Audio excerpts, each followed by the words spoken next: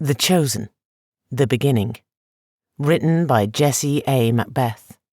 Narrated by Jill Mills. Darhavin. I felt something on my face, something on my body. I did not want to open my eyes and find myself alive, to see the underpass above me. I took a deep, painful breath. My throat hurt. "Is this him?" I heard a woman's voice say. I sighed and opened my eyes expecting to see paramedics or a police officer. Instead, I was looking at a night sky that looked strange. The underpass was gone. I was laying on the grass. I wanted to sit up, but it hurt to try. So I looked around and saw a large woman standing by a fire. She was not fat large, she was muscled and tall, her skin a light brown, hair in a long black braid that fell down her back. She wore armour, actual armour that you would expect to see in some medieval movie. Her armour was regal, well kept, and looked as if it belonged to someone of station or position. I blinked my eyes, thinking, I'm hallucinating. Slowly I sat up and took a better look around. It seemed I was in some woods somewhere. The trees were huge and ancient-looking, their barks gnarled and twisted in a grotesque manner I have never seen before. It almost looked like the tree was screaming in agony. It gave me chills. Where the hell was I? The woman turned around, her armour making a scraping sound as she did. Her face surprised me. She was not beautiful, nor was she ugly. She was easy to look upon. Her nose was broad and lips full. Her eyes were a deep green that seemed to glow with a life all of its own. "Glad to see you awake, Chosen." Her voice was strangely soft for a woman of her size and build. I was expecting something deeper and masculine. She knelt down beside me and looked me over as if she were judging me. "Where am I?" I asked. She did not answer right away. She seemed to be deep in thought. For the first time, the symbol on her armour and shield was visible. It was something I recognised because it was the symbol of my community project. I was a bit confused. It was a crescent moon and star with a man sitting at the base of the moon, looking up at the star, his hands up in supplication or prayer. This was set upon a midnight blue backdrop. She saw me staring at the symbol. "You are in Darhavin, Chosen," she finally replied. The confusion just kept getting deeper. Am I mad? Did I actually die and I am in some in-between world? "I can tell you are confused, Chosen." She paused. "Come, sit by the fire and warm yourself." She helped me up and led me to a cushioned spot she had prepared for me. I saw 3 blankets lying next to the fire. I assumed one was for me. It was clear one was for her. But who was the third one for? The heat of the fire felt good upon my skin. I did not know how cold I was until I felt the warmth of the flames wash over me. Was I in shock? The woman walked to the other side of the fire and stood with her arms folded across her chest. "We have been waiting for thousands of years, Chosen." She paused a moment. I could see the excitement in her eyes as she looked at me. It was the same reverence and awe-inspired look you would give a great man of power you respected. But somehow, it was deeper. It was filled with religious fervour and zeal, like I was some ordained holy man that she worshipped all her life, and suddenly he is here before her. She took a deep breath. "I am of the Order of the Chosen. I have trained my whole life to guard and protect you. It was not known when you would come again to Darhavin, so we have been training for centuries and passing down the knowledge of the Chosen to every initiate. We were once the greatest army to ever be formed on Darhavin." She paused again, as if thinking about the glory of days of old. Her expression looked saddened, almost heartbroken. "So many years passed, Chosen. So many centuries without a sign or anything from you. People lost faith. Our once great order fell apart. All that is left is an old ruin of our former greatness, and few knights that are barely hanging on to the old ways." She looked at me, fighting tears in her eyes. "Where have you been, Chosen?" she asked. Her gaze was penetrating. I could not turn away even if I wanted to. This seemed personal to her. Beyond the reverence of someone she was taught to worship. This was almost like she had suffered greatly because of her faith. I did not know what to tell her. I honestly had no clue what she was talking about. I'm still not sure where the hell I am, let alone if I am alive. "How do you know I am this chosen one? What makes you so sure that I am him?" I asked. She took a deep breath. The armour on her broad shoulders creaked. "His skin will be the colour of wet sand, his eyes black like a night void of stars. He will fall from the heavens dead only to awaken when touched by one of his order. The trees will wither in the hall of the gods. All will know him by his symbol." She recited and pointed at the symbol on her chest. "My symbol, the symbol of Alkebulan." She turned her head to the sky and pointed. Far off in the distance I could see a star shining brightly in the night sky. That shining star was my symbol. Anyone who looked up at the sky could see it. Suddenly, a man stumbled out from the trees. He was bleeding heavily from a deep wound in his side. His face looked pale and blood coated his hands. He leaned on his sword like it was a cane. The blade was black and gleamed eerily in the firelight. He looked at me and smiled. He fell to his knees. "Finally, my Lord Chosen, you have come." The look of joy and peace in his eyes startled me. He looked as if all the pain and doubt he had was erased, like he could die knowing his faith was confirmed. The big woman rushed to his side. "Elder Ahmed," she said as she caught him before he fell face first in the dirt. She held him in her arms.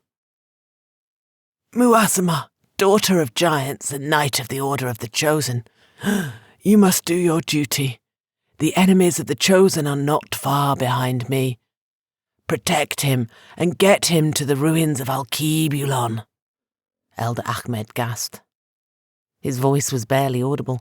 You could see Muazama's heart breaking in her eyes. He squeezed her hand and looked up at me.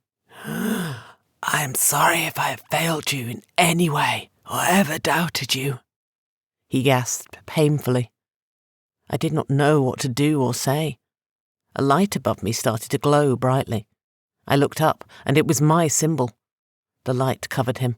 It was so bright that it was blinding. As suddenly as it came, it vanished. When our eyes adjusted to the darkness, he was gone. Muazama sighed heavily and grabbed her sword and shield. She faced the trees, waiting. My heart raced. I could hear people marching through the woods. I grabbed Elder Ahmed's sword. It felt surprisingly light in my hand. Its black blade started to glow faintly. My whole body felt warm and light, like I was standing on air. "It seems you have been reunited with your sword," Muazama said softly. Before I could respond, several men burst out of the woods. They were pale men, their hair varied from blonde to red. Their armour had the insignia of a burning sun on it. They saw us and stopped. A tall, hawkish man stepped forward. I could feel Muazama tense up. She gripped her sword tightly. He looked us both over. His eyes lingered on Muazama's insignia. "You are of the Order?" he asked, his voice raspy like he had a cold. Muazama did not answer. "We were following an old man who had stolen something from us." The man started, then looked at the sword in my hand. "You are carrying what belongs to us. I care not how you came by it. Just return it to me and go about your business," he said. He shifted his stance and placed his hand on the hilt of his sword. The men behind him did the same. I looked at the sword. I did not know who it belonged to. I just know it felt right wielding it. I shook my head. Muazama smiled and slashed the man's throat. She moved with a speed that I did not think was possible. The man stood there for a moment staring at me, oblivious to the fact his throat was cut. Blood spilled down his armour and he slumped forward. By the time his men realised they were in a fight, half of them were dead. Watching Muazama fight was like watching a dance. She slashed and killed with such grace it was almost beautiful. She moved around these men like the world had slowed down, and she alone was unaffected by it. The fight was over before it began. Muazama stood in the middle of several bodies, wiping the blood off her blade and shield on the men's cloak. "We need to move, Chosen," she said, and pointed east. "We are weeks, if not months away from the ruins of Alkebulan," she said, and waited for me to start moving in that direction. Lorden. The chill wind echoed softly through the chilled ramparts of the great Tower of Magic. This ancient tower has stood in Darhavin for centuries. Some say it was a gift to mankind from the gods of old. Others claim it was created so man could fight off the gods and no longer be the playthings of immortals. The imagination of men knows no bounds. Elves have controlled this tower for centuries, hoarding the power and ancient wisdom here for themselves. But it was here that Lorden lay tossing and turning in his sleep. His brown brow glistened with sweat, even though snow covered the tower and the land surrounding it. Lorden clinched the sheets as he writhed in his bed. Lorden was an elder among the Magi, one who constantly warned about the prophecy. He was greatly opposed to the Chosen One and the shift in power that would come when he arrived. Lorden was the chief advisor to the king. It was whispered that Lorden ruled the kingdom, and the king was merely a puppet, a face, a distraction from reality. Suddenly, Lorden's eyes snapped open. "He is here," he whispered as he sat up. His greying beard matted and tangled. He took a deep breath to calm his nerves. "His guardian has already found him," he mumbled. Lorden knew their best chance of killing the Chosen and preserving their power for centuries to come was to get him before he discovered who he was. Lorden had prepared for this day. He had armies trained and ready, assassins and mercenaries on constant payroll to do his bidding. He was the heir of the king, so his power and influence in the southern kingdoms were unmatched. He, being the accomplished Magi he was, all respected him. Thus why he, a human, was a guest of honour in the ancient tower of Magi possessed by the elves. Lorden was the most accomplished Magi in all the human kingdoms, and possibly of all the races. Lorden rose from his bed and walked to the window. Lorden was older, his age a point of many arguments in the realms in which he was known. Some said he was as old as some of the elder elves, others thought he was just in great shape for being an elder. If one knew the cost that he had paid for his magic, they would cringe away from him. All magic comes with a toll. Each toll is different. Lorden's toll was timelessness. He had been alive since the last Chosen had walked the earth, witnessed the destruction and change that was wrought in the Chosen's wake. He was just a youth then, born to the outland of the northern deserts. The dark men are what they are called now, being that their skin tone is as dark as the starless night. They were a highly intelligent warrior people, nomads who did not allow other people among them. It was rare for someone not of them to be invited to their kingdoms and cities. Lorden was never really accepted among their people and was not allowed to marry from among them. He was protected and tolerated. The pride of the people would not allow anyone that shared their blood to be mistreated. But he was a half-breed. His mother was one of the Alkebulan people, the people who waited on the Chosen. Alkebulan was the greatest city of all Darhavin, but also the most private and secretive. Some referred to the people of Alkebulan as a cult. But the reality was they were just people from all over who left behind their tribes and kingdoms to serve the Chosen and be ranked among his people. They gave up their racial identities and nationalistic pride and were just known as the people of Alkebulan. It was a mixing pot. All the races were there. It was one of the few places where they all got along. There was no war among them or hate. They were all brothers with one cause. Women had all the same roles as men. There were no set gender norms or roles. The place was indeed truly a wonder, home to great armies and order. The Order of the Chosen was the fiercest army to ever walk Darhavin. They were the personal guards of the Chosen. They were few in number, but their strength, battle prowess, and heartlessness on the battlefield made their number not a factor. Many would not fight if they knew even one of the Order was facing against them. You would wonder what would make such a great and powerful city crumble, a city no army could take. It's a tale as old as time, and like all other great empires, they fell from within. Once the Chosen passed, the infighting started. They had no one to lead them. The Order of the Chosen divided up the kingdom, each declaring their own new king or false reborn chosen. The inevitable war started. This war waged for decades. It sucked nearly all of Darhavin into it. In the end, the great kingdom of Alkebulan lay in ruins, destroyed by the very Order that was closest to the Chosen and tasked to protect him and the kingdom when he was gone. The Order of the Chosen still remained intact. Scattered remains of them who still passed down the teachings and training to future knights of the Order. But their fame and reputation long lost. They are shamed and mocked now, ridiculed and referred to as a cult with no sanity. But they are still highly dangerous, and if united with an actual Chosen, they would be near unstoppable. Lorden's mother was from these people. She was a knight of the Order. He remembered how lost she had become after the Chosen of that time had died. Her attempts to establish a normal life were pointless. Everywhere she went there was trouble, and she left destruction in her wake. Lorden's mother was a very proud and fierce believer and defender of the Chosen, like all of the Order's knights.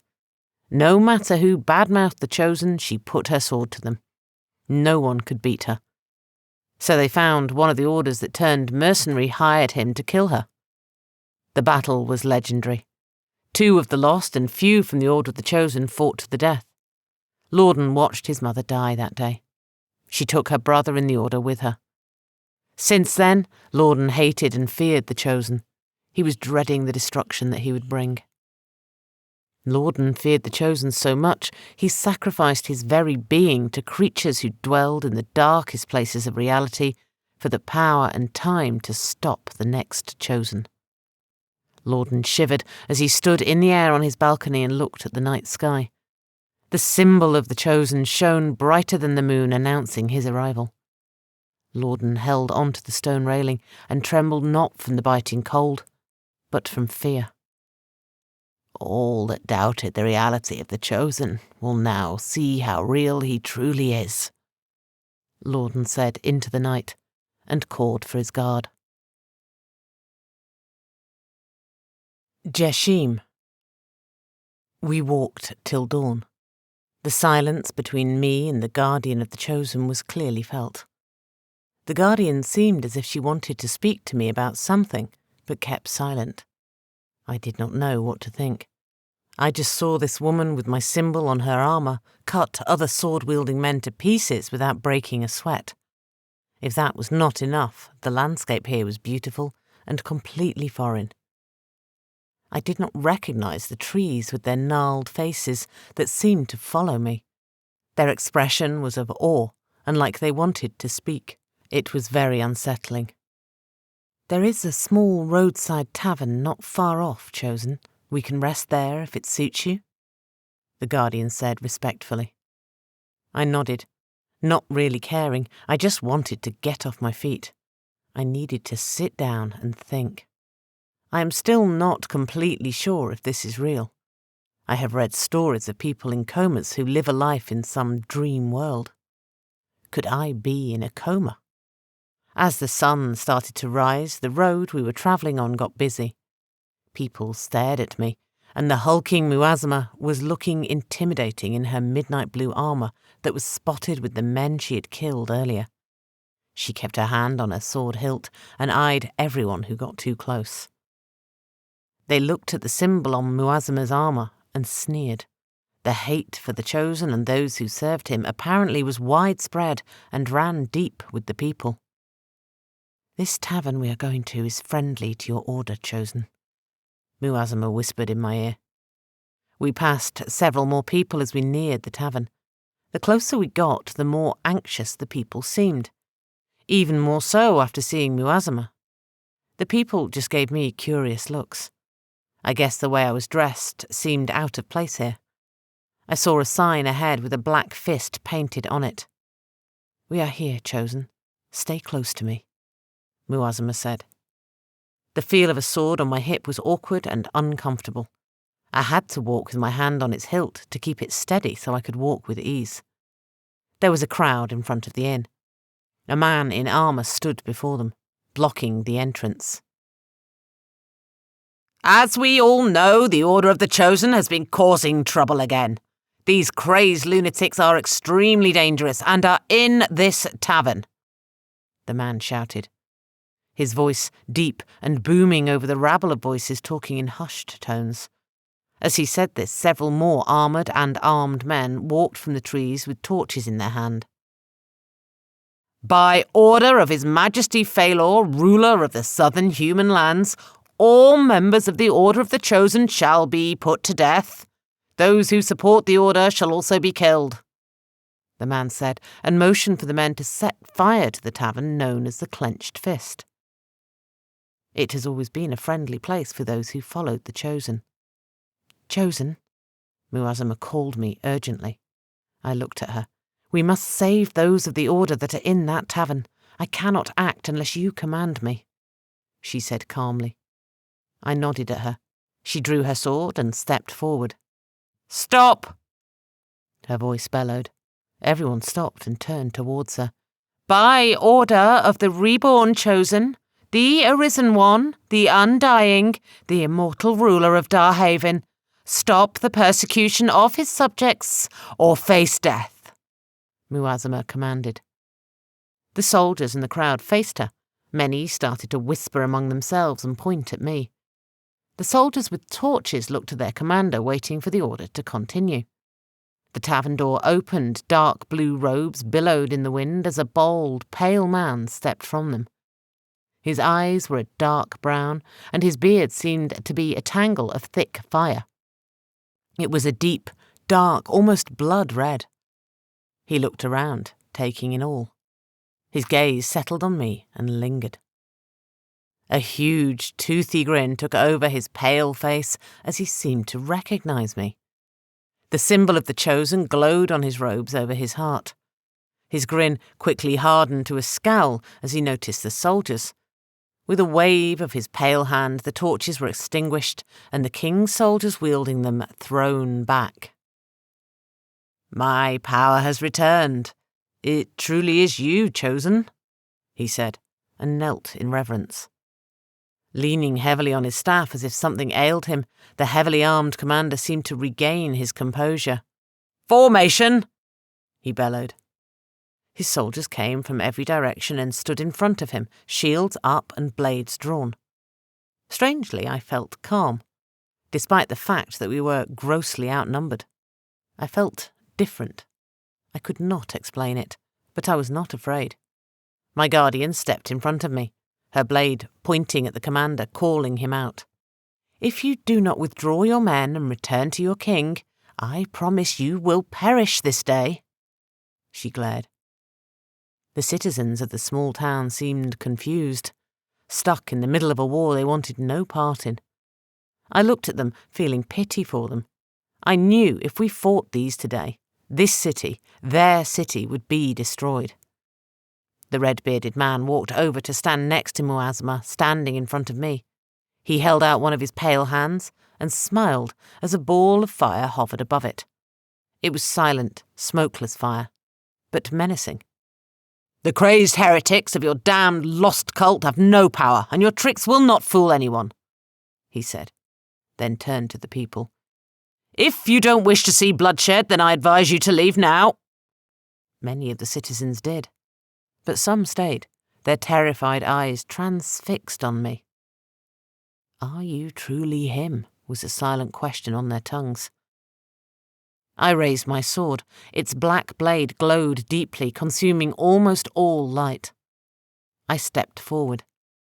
"I don't know who I am, or if I am this chosen. But what I do know is if you attack me here, all of you will not see tomorrow or your families ever again. I am not here to cause destruction. I just seek answers, and those answers await me in the ruins of Alkebulan." My voice seemed to come from everywhere. A deep power emanated from me. "I am trying to spare the lives of your good men today, Commander. Don't sentence them to death this day. Return to your king and tell him what you saw. If he has further issues with me, he can find me in the ruins of Alkebulan."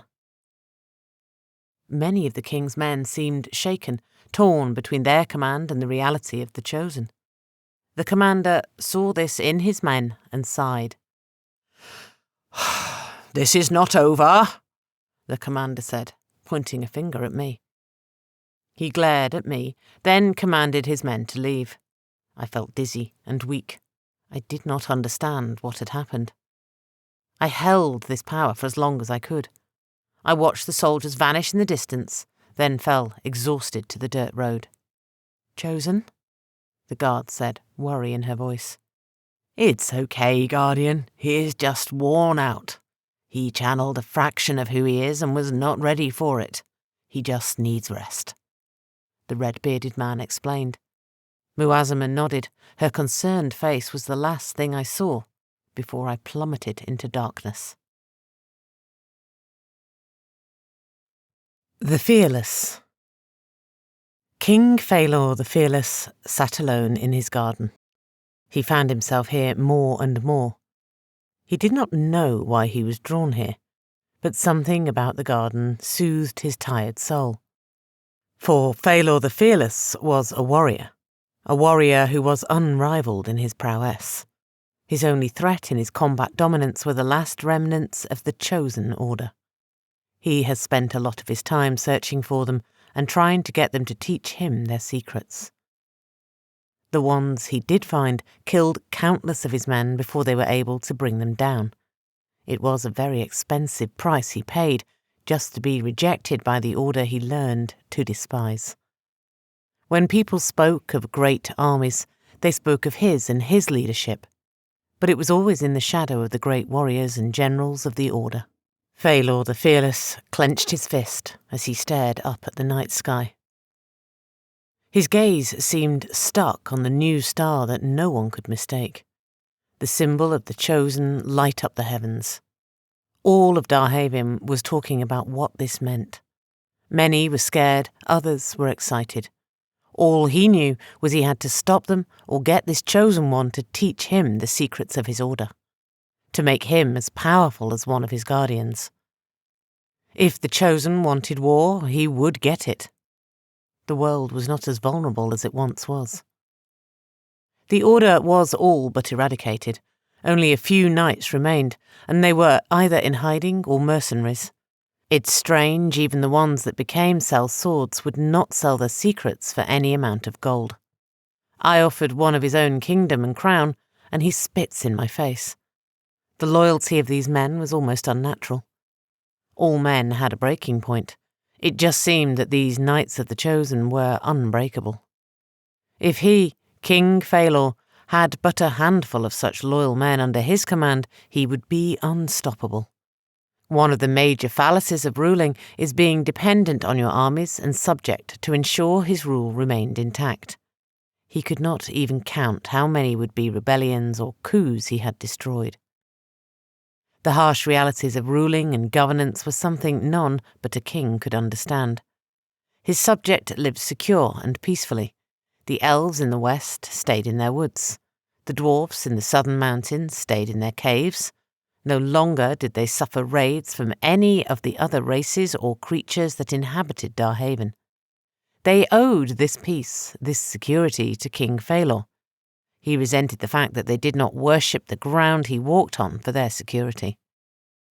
He resented how they all worshipped or feared this chosen, this legend that has not been upon Darhavin for thousands of years. Yet his very symbol invoked such fear, such reverence from everyone. The greatest armies in Darhavin trembled just at the thought of facing the Chosen and his armies, despite that no one for hundreds of generations has ever seen him or fought his armies. Now, during King Phalor the Fearless rule, the Chosen has returned. Phalor the Fearless smiled up at the night sky. His black, well-oiled beard glistened in the soft light of the Chosen's symbol. "You will teach me the secrets of your power, or you will die, usurper of thrones." Phalor the Fearless whispered to the symbol, hoping the Chosen could hear his decree. Hurried footsteps interrupted his musing. Phalor slowly turned to see one of his commanders in front of him. He kneeled and bowed his head. He looked shaken and afraid. Phalor shook his head. His black hair, thick and beaded, fell like branches of a dying tree on his shoulders. His eyes, as black as death, glowed with a fire that spoke of countless battles and countless dances with the dark maiden of death. "Sire," the commander said, his voice shaking. Phalor could smell the fear emanating from him. Was it fear of him, or of what he had encountered?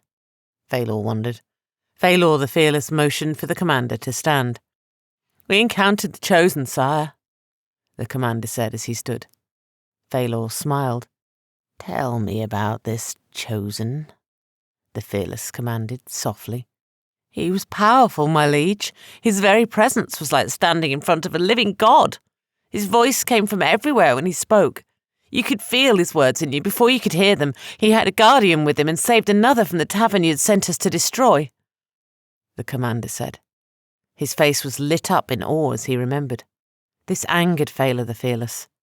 "So, you failed in your duty then, Commander?" the Fearless stated. "Sire," the commander began, but was cut off by a quick, sharp blow to his jaw. The commander fell back and knelt. Phalor the Fearless stood in front of his commander, his blade drawn. Phalor savoured the fresh stench of fear that came from the commander. He inhaled deeply and raised his sword to end this coward. "Father!" he heard his daughter's voice. Phalor paused a moment. "Why are you not in your chambers?" he said softly. To any other than the princess, his tone would have been dangerous. Zainab knew her father was a lot of things, but his love for her trumped all else in his life. Phalor, despite his cruelty, was like any other father in this sense. His daughter held his heart and seemed to always get her way with him. It was whispered that she was the only good that ever came from King Phalor the Fearless. She maintained the balance in his kingdom. Her kindness and soft heart healed the wounds and eased the minds that her father inflicted everywhere he went. He, the great warrior. She, the water that kept the fires of her father's warrior spirit from burning them all. "There is a meeting, father, that we have been called to, a meeting between all the kingdoms. They wish to discuss how to deal with this Chosen," Princess Zainab said softly. She looked at her father's drawn sword and the blood dripping from the commander's lip. She touched her father's arm softly. "Come, father, have a meal with me and read the letter calling us to the meeting, the invoked shield," Zainab said. She brushed strands of her long brown hair from her face. The princess was as beautiful as she was kind. Her skin was a honey brown, her eyes as dark as her father's. But where his spoke of death, hers spoke of life. Her smile was like a beacon in the night for the wounded and destitute. She was the heart of Darhavin, and he the sword. King Phalor the Fearless could face any foe. He had defeated armies with just a handful of his best men. He had never faced defeat in any battle, but he could not win against his daughter's smile.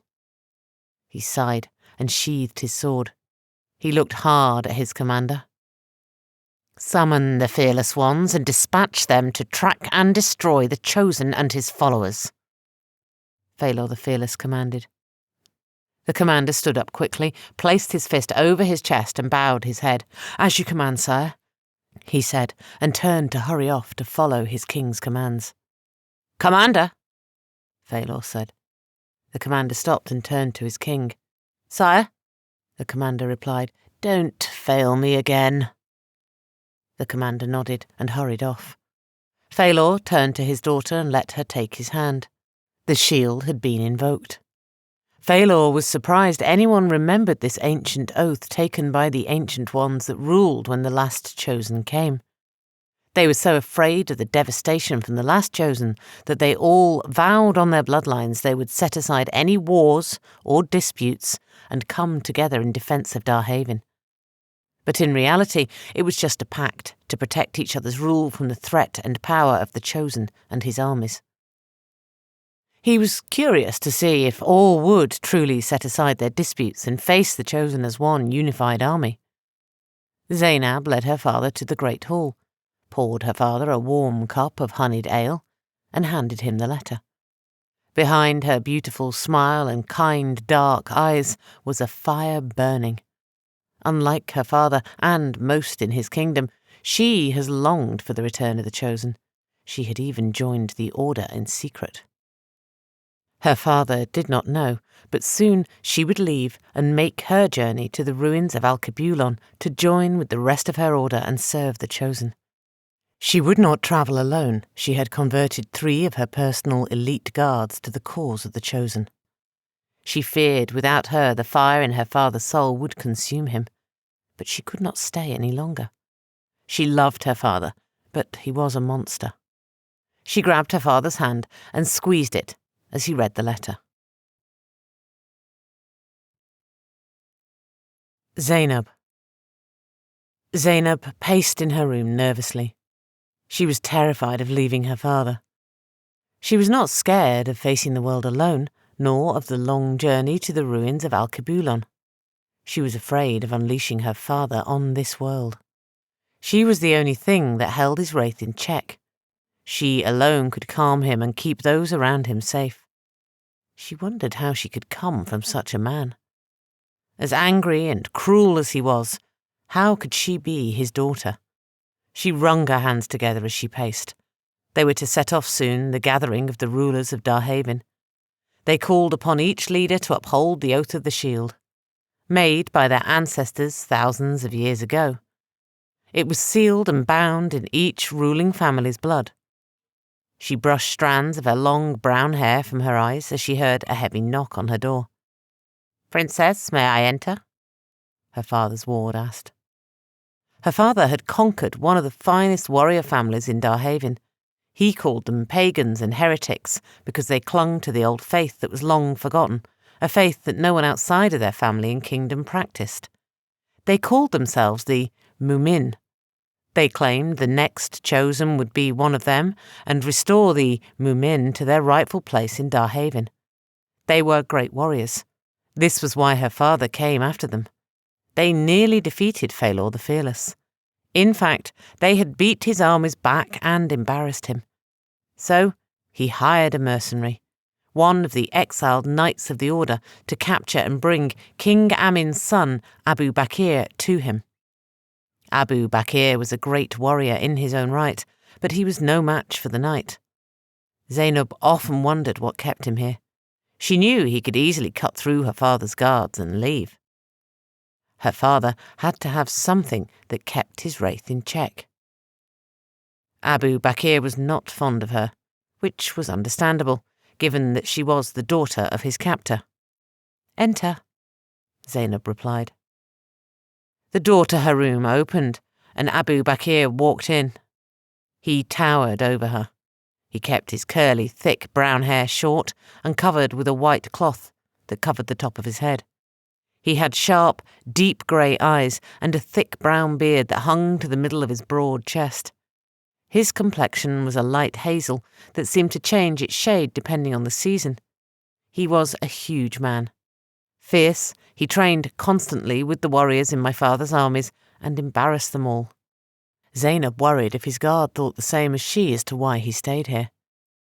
But, as intimidating as he was fiercely committed to his faith and to meeting and serving the Chosen.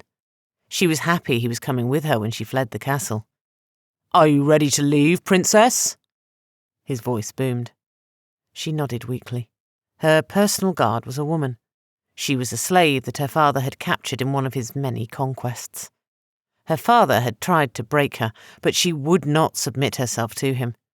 All the men that tried to rape her found themselves with broken limbs and missing teeth.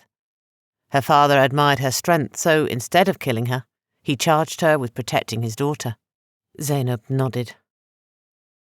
"The slave has made the preparations and has our things and horses waiting for us not far from the gathering," she said. Abu Bakr nodded. "Your chariot is ready. They leave as soon as you are," Abu Bakr replied. They called her personal guard the slave because she refused to give them her name or even speak to them. My father declared her name to be the slave and cut out her tongue.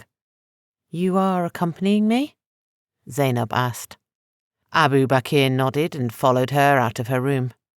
"I am to guard you on this journey since you are going ahead of the vanguard," Abu Bakr replied. It made sense. He was an accomplished warrior. Her father always sent her ahead to smooth things over and prepare for his arrival. Abu Bakr retrieved his family's great sword and strapped it to his back as they left the palace. He held the door to the chariot open for her and closed it behind her. It was a week's journey to gathering. Abu Bakr sat with the driver and smiled to himself as the chariot pulled away. Lorden. The air here seemed to have a chill to it. The faint smell of dust and something ancient permeated here. There was a power that seemed to emanate from the very stone. Lorden sat in his seat, staring into the blazing fire that lit this chamber. Faint shadows of the ancient ones who stood here centuries ago and created these shield. Lorden remembered it like it was yesterday. He was here, in this very cave, when the cowards that ruled the realms of Darhavin forged the pact that brings them together today. He remembered the fear in their voices as they spoke in hushed tones. The Chosen had already left the world again. They spoke as if the sound of his name would cause him to rise up again. The last Chosen was a harsh, cruel lord. He came and destroyed the gods of old and uplifted an ancient group whose belief was thought to be long forgotten from this world. He set them on a pedestal. He called them the true followers of God, destroyed all the temples of every god to ever be named in Darhavin. The wars he wrought were the most dangerous kind. They were the wars of your soul, the ones that pitted one man's god against another. If there was one thing Lorden was certain of, was that men lost all of their senses when it comes to their gods. The fire before Lorden blazed fiercely, its flames dancing upon the cavern walls that were adorned in golden sword and relics of each realm. Oh, how they honoured this place, Lorden said to himself. He, the oldest person known to live on Darhavin and the most powerful of the Magi, was looked up to. He being the only one to actually live through the terrors of the Last Chosen, his input was invaluable to the rulers of Darhavin they would come here today. Speaking as the rulers of this world. Lorden saw the Dwarven lords approaching, their long, thick beards knotted and dangling down their broad chest. Of all the races of this cursed world, Lorden hated the dwarves the most. They were loud and obnoxious, like drunken children with weapons. They were tolerated for their prowess in battle. They were hardened, seasoned warriors. They were short in stature, but built like the mountains they lived in. To them, life was ale and war. They were at war with every race in the realms, and it was funny to them. It would be interesting to Lorden to see how this meeting of the Shield Pact would play out with them here. Seems as though they brought a small force with them as well. They did not bode well for the success of this meeting. There was a little bit of hope, though. Their prince was coming. They called him Rahim the Black, for his flesh was dark like that of the human tribes of the northern outland. The dark men that Lorden hailed from. But it was not his flesh or the powerful visage that was him. He was as intelligent as he was powerful in battle. He did not drink. This was odd for a dwarf. If it were not for his many victories in war and in the arena, many would question him as a dwarf. They would question his allegiance to his race. Ale seemed to be in the blood of dwarfs. Rahim the Black was here. He was leading the dwarven procession. he representing one of the many dwarven houses that wanted a presence here. The dwarven realm, like all the races, had many leaders and divided themselves by houses. Phalor, the fearless of the human, was coming. He was as cruel as he was powerful. Even the most drunken and obnoxious of the dwarves respected him. As always, he sent his daughter. The beautiful young princess was renowned for her kindness. But Lorden saw the truth in her. Her heart was troubled. She had the same fire in her soul that plagued her father, but unlike her father, she fought it, while her father, Phalor the Fearless, embraced it. He relished in it. Lorden saw the beautiful Zainab's heart, saw the blackness creeping in it. Was this why she would flee to the Chosen? In hopes he could still the fire that burned in her, to stop her from becoming what she hated the most, her father, the one who killed her mother. Lorden flicked his wrist toward the fire, and a deep, dark hissing sound emanated from it, and a figure appeared to the side of the flame. "Yes, Lord," it hissed. Lorden smiled darkly at it. He pointed to the image of Princess Zainab in the flames. "Follow her, and report to me when she comes in contact with the Chosen." Lorden ordered the creature of smokeless flame. It hissed and vanished. Only the darkness that was left in its absence remained. Lorden heard footsteps coming. His apprentice Samaya approached. Her story was a tragic one, but her power was great. She has served Lorden for half a century now. She had not aged a moment. Her face and body were burnt. A grotesque mask of scarred flesh covered her from head to toe. Only a few strands of her once beautiful hair remained.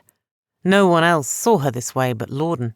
She used her magic to cover herself in the illusion of who she once was. Lorden shook his head, remembering how he found her, burnt and barely clinging to life. He felt a power in her brought on by pure rage. This rage was the reason why Lorden saved her. "My lord," Samaya said, her voice the hollow sound of a funeral horn. Lorden turned to her. "The elven delegations have arrived along with the Delphs," she said. Lorden smiled. "So the shield begins." Rahim the Black. Rahim sighed as he entered the cavern that everyone called sacred, purely because of the pact that was made here. Rahim was taller than most dwarves, and was rumoured to be half-human. His flesh was as dark as night, hence his title, the Black. He was smarter than most dwarves. He was calm and well collected, yet his ability to lead and fight was a legend among his people. He was a prince, but he held no claim to the throne, him being a bastard and, quite possibly, a half-breed. Dwarves were a proud people. They frowned upon half-breed and bastards as if they were a blight or a curse on their people. Though many did not trust or consider Rahim a true dwarf, none would ever voice this in the open. The last dwarves that spoke ill of Rahim's loyalty and race were challenged by him in the stone arena and brutally destroyed. He may be different than most dwarves, but he has earned the respect and loyalty of those he commands. Rahim hated the dwarves, even though he was one. He hated their rowdiness, their drunkenness, their obsession with stone, and their bloodlines. Most of all, he hated living in caves. Glorious as they may be, it was still a cave to him. He loved the sun and the soft light of the moon. Rahim entered the main chamber of the cave. A huge table was set up. It was adorned with the crest of each house of each race that would be present here. Each race had several kingdoms, many of which were not around when the pact was made thousands of years ago. Rahim saw Lorden the Ancient One sitting at the head of the table, perched upon a stone throne, it seemed. It appeared as if he were lording over the other lords and kings that would be present here. Rahim wondered how the egos of the world's royalty would react to this. Only 2 of each royal's guard were allowed in the chamber. The chamber was huge, but the realms and those who ruled them have changed and grown many times. Many of the royals had their generals with them and left their main escorts outside. Since Rahim was a commander and a prince, he brought his 2 most trusted men with him. Dwarves he knew would not hesitate to die and defend him at all costs. Rahim sat at his assigned chair. The symbol of a black axe crossed with a red anvil represented his family. His dwarven guards stood behind him like armoured statues. Their hands gripped the hilts of their weapons. They appeared to be staring ahead, but any seasoned warrior knew they took in all the room, even though it did not appear so. Many of the races that would attend here were at war. That aspect added more tension to an already tense situation. The one that troubled Rahim the most of the fearless, as he was dubbed. Rahim felt a man that had no fear was not all mentally there. A man who was crazy and ruled a powerful nation was a man to be wary of. His house and the king Phalor the Fearless were at odds, and war could be on the horizon soon. To some, they were already in a secret war of sorts. This meeting would determine if he would declare an all-out war on this human or not. How can a man claim to be fearless if he has never met me in battle? Rahim wondered, as he stared at the seat Phalor the Fearless would soon occupy.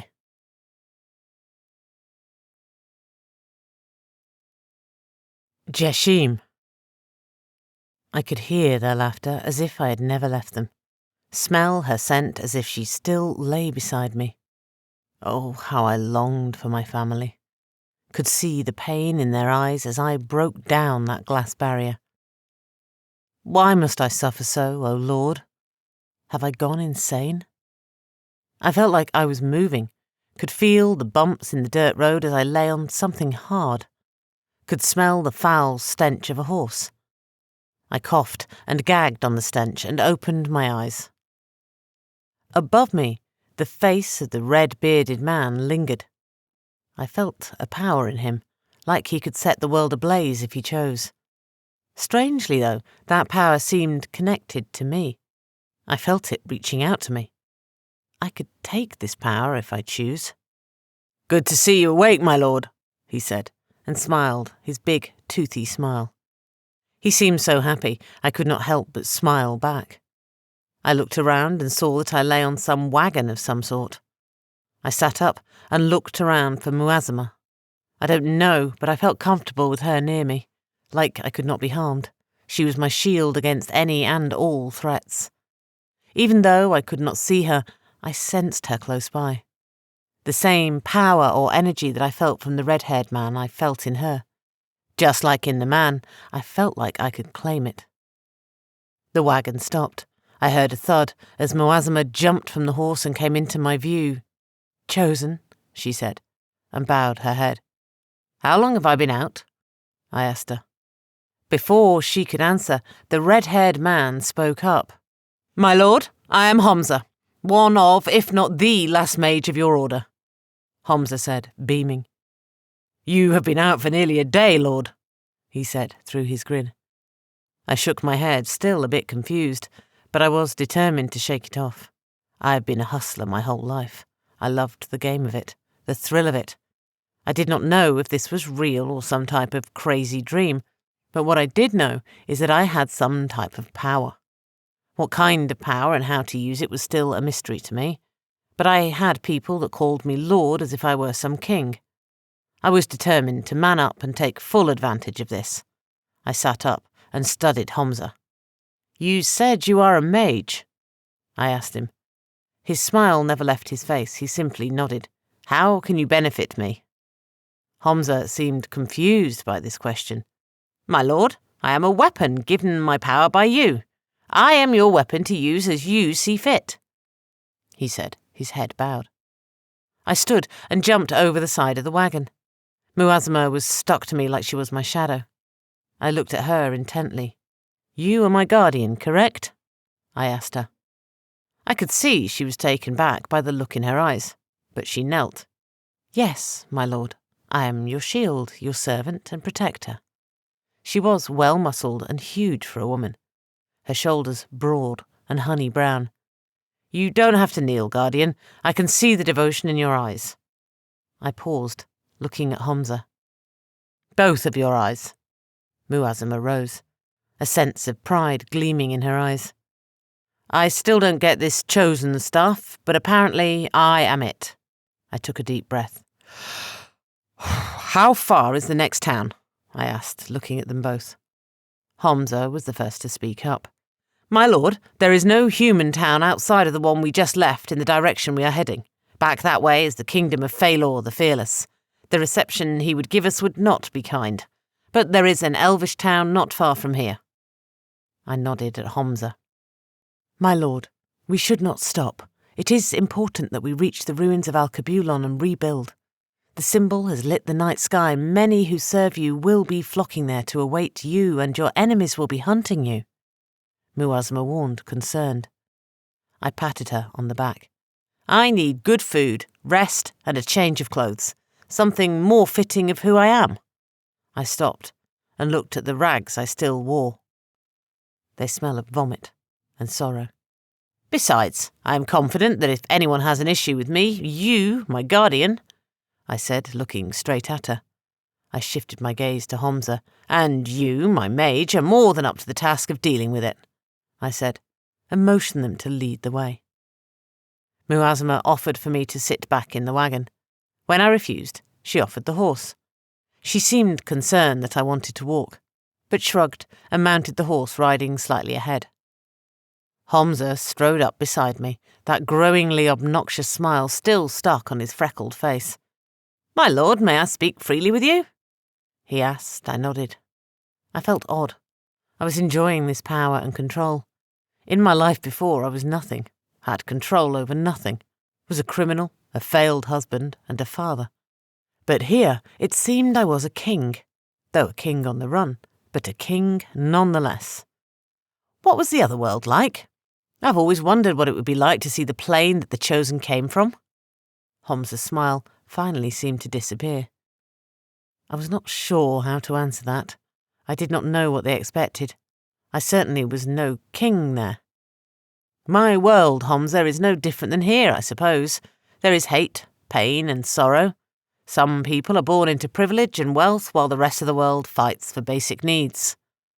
I paused, for Hamza seemed to want to say something. I had no illusions that it was some grand place. I was more wondering what gods inhabited that place, and what one do you follow? I only asked my lord, for we as your people will follow who or what you follow. I sighed deeply. This was a strange question for me. I had lost my faith. I have not prayed in months. I started to drink. Hell, I even killed myself. But before I could think of an answer, I heard Muazzama jump from her horse.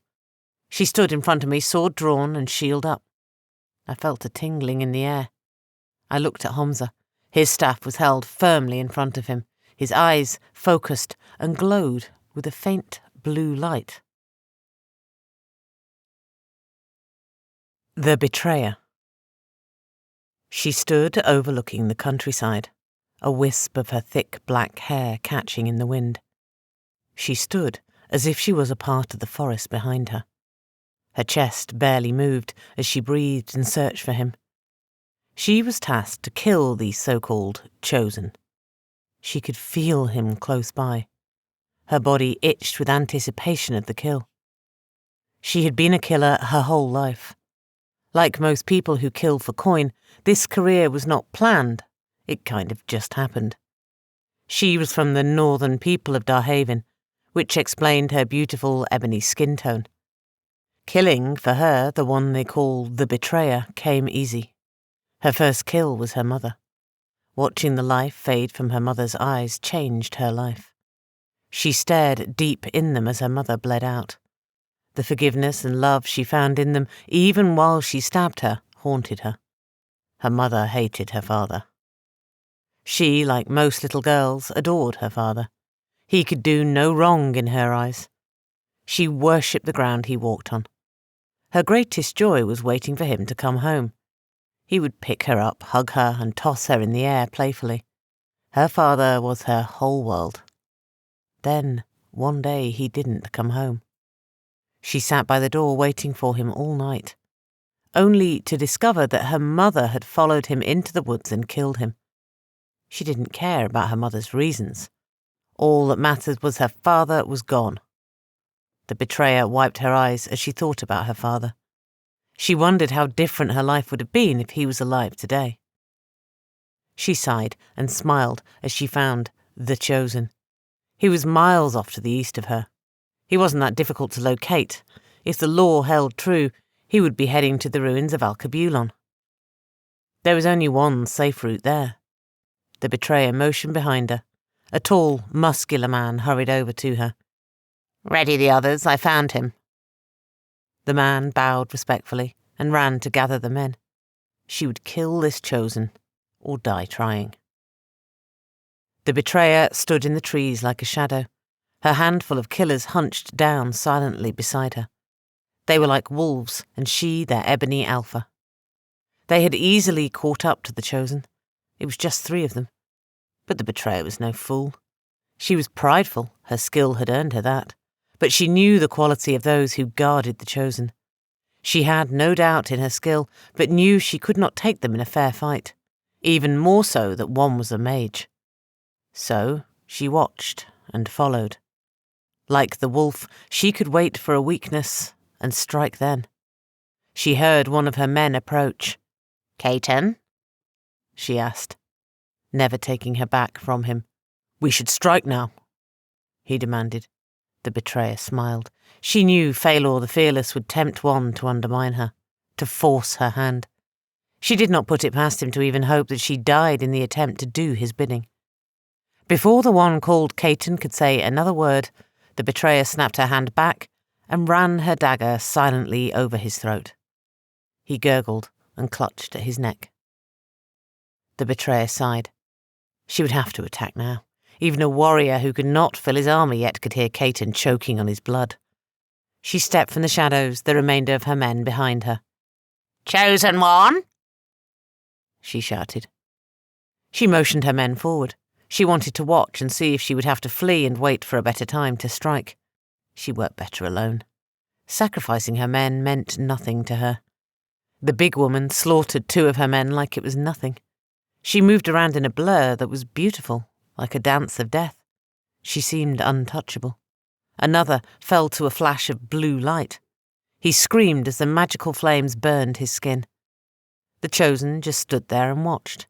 He seemed godlike. He emitted a presence that commanded awe.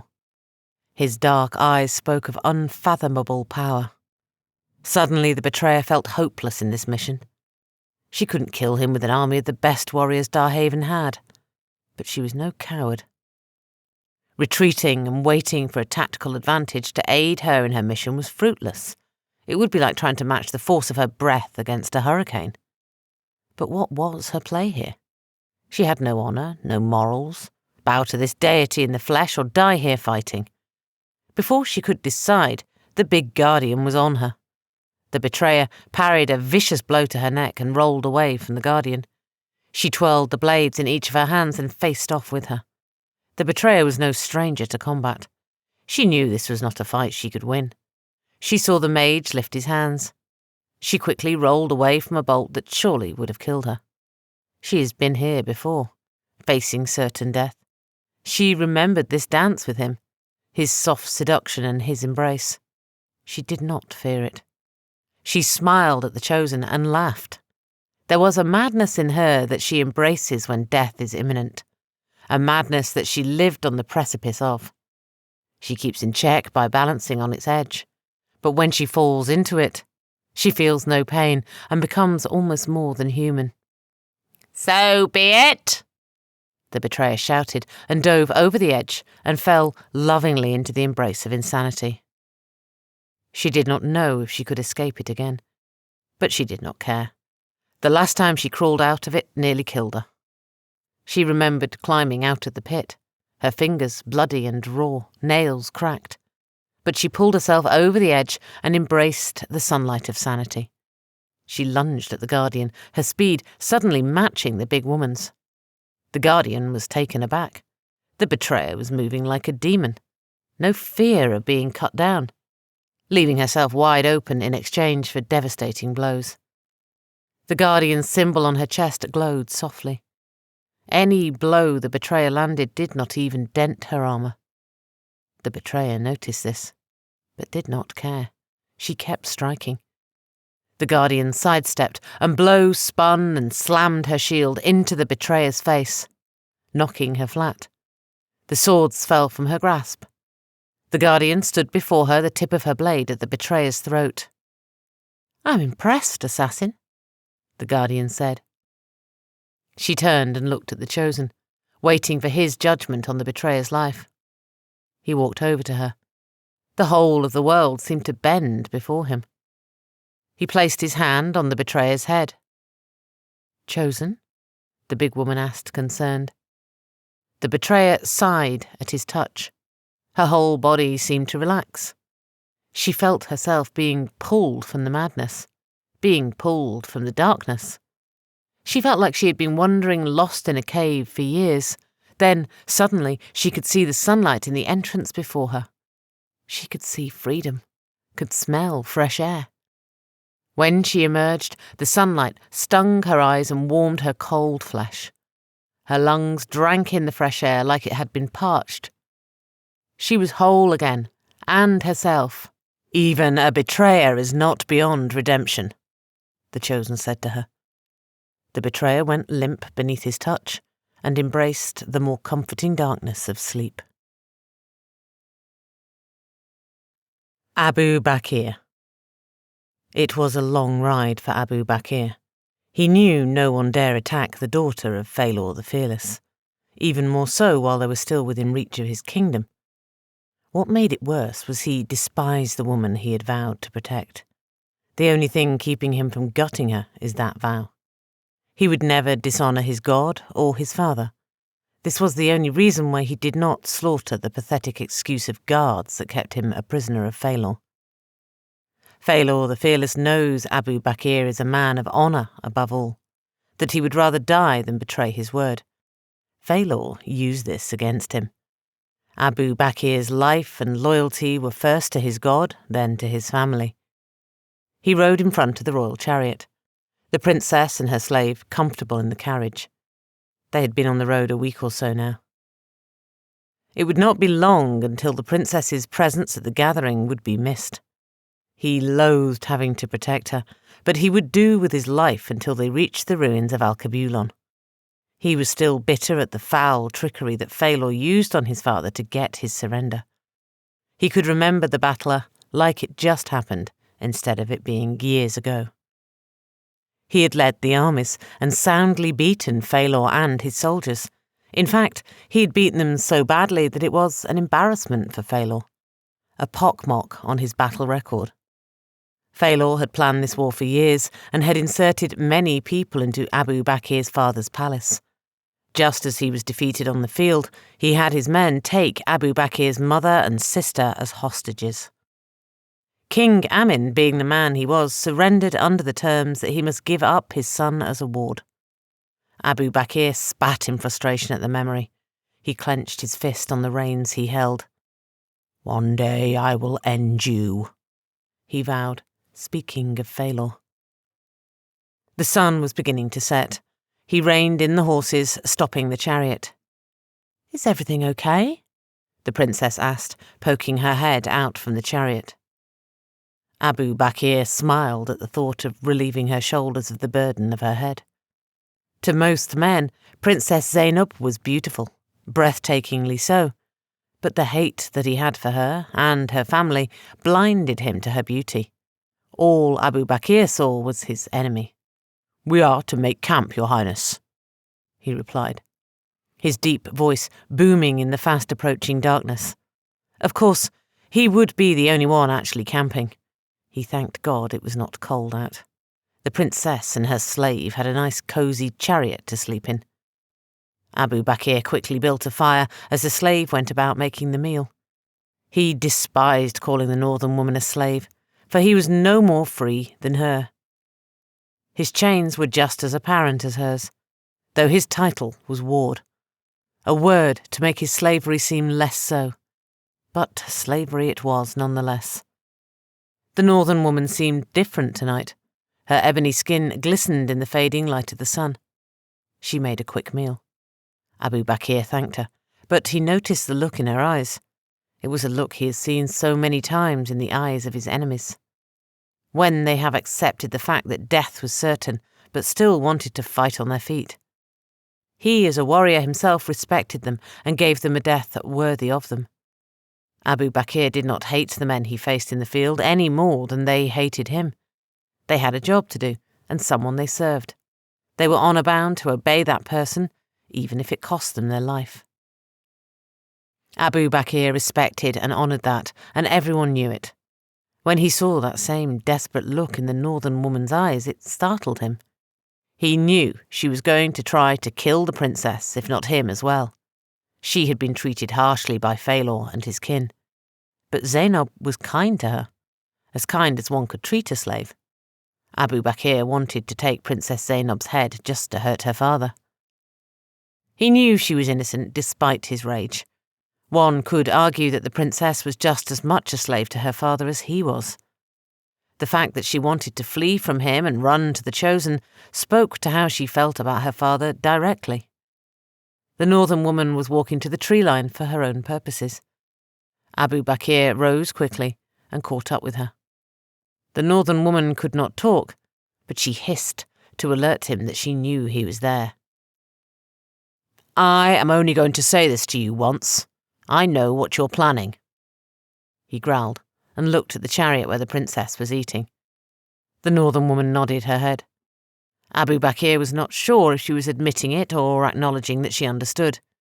"She is not the enemy. If you make a wrong move, or I feel you're even still thinking about harming her, on the honour of my father, I'll kill you. I would not think twice about it." Abu Bakr glared at her as he spoke. She gulped hard and again nodded. "We will both be free, sister. On my honour, when I make my move, I will not leave you behind.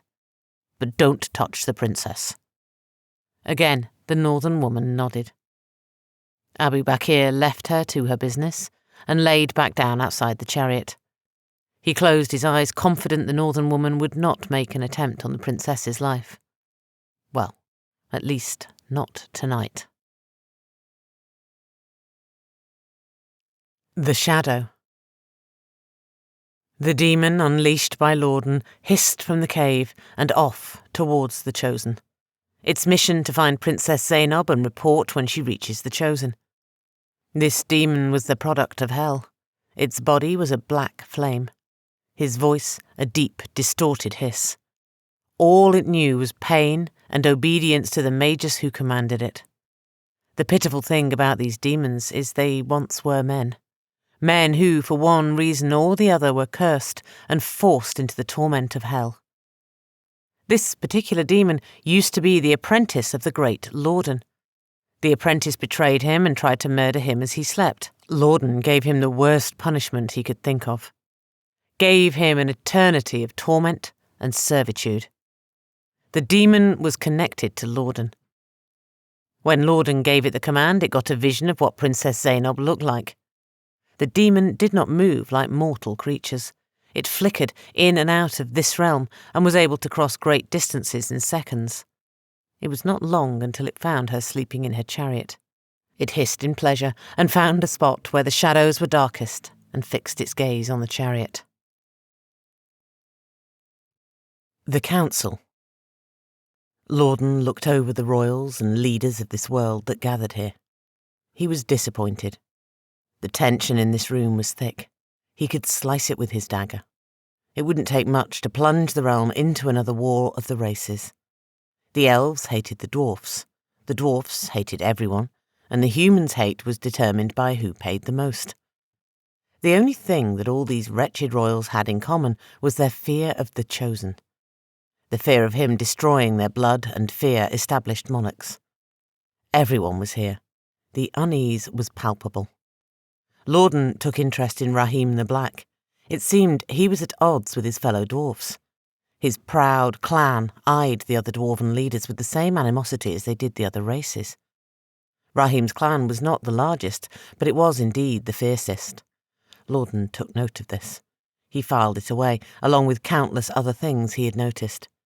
He would use it to his advantage if he needed to. Phalor the Fearless hated the other human kings, but his eyes seemed distant. Lorden knew it was because of his daughter's absence. The elves are the only ones that seem to have some unity. Of course, they hated the other elven tribes, but they were all united when it came to dealing with outsiders. Say what you will about elves, they had a sense of racial pride that the other races lacked. Two elfish tribes could be bitter enemies, but would set aside their feud and fight next to their enemy to fend off outsiders. Then, when that was over, they would get back to their tribal wars. Lorden smiled as his eyes landed on the Dar-elf leader. Dar-elves were essentially brown-skinned elves who had two huge black angelic-like wings coming out of their backs. The Dar-elves, like all the other races, were at war with everyone. It was interesting to see the elves and Dar-elves in a weird, uneasy alliance against the Chosen. Centuries of war and bloodshed between the races had left a bad taste in everyone's mouth. Samaya entered the room and nodded at Lorden. Lorden waved his hand, and a ball of black fire levitated in the middle of the council table. The royals hissed in surprise. In the depths of that black ball of fire, 3 figures could be seen. A huge woman knight, and a sickly, red-bearded mage, and an oddly dressed man whose eyes spoke of the heavens. As you all know, the Chosen has returned, and war will be upon all the kingdoms soon. Lorden began, but was interrupted by a dwarven lord. How do you know that this is the Chosen? He asked. An elf lord shook his head impatiently. We all saw his sigil in the sky, dwarf. We know he has returned, the elf lord said, irritated. How do we know that's not the magic of the elves, huh? The dwarven lord growled. The other dwarves agreed. Right, as we're about to go to war, suddenly there's this Chosen sigil appears. Pretty convenient for you cowardly elves, the dwarf lord stated. The elven lords did not take the bait. They just smiled. One of them leaned forward. If we were interested in a war with the drunken dwarves, we would be at your throats before you even knew you were in a fight. The dwarven lord laughed. Your tiny blades can't even cut the weakest of dwarven beards. The dwarves roared with laughter. Lorden was losing his patience. He waved his hand, and all the air was sucked from the chamber. All the lords started to gasp and choke, their lungs searching for air that was no longer there. Lorden let them gasp a moment, then said a word, and air came rushing back into the chamber. As soon as they could breathe, the lords and their guards drew their swords and turned towards Lorden. Samaya stepped forward, a black ball of hellish fire suspended above her open palm. I would not advise any hostility, lords. She spoke with a deadly calm. Yes, lords, sit. This is no time for your petty bickering or your racial animosity. The Chosen threatens us all. If he rebuilds Alkebulan, he will once again rule over all of Darhavin. Your customs and gods will be destroyed. Your petty egos and differences mean nothing to him and his agenda. Lorden paused a moment. The lords of the realm sheathed their weapons and grudgingly sat. I was alive during the time of the last Chosen. I know full well the damage and destruction he brings. His kingdom may be in ruins, his once great army and order of knights in shambles and forgotten. But even a handful of his knights in his presence are worth 100 of your best men. We cannot let those who remain in his order to reach Alkebulan. We cannot allow him to rebuild. We must unite and march on his ancient city immediately. Lorden spoke with a tone that made the lords uneasy. For never have they known the great High Magus Lorden to fear anything. Yet this Chosen made his normally calm and powerful voice quake, seemed to diminish his power and presence. The elder of the elven lords stood up. He glared directly at the dwarfs. If you agree to pull your armies out of all our territories, we will do the same. Though we hate every dwarf in existence, we will pledge to fight this enemy together and keep our warriors in line. What say you, dwarf? The room was silent for a moment. Rahim the Black stood. His 2 guards tightened their grip on their weapons. I can't speak for the other dwarves. I will halt my house's aggression with the elves. but my house will not join this fight and hunt for the chosen. We will fortify and prepare." The other dwarven lords grumbled. They wanted to call him a coward, but they knew better to challenge Rahim's honour like that. "I have fought these knights before. Even drunk, these knights are some of the fiercest warriors I have ever met. If Lorden speaks true that they are even stronger with the chosen back, I fear your combined campaign will be in vain. My men will protect our lands and defend our homes." Rahim boomed and left the chamber, his guards on his heels. The other dwarves looked around. "I never thought the great house of Rahim the Black would submit to cowardice," a dwarf lord said. He shook his head. His great beard swayed like a giant pillar coming from his chin.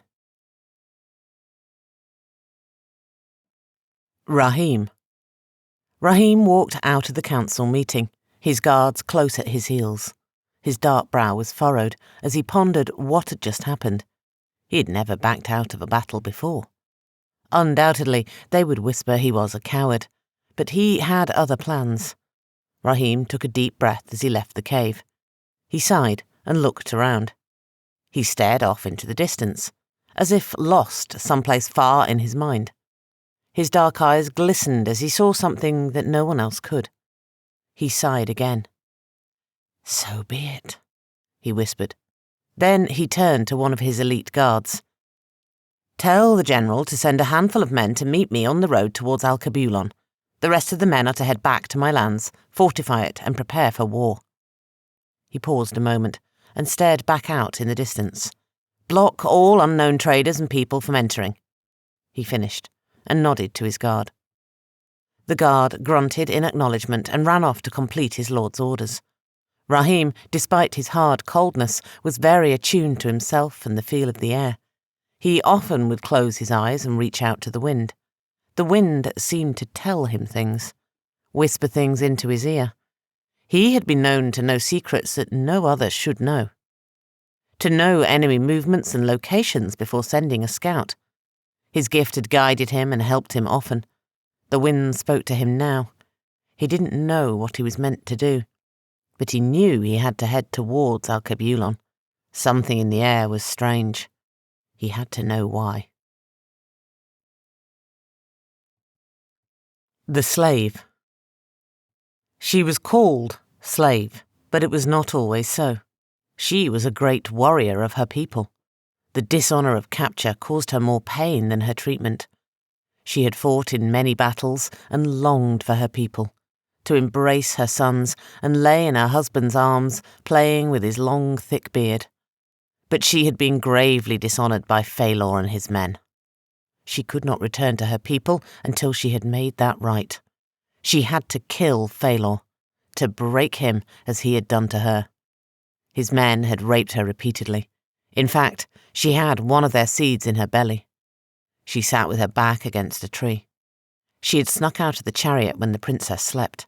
She needed time to herself. She placed a hand on her stomach. "I can't have you, little one," she thought, as she stared at the night sky. Tears like soft pearls slowly rolled down her ebony cheek as she pondered what must be done. She had fought in 1,000,000 and had slain countless enemies, yet when it came to the thought of killing the seed that grew inside her, she hesitated. Her hands would shake, for this was not the first time she thought of this. She had held blades to her stomach before, eager to be rid of this reminder of her rape. But each time she could not. Her mind would wander to her sons, and she would weep. Family was everything to her.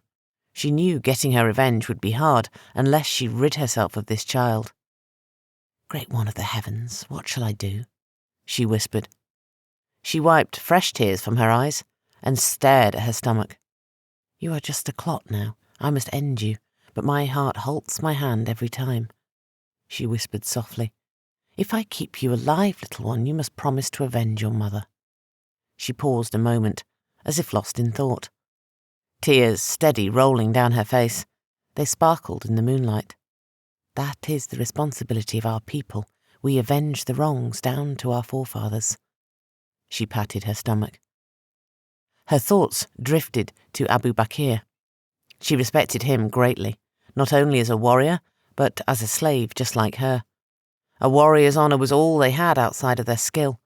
She trusted him when he said he would not leave without her. Maybe going to see this chosen, this supposed god in the flesh, would be the answer to her plight, the end to her enslavement. She leaned back against the tree and hummed one of the songs of her people. It was a sad song, but it reminded her of home. Since Phalor had her tongue out, she found comfort in humming. Humming was the only sound close to her old voice that she could get. The lack of her tongue allowed her to listen better. It greatly enhanced her hearing. She discovered a power in silence. She closed her eyes and slowly drifted to sleep. Muazama. The Guardian sighed as she left the Chosen at their camp. He had asked them to make camp on the outskirts of a small elven town. Humans and elves never got along very well. She just hated not being by his side. Not only was her power diminished a bit when she left his presence, but she worried about him. Her loyalty to him was without question. She felt uneasy that he was there with this assassin. She was different. There was a power in this assassin that was unnatural. She fought very well and without fear. What if she attacked him and she was not there to protect him? Bah, she thought out loud. As she remembered, he disarmed her with just his touch. She would just have to get over it. She didn't trust that assassin, but she did trust the Chosen. Besides, she had a mission and it needed her full attention. Elves and humans seemed to always be at each other's throats. Muazama did not care for elves. They were arrogant and acted like they were superior to all the other races. Muazama wore her armour proudly. The symbol of the Chosen glowed with its protection on her chest. Her shield slung across her back and her sword hung on her hip. Anyone seeing her would assume she was marching off to war. Their assumption would not be far off its mark. All knew that when the Chosen came, the world would plunge into chaos. She readied herself as she approached the guarded gates of this elven town. She did not know its name. "Stop, human!" an elf shouted as she came into arrow distance. She could tell a lot about a town by the state of its guards. These elves had random pieces of armour they had patched together. Most of it was in poor condition, as if it were taken from a corpse. They must not have a blacksmith, or their armour would be in a better state. Muazama stopped and eyed the guards. She counted 5. 2 stood before the gates and the others were archers that walked the ramparts, their bows all trained on her. "What is your business here, knight?" one of the guards shouted. Muazama had keen eyes and could see the archers signalling to others behind them. She knew reinforcements were being called. "I come on behalf of the Chosen. We seek lodging and accommodations." She shouted back. She could hear the laughter of the guards. This angered her. She would not allow these pointy-eared bastards to mock her master. Her hand gripped her sword hilt tightly. "You are not welcome here, knight. Turn back and leave these lands unharmed," they responded. The Guardian took a deep breath, calmed herself, and slowly backed away. She was no fool. They knew that the Chosen had to be camped close by. They would probably attack. If they did, they would bring a considerable force. She wondered who these elves were loyal to. What elven lord did they serve? Some sought to serve the Chosen, and others sought to destroy him. Her order of knights has protected and fought the wars of the Chosen since the first one appeared countless centuries ago. It is said that when a world is ready to advance, a Chosen comes.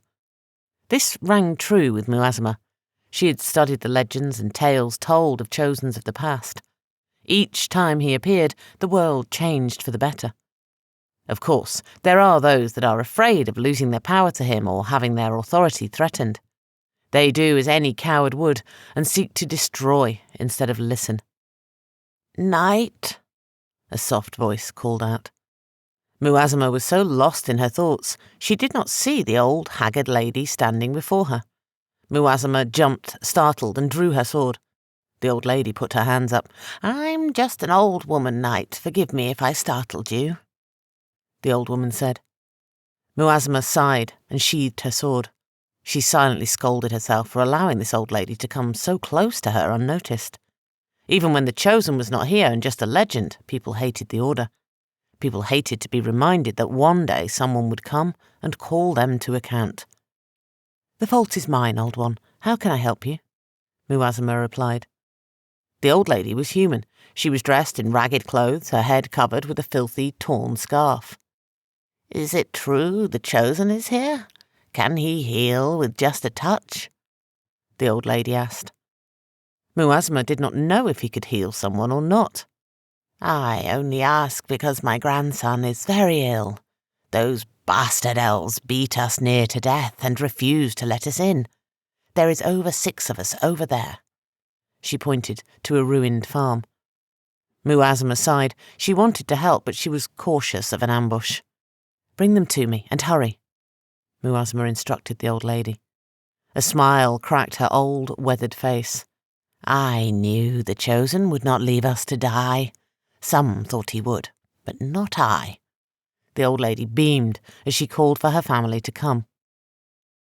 The sight that met Muazama's eyes was horrid. These people were badly beaten. They looked starved.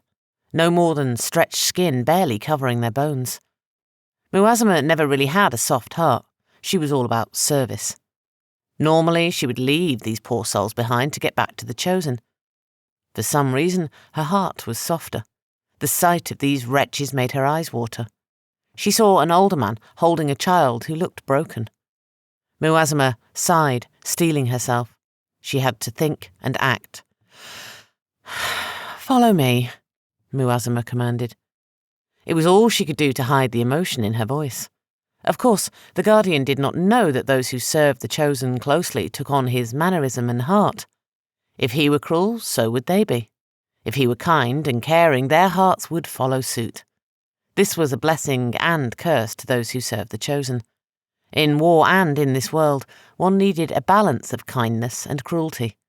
Sometimes the greatest cruelty can be one's perception of kindness. Never minding the suffering of the one who does not want your kindness, the man carrying the boy stumbled. He was weak and malnourished. The Guardian took the broken boy from his arms. She had to breathe deeply to fight the surge of tears that threatened her eyes. The boy seemed no more than bone. His spine was twisted and legs misshapen. He smelled of unwashed defecation. His hair, black, matted with dirt and blood. He could not be more than 5 cycles. He was clearly in pain. "Are you okay, Knight?" he asked her. The Guardian smiled. Despite his suffering, he cared more about her than himself. She nodded in response. It was not long before they reached the camp. The Guardian noticed the Chosen in deep conversation with the assassin. The Guardian noticed her face seemed calmer, more at peace. The assassin looked up at her as she approached. "Knight," she said, nodding in respect. She was armed again and disappeared into the woods. The Chosen, sensing the Guardian's unease, smiled at her. "Don't worry, Ionda is one of us now," the Chosen, and grabbed the broken boy from her arms. The others crowded around to try and touch him. The Guardian kept them back. The Chosen turned to them and smiled. "Have you come to serve?" he asked them. They all seemed transfixed by him, and nodded. The Chosen looked at the broken boy and hugged him close. "Be broken no more," he whispered. A light engulfed him. Through the brightness, the Guardian could see the Chosen kissing the boy on his forehead. Just as suddenly as it came, the light was gone. The boy stood before his grandmother, smiling. The boy had never walked before in his life.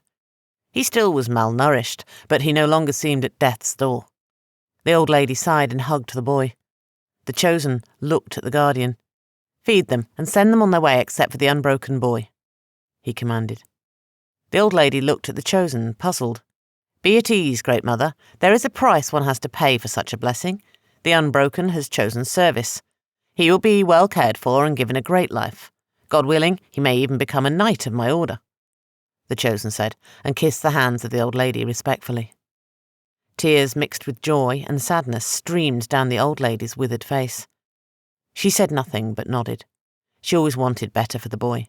She knew she could not offer him anything, nor could she protect him. This was a dream she had always had for him, a dream of giving him a better life. "Don't forget your old grandmother, son." The boy smiled. He placed his golden brown hand on his grandmother's face, cupping her old cheeks. Never, he responded. They stayed in that moment for as long as they could. The old mother turned away to eat. You could see her shoulders heave as she walked away. "Find me an Alkebulan, grandmother," the boy shouted after her. Little did he know that his beloved grandmother would never see those ruins. Jashim. Jashim sighed deeply. He felt powerful, like he could do anything. He felt this entire world bend to his will. The trees seemed to bow to him as he walked. The sun seemed to rise just to greet him and give way for the moon to do the same. He didn't think he could heal that crippled boy, but he could, effortlessly. "Chosen?" he heard his guardian's voice. Jashim turned to her. "I believe the elves of that city will attack us. What is your command?" she said. Jashim nodded. "I sent Tyonder to scout their movements. I had a feeling someone would attack. Set perimeter and stay focused," Jashim commanded. The guardian nodded and called for Hamza.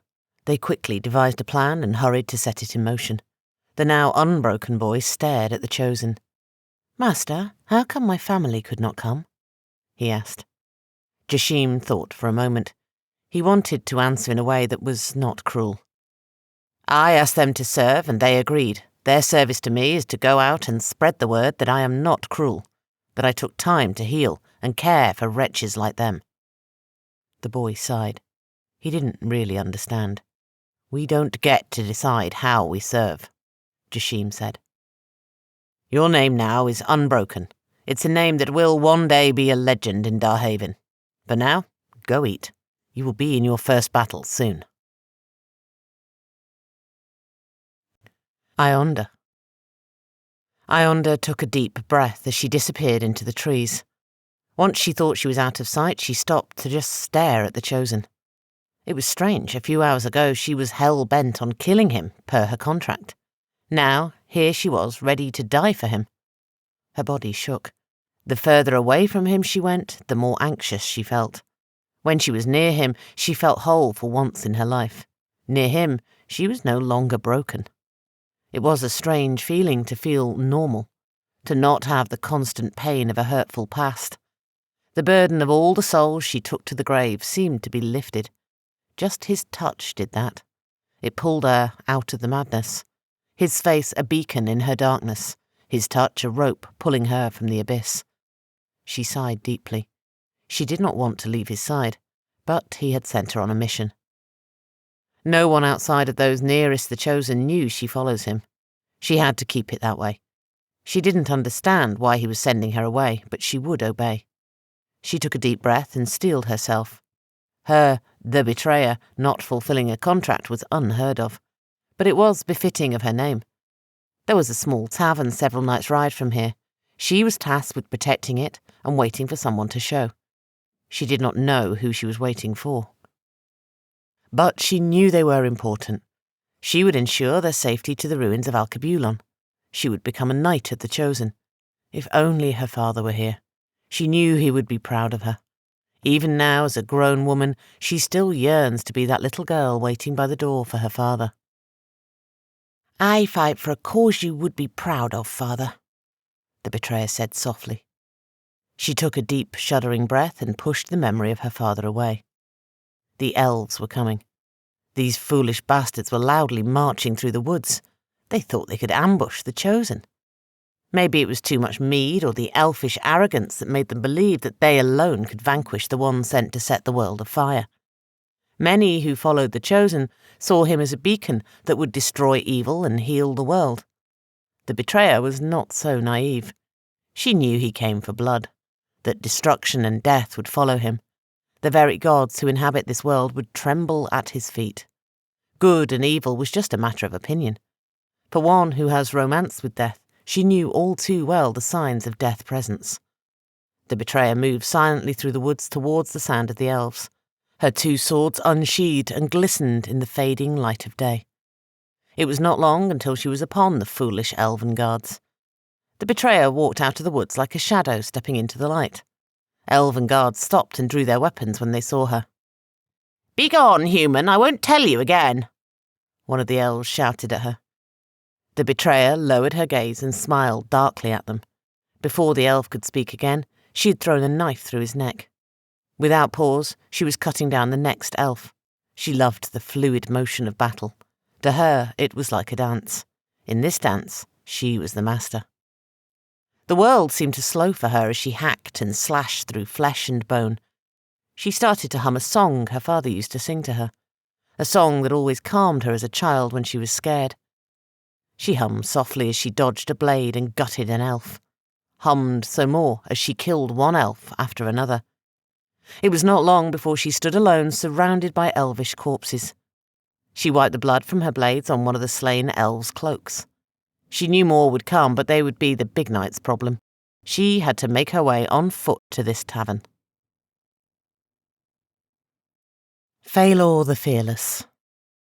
Phalor left the meeting unconvinced of the threat that this strange brown man was. The others may think this man will destroy the world and kingdoms, but he would not destroy mine. Out of all the lords, Phalor was the one that none with sense trusted. Phalor will shake your hand in peace while stabbing you with the other. As Phalor strode to his awaiting soldiers, he thought of his daughter, Zainab. It was strange that she was not here with his ward, Abu Bakr. Phalor, being the man he was, ruled out foul play. He knew anyone foolish enough to try and attack a caravan under his banner would not make it past Abu Bakr. Abu Bakr may be a big fool, bound by his self-righteous honour, but he was by far the best warrior that Phalor had ever seen. Watching him fight was like watching a dance that was just as beautiful as it was deadly. He knew his daughter had decided to seek out the Chosen. He sighed. He knew being his daughter was too much for her soft heart. He was seen as a vile monster to most of Darhavin. Only those who wore the crown would understand how heavy it could be. His poor, gentle, and kind Zainab would either be crushed by the weight of it or become just as much of a monster as him. All he has done and will do has always been for the betterment of his kingdom and people. Indeed, he ruled with a fist, but of all the human realms his was the most prosperous, the safest. His people may grumble about his heavy-handedness, but their stomachs are never empty and purses remain full. The same cannot be said for most realms. He was Phalor the Fearless, a moniker given to him because he was not afraid to do what he must do. Phalor thought of his father. It was an open secret in the realms that he had slain his father for the throne. Though it was true the loss of his father still pained him to this day. Nothing can replace the loss of a father. Be you a peasant or a king, your father was the immovable rock and shaper of your destiny. He moulded you into the man that you would become. You were to continue what he started. You will always be in his shadow, even if no one else saw it. He always loomed over you. Phalor sighed. His father was a strong king, taught him about loyalty to his kingdom and people above else. Being a king means many will hate you, Phalor, for no one understands the weight of the crown, the sacrifices and things you must do in order to advance your kingdom. Phalor's father's deep voice boomed in his head as he remembered him. Phalor frowned as he remembered the sword he stabbed in his father's gut, the look of understanding and forgiveness in his father's eyes as he drove it deeper. There was no hate there, just love. Phalor's father had a different vision for his kingdom than he did. His father seemed to be getting softer in old age. Many of his most trusted generals felt his father's new ways dangerous. So, they bade him to end his father's reign and take the crown. Though he agreed with the general, they were traitors and could not be trusted. One of Phalor's first acts as king was to hang those generals and all who dared encourage him to murder his father. If they could betray their king so easily, they could do the same to him. Phalor could not have that. Phalor reached his caravan and got in. He did not travel with servants or slaves. He did most things himself. All that came with him were his best warriors. Phalor was always prepared for war. Another lesson from his father. You can't wear the crown without making enemies. Indeed, this crown has made him many enemies. Phalor sighed as he began the long trek back to his castle. He would have to mobilize most of his army and position them at the ruins of old Alkebulan. He knew the merit of the ancient order of knights that guarded the Chosen. If they became more powerful with the Chosen here, the fight that was to come would be one for the ages. Phalor called for his captain. "Majesty?" The middle-aged soldier grunted. The captain was a hardened veteran of many wars. He was a stout, loyal man that Phalor trusted with his life. Phalor sighed deeply.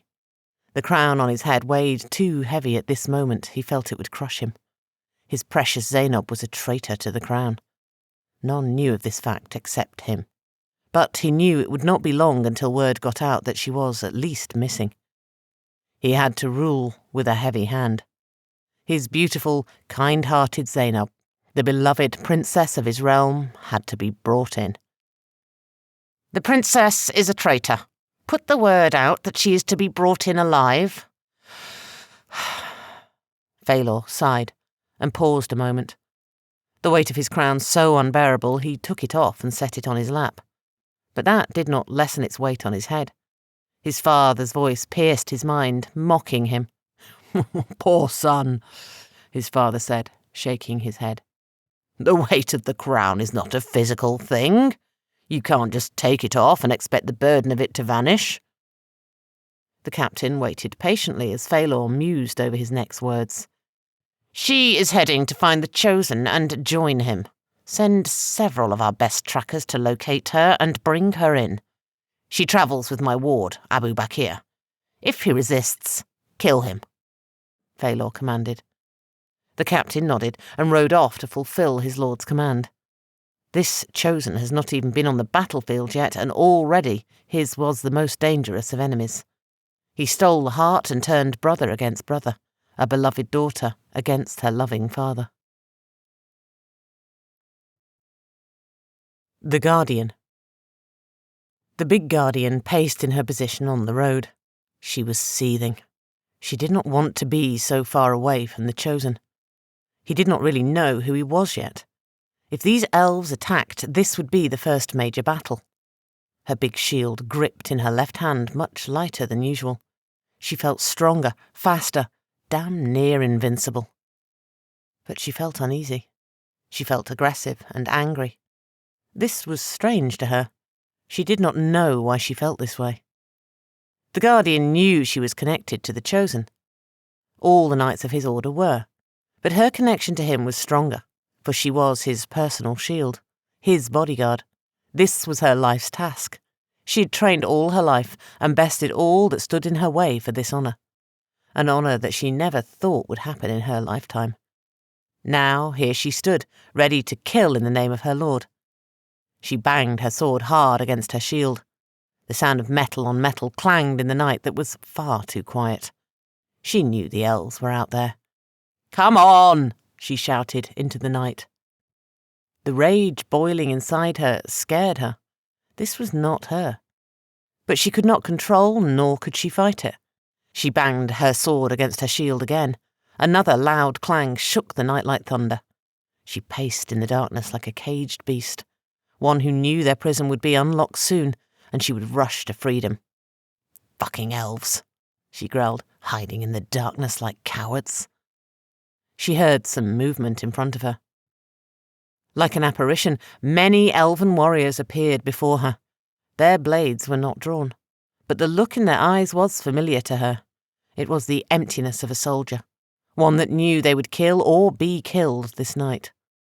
They had come to terms that they may never see their families again. They may never kiss their children or hear their laughter again.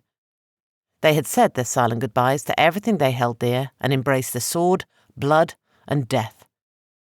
A dark smile spread across the Guardian's face as she stared at the seemingly endless rows of elves before her. "You're going to need more than this," she said, and readied her sword and shield. Still, the elves did not move. A heavily armoured elf stepped forward. He was bigger than most elves, his face and arms scarred as if from a million cuts of a sword. The symbol of the Chosen glowed blue on the Guardian's shield and breastplate. She took a deep breath and quieted her beating heart. The heavily armoured elf held up his hand in a sign of peace. "Let us pass, knight. Our quarrel is not with you." The elf's accent was thick. The Guardian could hardly understand the trade tongue he was trying to speak. There were many races that lived on Darhavin. Each had their own unique language. Even the tribes amongst each race spoke a different tongue. So the leaders and rulers of each race sat down and created a language known by all. They called it the trade tongue. For thousands of years, the races of this world communicated with each other through this mutual language. I serve the Chosen. If your quarrel is with my master, then it is also with me, the Guardian said calmly. So, it is true then? The elf asked. The Chosen has truly returned. The big elf smiled, looking at the glowing blue symbol on the knight's shield. I am surprised you don't recognize us, the big elf said mockingly. The Guardian looked closely at the insignia on the elf's chest. He was of the Order of Darhavin. They were an order of knights just as ancient as that of the Chosen.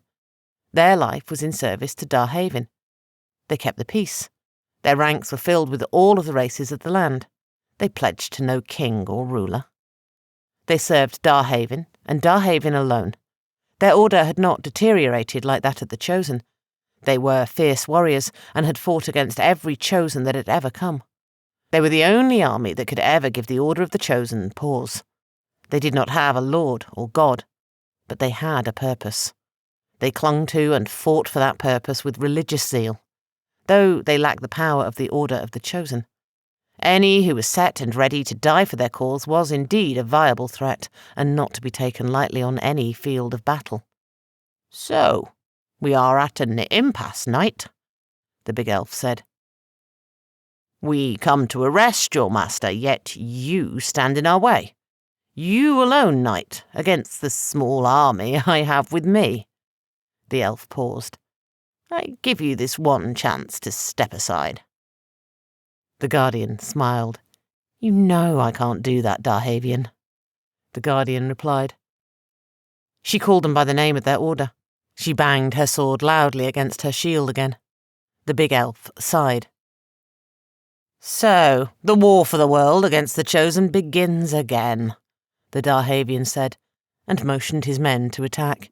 Indeed it does, the Guardian replied, and rushed forward in the night, she alone, a blue blur facing an army.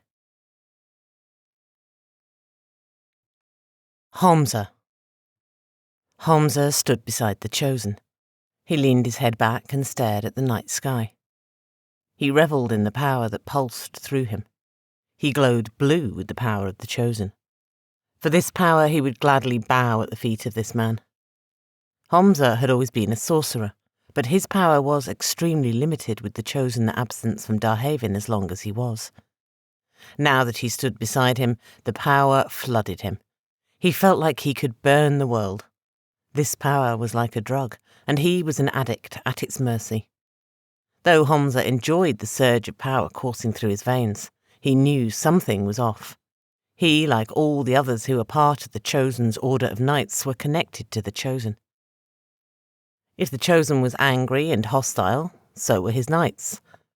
If the Chosen were kind and benevolent, ultimately his knights would be too. Hamza felt the confusion in the Chosen, like he had not accepted who and what he was, like he was fighting against what he was meant to do. But most of all, the Chosen was angry. There were only a few who sought his company that had swords. They stood before the Chosen swords, trembling in hand that had never been in any battle. But yet they stood ready to die for the man they thought was a god in the flesh. Hamza, the Chosen said. His voice, deep and filled with power, gave all around him no choice but to obey his command. Yes, my lord, Hamza replied, kneeling before the Chosen. Muazama is in danger. Go to her, he said, and touched Hamza's forehead. Hamza jolted at his touch. A vision of the Guardian alone, battling countless Darhavians, invaded Hamza's mind. The big knight howled in rage as she cut down enemy after enemy. She fought like she was possessed. Her armour glowing blue in the darkness made her look almost godly. She moved with a grace that defied human ability. Hamza knew exactly where she was. Yes, my lord, he said, as he stood and disappeared into the night. Jashim. Jashim sighed as he felt the power of the world fill his body. He could crush all of Darhavin with a single word. He looked down at his hands that glowed blue like the rest of his body. Blue, violent fire danced around him. He could feel the flames. They worshipped him. He was the master of this destructive chaos, and they begged for him to unleash them. They wanted to devour, consume, and destroy. He heard a gasp from one of the scared farmers who stood in front of him. He knew they could not protect him and would die. He could tell them to leave, send them someplace safe, for he did not need them to protect him. Nothing that walked in this world could harm him. But who was he to stop these men from doing what they felt was right? Who was he to tell men who worshipped him not to? "They're here, master," one of the farmers said. Jashim could feel their resolve as they raised their swords. Jashim waved his hand, releasing the dancing blue fire that surrounded him. The flames hissed in anticipation as they raced forward to consume the knights of Darhavin that approached him. The smell of their burning flesh mixed with their screams as they fell before the blue flame. The Darhavin knights broke rank and fled from him, but they could not outrun the flame. The flame hungered for them, and it would not be denied. Jashim knew this was the last battle he would participate in. He was too powerful. His mission here was much more than just destroying this world. He has to reform it and reshape it. The people of this world had to do that under his guidance. This war to reshape Darhavin was a game of chess. He would be the hand that moved the pieces, not to piece himself. He called his flame back as the knights of Darhavin fled from him. He knelt. He was starting to feel weak. His body was not used to containing such power. It was taxing on his body and mind to control it. "They will not return," Jashim said to the farmers and sat down. The farmers sighed, relieved that they did not have to fight. They made a circle around him, their swords still drawn. They would stay that way until his guardian returned. Jashim stared in the blue flames. He could see the face of his wife, frowning at him. She had always said he would be a tyrant if he had power.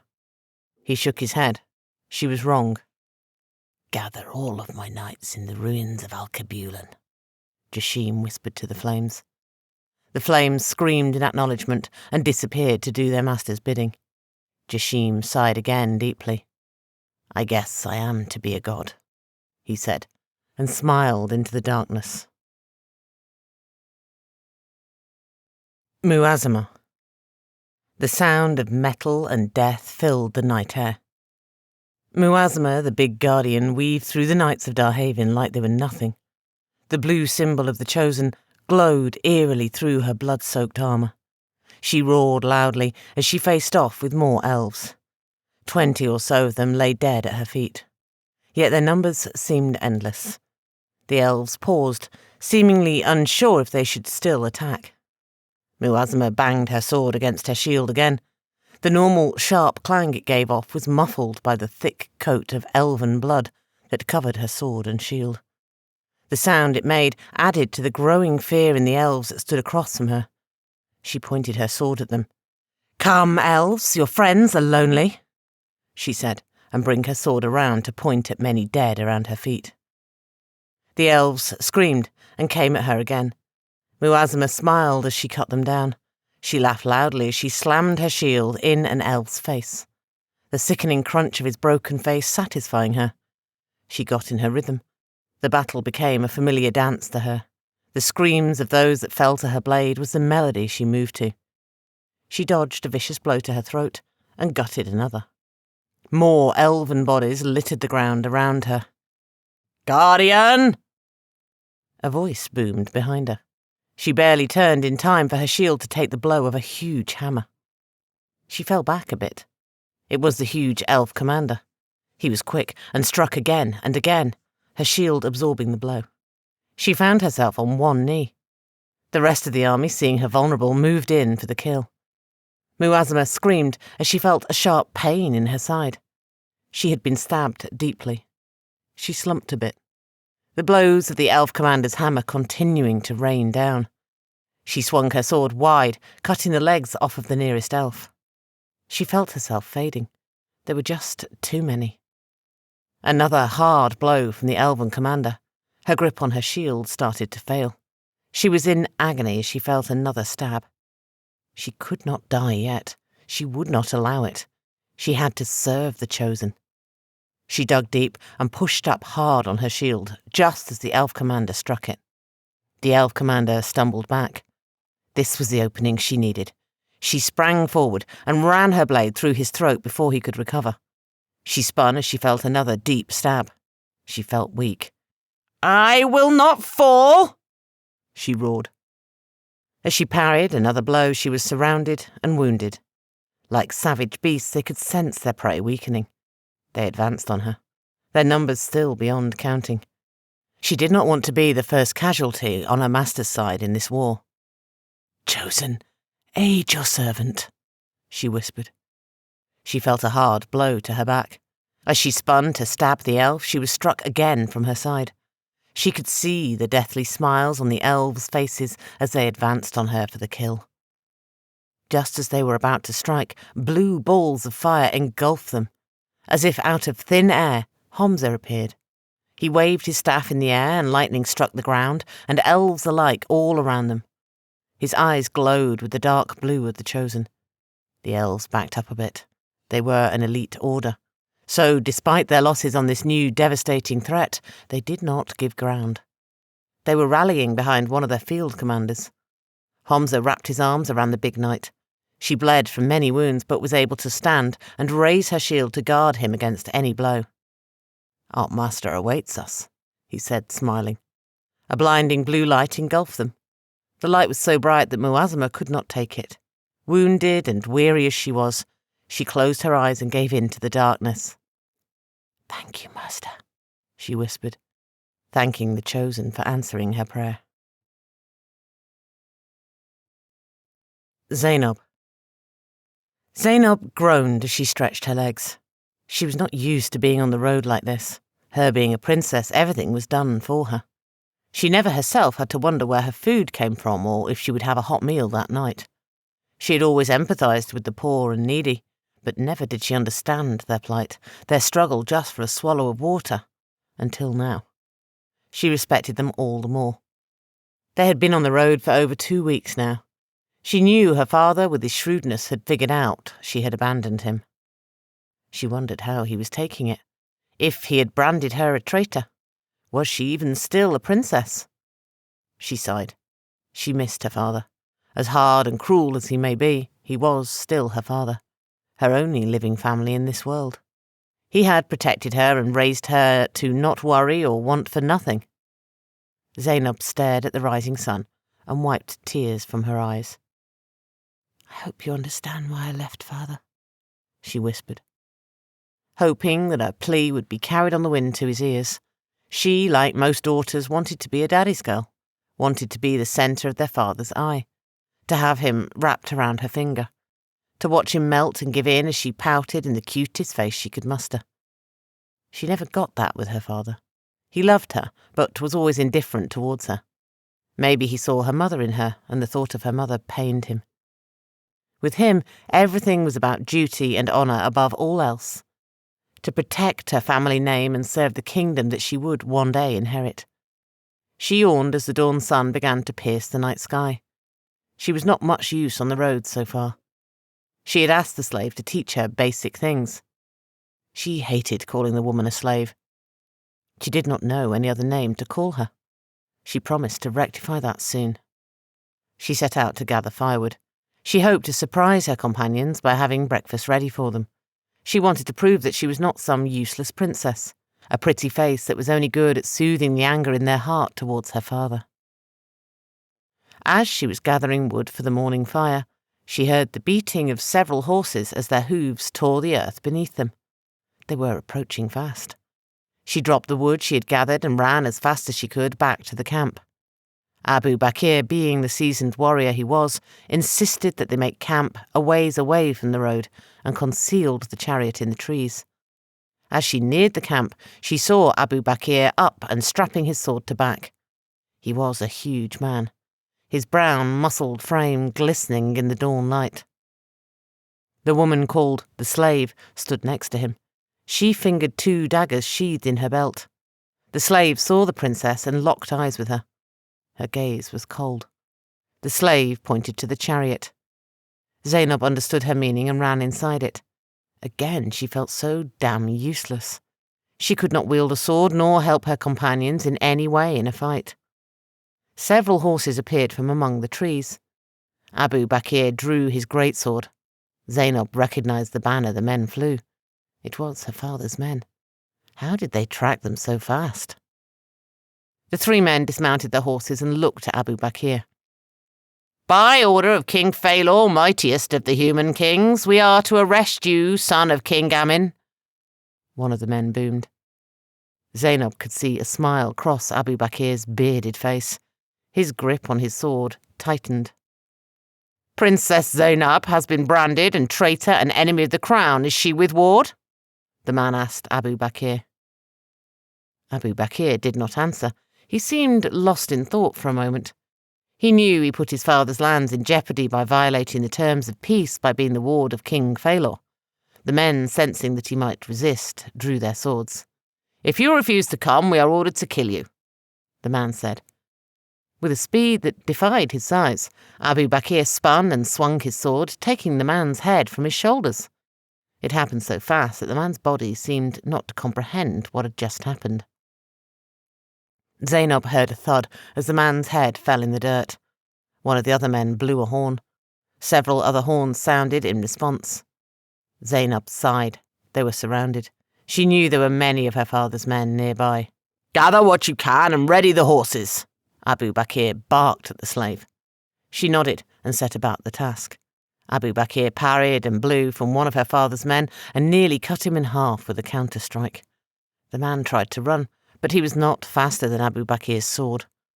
Before the man could turn around to flee, he was gutted and lay on the ground clutching the deep hole in his stomach. He held his stomach as if he could keep his blood from spilling out. Come, princess! Abu Bakr boomed and grabbed his horse reins from the slave. Zainab tried to grab what supplies she could from the chariot. She stumbled and fell hard as she ran.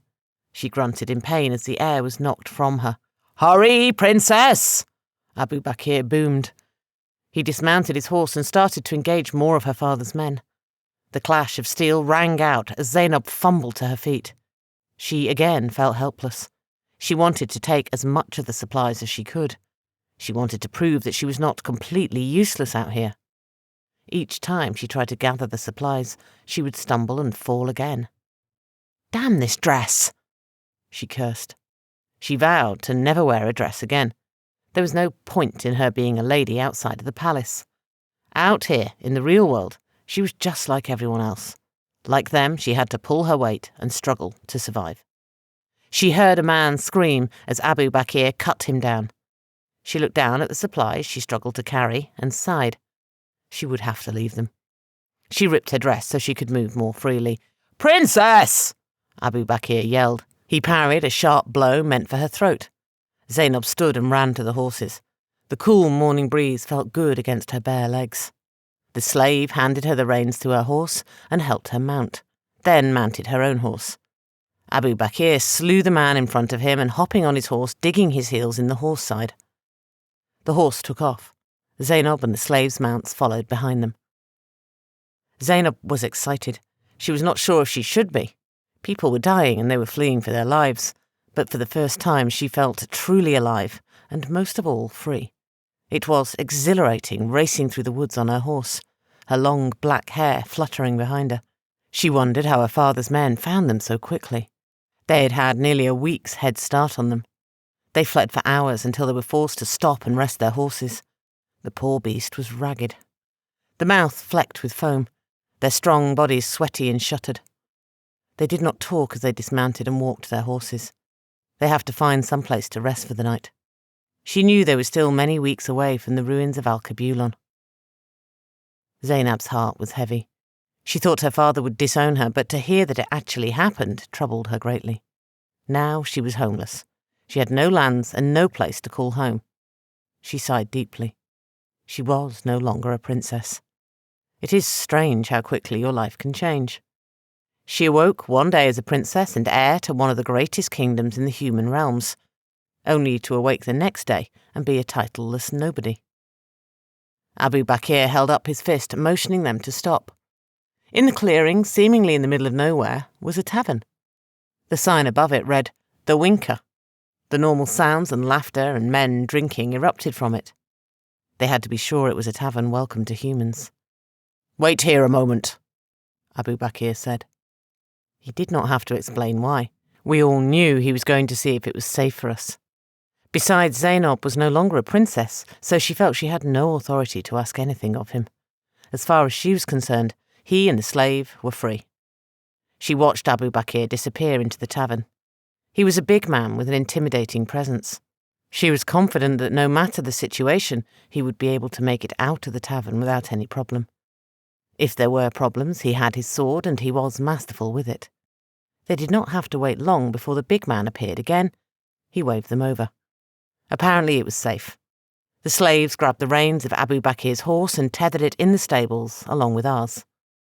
The sounds and smells coming from the tavern were exciting. She was starving. Abu Bakr met them by the tavern door. The tavern patrons did not seem to notice them as they entered. If they did not care. Zainab's heart raced. The smells and the sights of such a commonplace were new to her. She saw all races here. This was one of the few places that served all with coin, a place that took no sides, and the wars between people were left at the door. She liked the feel here. Men groping the barmaids and laughing as their hands were slapped away. The smell of ale, meat and sweat were intoxicating. Abu Bakr grabbed her hand and led her to a room he had purchased for the night.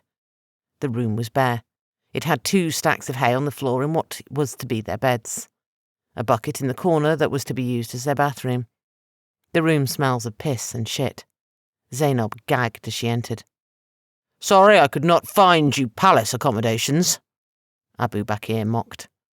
He lit the torch in the room. Rats scurried away from the light. "I'll have to change your appearance and dirty you up a bit, princess," he said, drawing his dagger. Zainab stepped back, afraid. "I'm not going to harm you," Abu Bakr said impatiently. Zainab sighed. Of course he would not hurt her. He was sworn to her. No matter what, Abu Bakr would follow through on his vow, even if it meant his death. The slave found an old stool in the room and brought it over for Zainab to sit on. Zainab frowned. "I am no longer a princess. You don't have to serve me," she said sadly. Abu Bakr and the slave stared at each other for a moment, then laughed. Zainab was confused. The slave motioned her to sit down and took the dagger from Abu Bakr. Zainab sat and grimaced loudly as she did. The stool was filthy and stank of things she did not care to think about. "We don't serve you," Abu Bakr said, as the slave grabbed a handful of her hair and started to cut. Zainab winced and cried as her once beautiful and clean hair fell to the filthy floor beside her. "I swore to get you to the Chosen, and I will see that through," Abu Bakr said. Zainab nodded. She knew she had no allies. Abu Bakr was with her out of honour, nothing more. Once he fulfilled his promise, he would leave her. This world was lonely. She did not know why the slave stayed. "Can I call you something besides slave?" Zainab asked as the woman cut more of her hair. The slave frowned and shook her head. Slave was her name now, and for whatever reason she wanted to keep it. Abu Bakr pulled some commoner's clothes out of his backpack and set them on the floor next to Zainab. "When she's done with your hair, change into these and come downstairs. We need to eat and plan our next moves," Abu Bakr said, and left the room. The door closed heavily behind him. Zainab sighed as she looked at the rags, he called clothes, on the dirty floor. The dress she wore, as dirty and as torn as it was, still was nicer than these smelly things she was asked to wear. Zainab winced as more of her hair was cut. Zainab started to sob. All of the day's events weighing down on her. The slave patted her on her shoulder to comfort her. "Greatness takes great sacrifices, daughter." She remembered a lesson her father taught her about the ruling.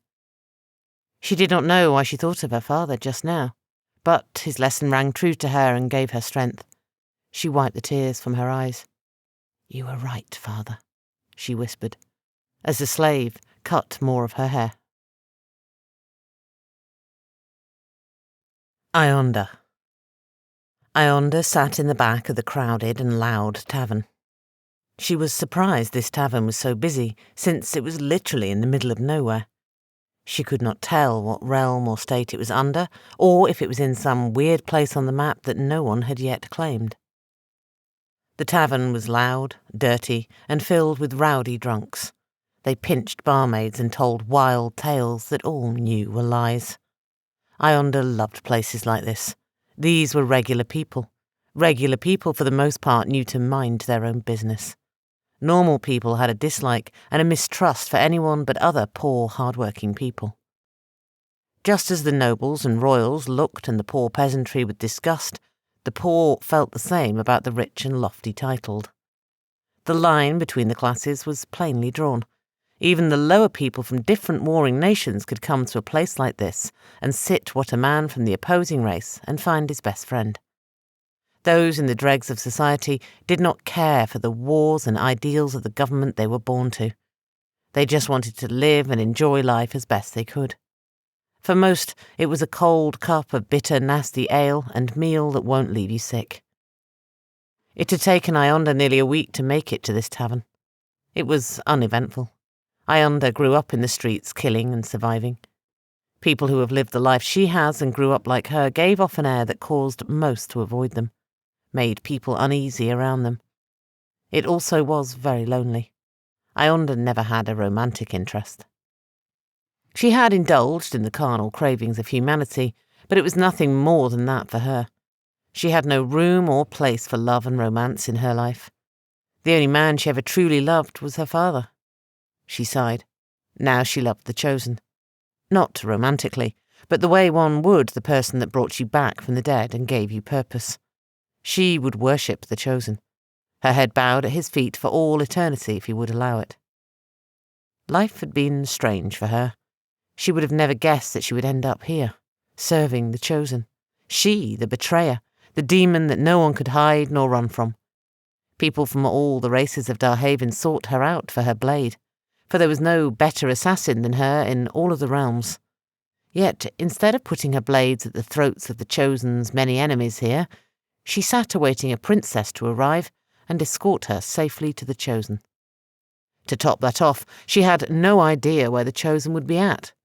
He had given her the route he would be taking, but she had no way to tell if he had already passed through or not. Ionda sipped her warm ale out of its dirty mug. She smiled as she removed something that was floating in her drink. The dirtier the better, she thought. She had sat here for 2 days waiting on the princess to show up. 2 days of listening to tales of drunks. As she was about to call it a night, she saw her. Though the princess was dishevelled and dirty, her hair sloppily cut, there was no mistaking the beauty of Princess Zainab. Even through the dirt and grime, she shone. The air she gave off exposed how out of place she was in the dredges and among the lowest elements in society. The 2 people she was with were peculiar to Ionda. One was a pregnant, dark-skinned woman, clearly from the northern human realms. She tried to hide her pregnancy, but Ionda missed nothing as she observed. The northern woman was a warrior, though she looked beaten and worn down. The fiery look in her eyes was all too familiar. The big guy might be a real problem for her. She did not know exactly who he was, but from his adornments and the accent on his tongue, he was clearly from the desert kingdoms of King Amin. They were renowned warriors. The dirty and horrid appearance of the princess led Ionda to believe that the princess was either kidnapped or being hunted. Either way, she would take her to the Chosen as ordered. Ionda went to the innkeeper and slipped him some coin. She nodded at the princess and her companions. The innkeeper gave her a toothy smile and whispered their room number. Now to the fun part, Ionda thought. As she made her way to their room to wait in the darkest corner for them, the room smelled horrible. She could hear the scurrying of rats and other rodent-like creatures. This inn was a real dump. She had slept in some pretty bad places, but none of those places she had to pay for. But if she was a princess on the run, this would be a good choice. No one in their right mind would willingly pay to stay here unless they were hiding. Ionda did not have to wait too long before she heard fumbling at the door. She heard the big man curse as he struggled to put the room key in the keyhole in the dark. Ionda was excited. She itched for battle, and the men from the deserts of King Amin were renowned warriors. She would have to disable him as soon as possible. She didn't mind a good fight, but she had a mission here. The sooner she got through with this task, the better. She longed to be back near the Chosen. He kept her demons at bay. Now that she was so far away from him, she felt them creeping back from wherever dark place in her mind they were hiding. Ionda took a deep breath and steeled herself, slowed her breathing and focused. She silently drew her dagger and sword. She could fight with any weapon, but she enjoyed the dagger and sword. It was quiet and convenient for silent, quick kills in small spaces. The big man finally got the door open and entered the room. As soon as he did, he drew his sword. "You're not as stealthy as you think, you are assassin," the big man growled into the darkness. It was clear to Ionda that he knew she was in the room, but not exactly where. If she was going to strike, she had to do it now before his eyes adjusted to the darkness. "Abu Bakr?" Zainab said, concerned. "There she is," Ionda thought. The big man stepped in front of her, and the northern woman gracefully moved into the room, her daggers drawn. She hissed and threw a dagger right at Ionda. Ionda was surprised the mute northern woman could see her. She easily sidestepped the dagger, and it sunk into the wooden wall behind her. Ionda did not make a sound as she leaped at the northern woman, taking a vicious strike at her throat. The woman was quick and dodged it. As she did, Ionda spun and sunk her dagger in the woman's leg, disabling her. The northern woman hissed in pain. Ionda did not stop to finish her off. She just kept moving towards Abu Bakr. The big warrior growled as he parried a sharp blow from Ionda. He moved just as quickly as her. For a moment they were locked in a dance as steel rang out, a whirl of blades as they fought and circled. Ionda was shocked at how Abu Bakr fought and moved with that huge sword of his. She assumed she would be faster. It seemed she had underestimated him. Ionda saw an opening and went to slash Abu Bakr's thigh. She saw a smile cross his bearded face as the blow struck. He had baited her, and she fell for it. He took the opening and rammed the hilt of his sword into her gut, knocking the air from Ionda's lungs. Ionda shook her head as she realized she allowed her arrogance to underestimate this man. Without stopping, he used the flat side of his blade and took Ionda's legs from under her. She fell hard on her back. Before she could move, he kicked her blades from her grasp and wrapped his huge hand around her throat. He picked her up, with one hand choking her. She hung in his grasp like a rag doll. "Who sent you, assassin?" he growled. Ionda felt his grasp loosen a bit so she could talk. The only time Ionda had faced such strength was when she fought the big knight. "My lord chosen," she gasped. She felt his grasp relax as he took in her words. That was all Ionda needed. She pulled her legs up and kicked him as hard as she could in his throat. Abu Bakr gasped and dropped her. Ionda heard him coughing, and she grabbed her blades again. "Round 2, then?" Ionda asked as she poised to attack again. Abu Bakr growled and raised his sword. "This time I will kill you," his voice booming in the darkness. "Wait!" the dirty and ragged Zainab shouted, and she got in between them. "Out of the way, princess. I am to bring you uninjured to my lord." Ionda hissed. "Just stop, both of you," Zainab said, putting her dirty hands up. "It seems we are on the same side." Zainab paused to catch her breath. This was terrifying for her. She had never seen battle until recently. First her father's men, now this. She breathed hard and fast, trying to calm the adrenaline coursing through her veins. "We are trying to find the Chosen too. We want to join him," Zainab said breathlessly. She was feeling lightheaded.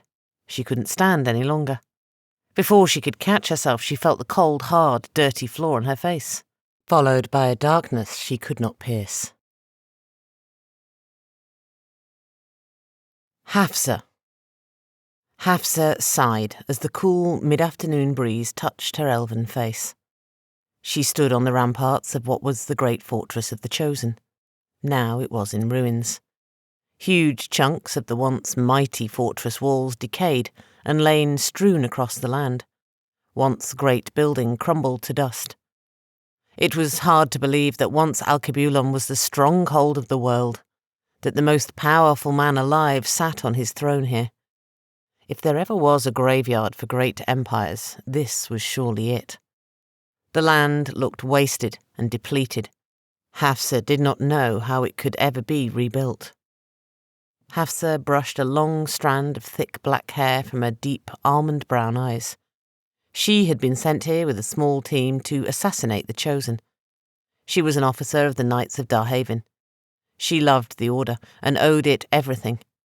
They found her a wandering elven child in a land that was not kind to elves and took her in, trained her and gave her a purpose greater than herself. She had served the Knights of Darhavin all her life. Her loyalty was unwavering. Yet she knew this mission was foolish.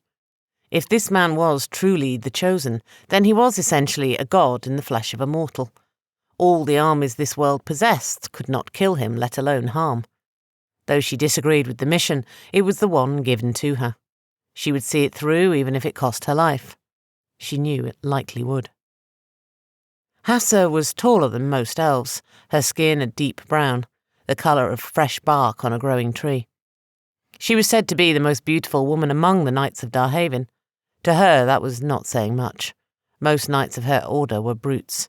As an elf, even the most beautiful of humans paled in comparison to the homeliest of elves. She was not sent here alone, though. A small team accompanied her, their mission the same: kill the Chosen. Hafsa had to figure out how. From the reports of the Darhavin scouts, he was several weeks away. He seemed to grow more powerful with each passing day. In the last reports she got, he and his knights had destroyed several contingents of their knights, burnt them alive with living blue flames that did his bidding. But how was she to kill a man that could control fire? Over the past several days, many poor and wretched souls had poured into these old and decrepit ruins to await and serve the Chosen. Most of the people who came to these ruins cheered when they saw her and her knights. Her order has always been on the side of peace and maintaining order in the Darhavin. Unfortunately, the Chosen's very presence upset everything they stood for and worked so hard to maintain. The poor fools that cheered didn't know they were here to kill the Chosen. Until the Chosen came, they would serve the people flocking here and maintain order. Maintaining order meant protecting the people here and these very ruins until they were able to complete their mission. Hafsa had gotten a report that the army of Phalor the Fearless was marching this way. She could not allow them to enter the ruin of this once powerful city. There was only one entrance to and from the ruins. It was built this way on purpose to prevent an army from reaching the main city, and it allowed a much smaller force to defend the city against a huge invading force. Hafsa knew that Phalor had researched the ancient ruins. She figured he wanted to take this strategic position and thus control the ruins of Alkebulan. She could not let Phalor's brutal army enter. That meant engaging them. She was sent with a small force of 30 knights. She set them to setting up defence points on the narrow path that led to the once great gates of Alkebulan. The walls and fortifications that were here were too decayed and rotted to be of any use. These ruins and the land it was on had the blood of countless battles forever in its soil. Every inch of the ruins could tell a tale of 1,000,000 different great battles. Yet here she was, ordered to protect what remained of her enemy's stronghold from an army that sought to take it. Hafsa sighed deeply as one of her scouts approached her. "Commander," the Darhavian scout said. He placed his fist over his heart and bowed his head. "What is it?" Hafsa asked. The scout looked up at her. "A knight of the Chosen has been spotted a day's ride from here," the scout reported. Hafsa sighed again. The Knights of the Chosen were legendary. They were the best warriors on Darhavian. No one knew how many of them were left. For their once great order had crumbled like the great ruins she now occupied.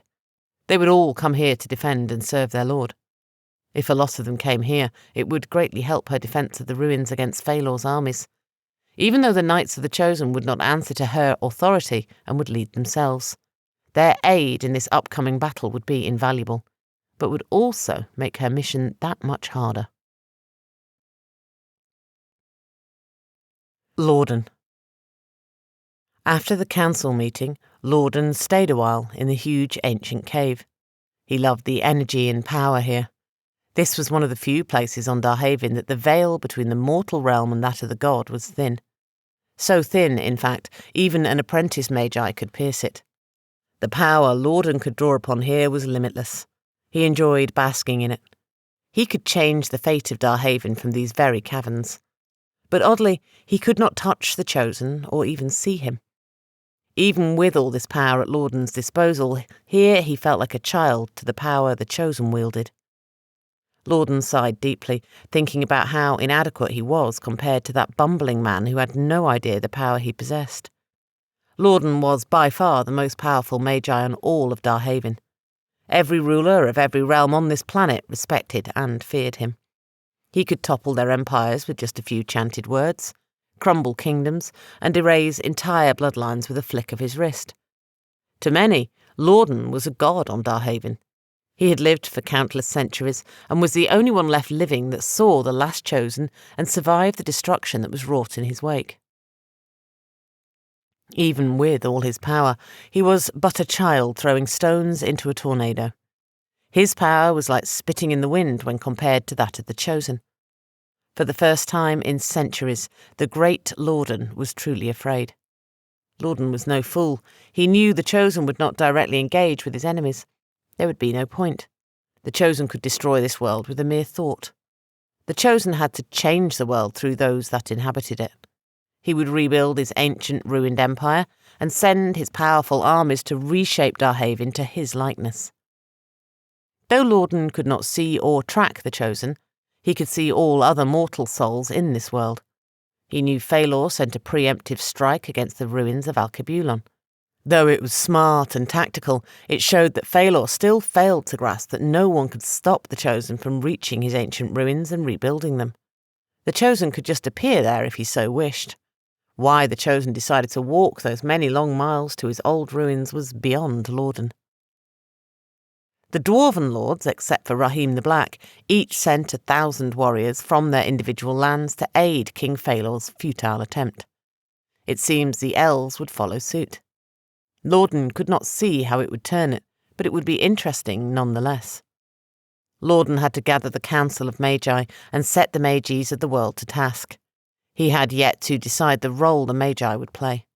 He knew he could not directly strike at the Chosen, but he could slow the inevitable by destroying the Chosen knights and armies.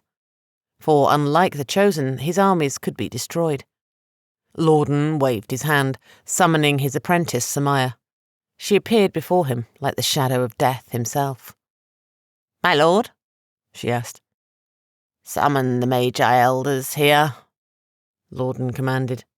Samaya nodded and disappeared as quickly as she came. Lorden was no fool. He knew that Samaya hated him, even more so for what he had done to her. As soon as she thought he was weakened enough, she would attack him. As powerful as Lorden was, he was not a god. He could not sustain his life for much longer. He had been alive for thousands upon thousands of years, seen the rise and fall of empires and nations of Darhavin, witnessed the very land change. He was tired of living, tired of walking this land, the most powerful upon it. He was weary and had no desire to see another Chosen after this one. He was not even sure if he wanted to live long enough to see how this Chosen reshapes Darhavin. His soul craved the peace of death. It was a struggle to keep his mind from slipping into madness, a madness that was not uncommon among mortals who lived extended lives. "One more great war," Lorden said to himself. He held his hand out, palm upward, and watched a black ball of fire hover above it. He knew what he would have to do, what sacrifice he would have to make. He would set the Magi to task, then travel to the Lord of the Dead, a vile, powerful creature who could raise armies of the dead to attack the Chosen. The only problem with this, though, was the Lord of the Dead hated all the living.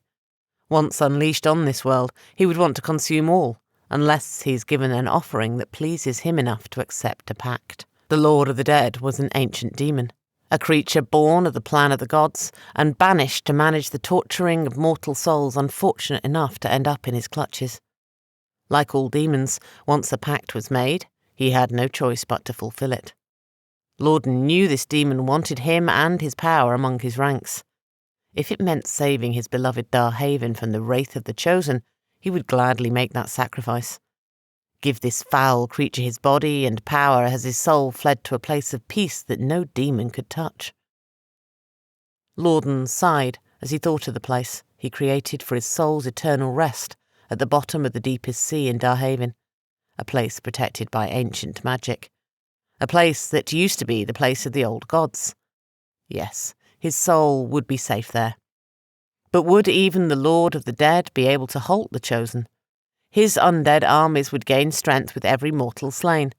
Soldiers would lose heart having to fight the risen corpse of their brother that fell on the field beside them. If the demon could not kill the Chosen, at least the demon would be forever bound by the pact to kill him and could not ravage Darhavin until it was done. Either way, it was a win for Lorden and for his beloved Darhavin. Yes, he would approach the Lord of the Dead and offer himself in exchange for the death of the Chosen. Lorden was ready to rest, ready to retire to his place beneath the sea and enjoy his eternal rest. Rahim the Black. Rahim rode silently on his horse. He was lost in thought, waiting on the wind to guide his hand, as it always had done. He had summoned 20 of his warriors to ride with him. Rahim did not have a plan. He just knew that he was to go to the ruins of Alkebulan. He did not fly his banners, for he didn't want anyone to know who he was or where he was going. They rode fast and hard. It was several days' ride to the ancient ruins, and he wanted to get there before Phalor's army and that of the council sacked the ancient city. Rahim admired Phalor for his boldness and strategy. He doubted the move would change anything, though. It may delay the Chosen, but would not stop him. Phalor had to know this too. He must have some other plan for such a costly delay. All knew that the ruins of ancient Alkebulan was an impregnable fortress. It was embedded deep into the side of a mountain. There was no way an army could scale the ragged stone mountain walls, no way to tunnel in, and no position where enemy archers could stand and shoot down into the city. There was only one small road, in and out. That small road limited any army from being able to gain ground. The road was so small that only 4 men could walk shoulder to shoulder on it. Any archer worth their salt could pick them off with ease. Rahim had no intention of engaging in this battle. He wanted to observe and study the defences. He did not know if there would be any resistance. If there was, this would be interesting indeed. If there was resistance, it would give a measure of the enemy they were to face in the many battles to come. Rahim wanted to measure them, wanted to watch them fight and understand them. He wanted to know this so he would know better how to defend his house and those under his banner. He, unlike most of the dwarfs, knew that directly attacking the Chosen and his armies was futile. They may win a few battles, but the losses they would suffer in doing so would be costly. Why pay such a cost in dwarven blood for no gain? When it came to fighting bigger and stronger armies, it is best to choose the battlefield and defend. There was a very thin line between being brave and being stupid. Unfortunately, far too many of his kin were stupid. They would call him a coward for now. But when their armies and houses were ravaged by launching senseless attacks at the Chosen's armies, they will see the strategy in Rahim's thinking when the enemy army is at their gates and they are too few to defend against it. No matter what Rahim said to them, the prideful, stubborn dwarves would only see cowardice instead of sound strategy. Rahim would not allow the foolish dwarven pride to cause him to die a fool and leave his family lands defenceless. There was too much at stake. Rahim could care less about the rest of Darhavin. His love and loyalty was to his house alone. The rest of the dwarven noble houses could all be destroyed, and he would not raise his banner unless it benefited his house. This mission was much more than just gauging the enemy. He was hoping to get a glimpse at this mighty, chosen one, hoping to see what all the fuss was about. But most of all, the voice in the wind called him here. Like always, he could not ignore that voice. Be it for good or ill, he was guided by the wind. Hafsa. Hafsa and several of her knights stood on the ramparts above the only entrance into the ruins of Alkebulan. They could see the armies of Phalor the Fearless approaching. They still were several days away, but they were massive. Hafsa did not know how she and her 30 knights could hold off such an endless army. She thanked the gods that this narrow entrance gave them such an advantage. She had her men who were able to help build a barricade in front of the city entrance. It would give them a holding point, a point where the enemy army must destroy the barricade before they could move on. This would make them easy picking for her archers. She did not want to place any of her knights in front of the barricade. That would be suicide. She had the people of the Chosen making arrows for her and her knights. They would need an almost endless amount to hold Phalor at bay. If they did succeed in bypassing the barricade, she and her knights would make their final stand, blade in hand. "Why is my lord's city blocked?" A big, burly man shouted up towards the ramparts. He wore heavy armour with the blue symbol of the Chosen glowing on his breastplate. Hafsa studied him, relieved. He was her sworn enemy, but they could cross blades later. For now, she and the Knights of the Chosen had a common enemy. She was thankful to have the Chosen's elite warriors coming to defend his ancient city, even if it was just one of them. His breastplate glowed with blue fire, a fire that seemed to match his zeal. He seemed to crave for battle. As people who flocked here for the Chosen saw him, they cheered. He was a hero to them, but most of all, him being here with his glowing blue breastplate confirmed in all the Chosen's followers that the Chosen had indeed returned. His hand rested on his sword hilt as he was deciding to attack the barricade or not. "I am a knight of Darhavin. I find myself torn by my code and my beliefs. As with all knights of my order, our code comes first. Thus, why we are here defending the city of our enemy," Hafsa shouted down. The Knight of the Chosen was no fool. He knew well of the Knights of Darhavin's code. They are to protect the Darhavin and its people from tyrants and oppression. Unfortunately, they deemed the Chosen a tyrannical oppressor. Since the Chosen was not here to protect his city and the people that had flocked behind his banner, they would defend them against the approaching threat of King Phalor's army. The Knight of the Chosen knew as soon as his lord's banners were seen upon the distant horizon, the blades of the Knights of Darhavian would turn on them. He shook his head. He would welcome their help in defending his lord's city and prayed they would die while doing so. He, like the many others of his order, was called here by the blue flame. Dancing balls of blue fire sought them out and led them to their lord's ancient city. His order was still strong, but they were scattered all over Darhavian. Many had written off the Knights of the Chosen. Little did they know their order still had ranks in the thousands. They just hid themselves from public view.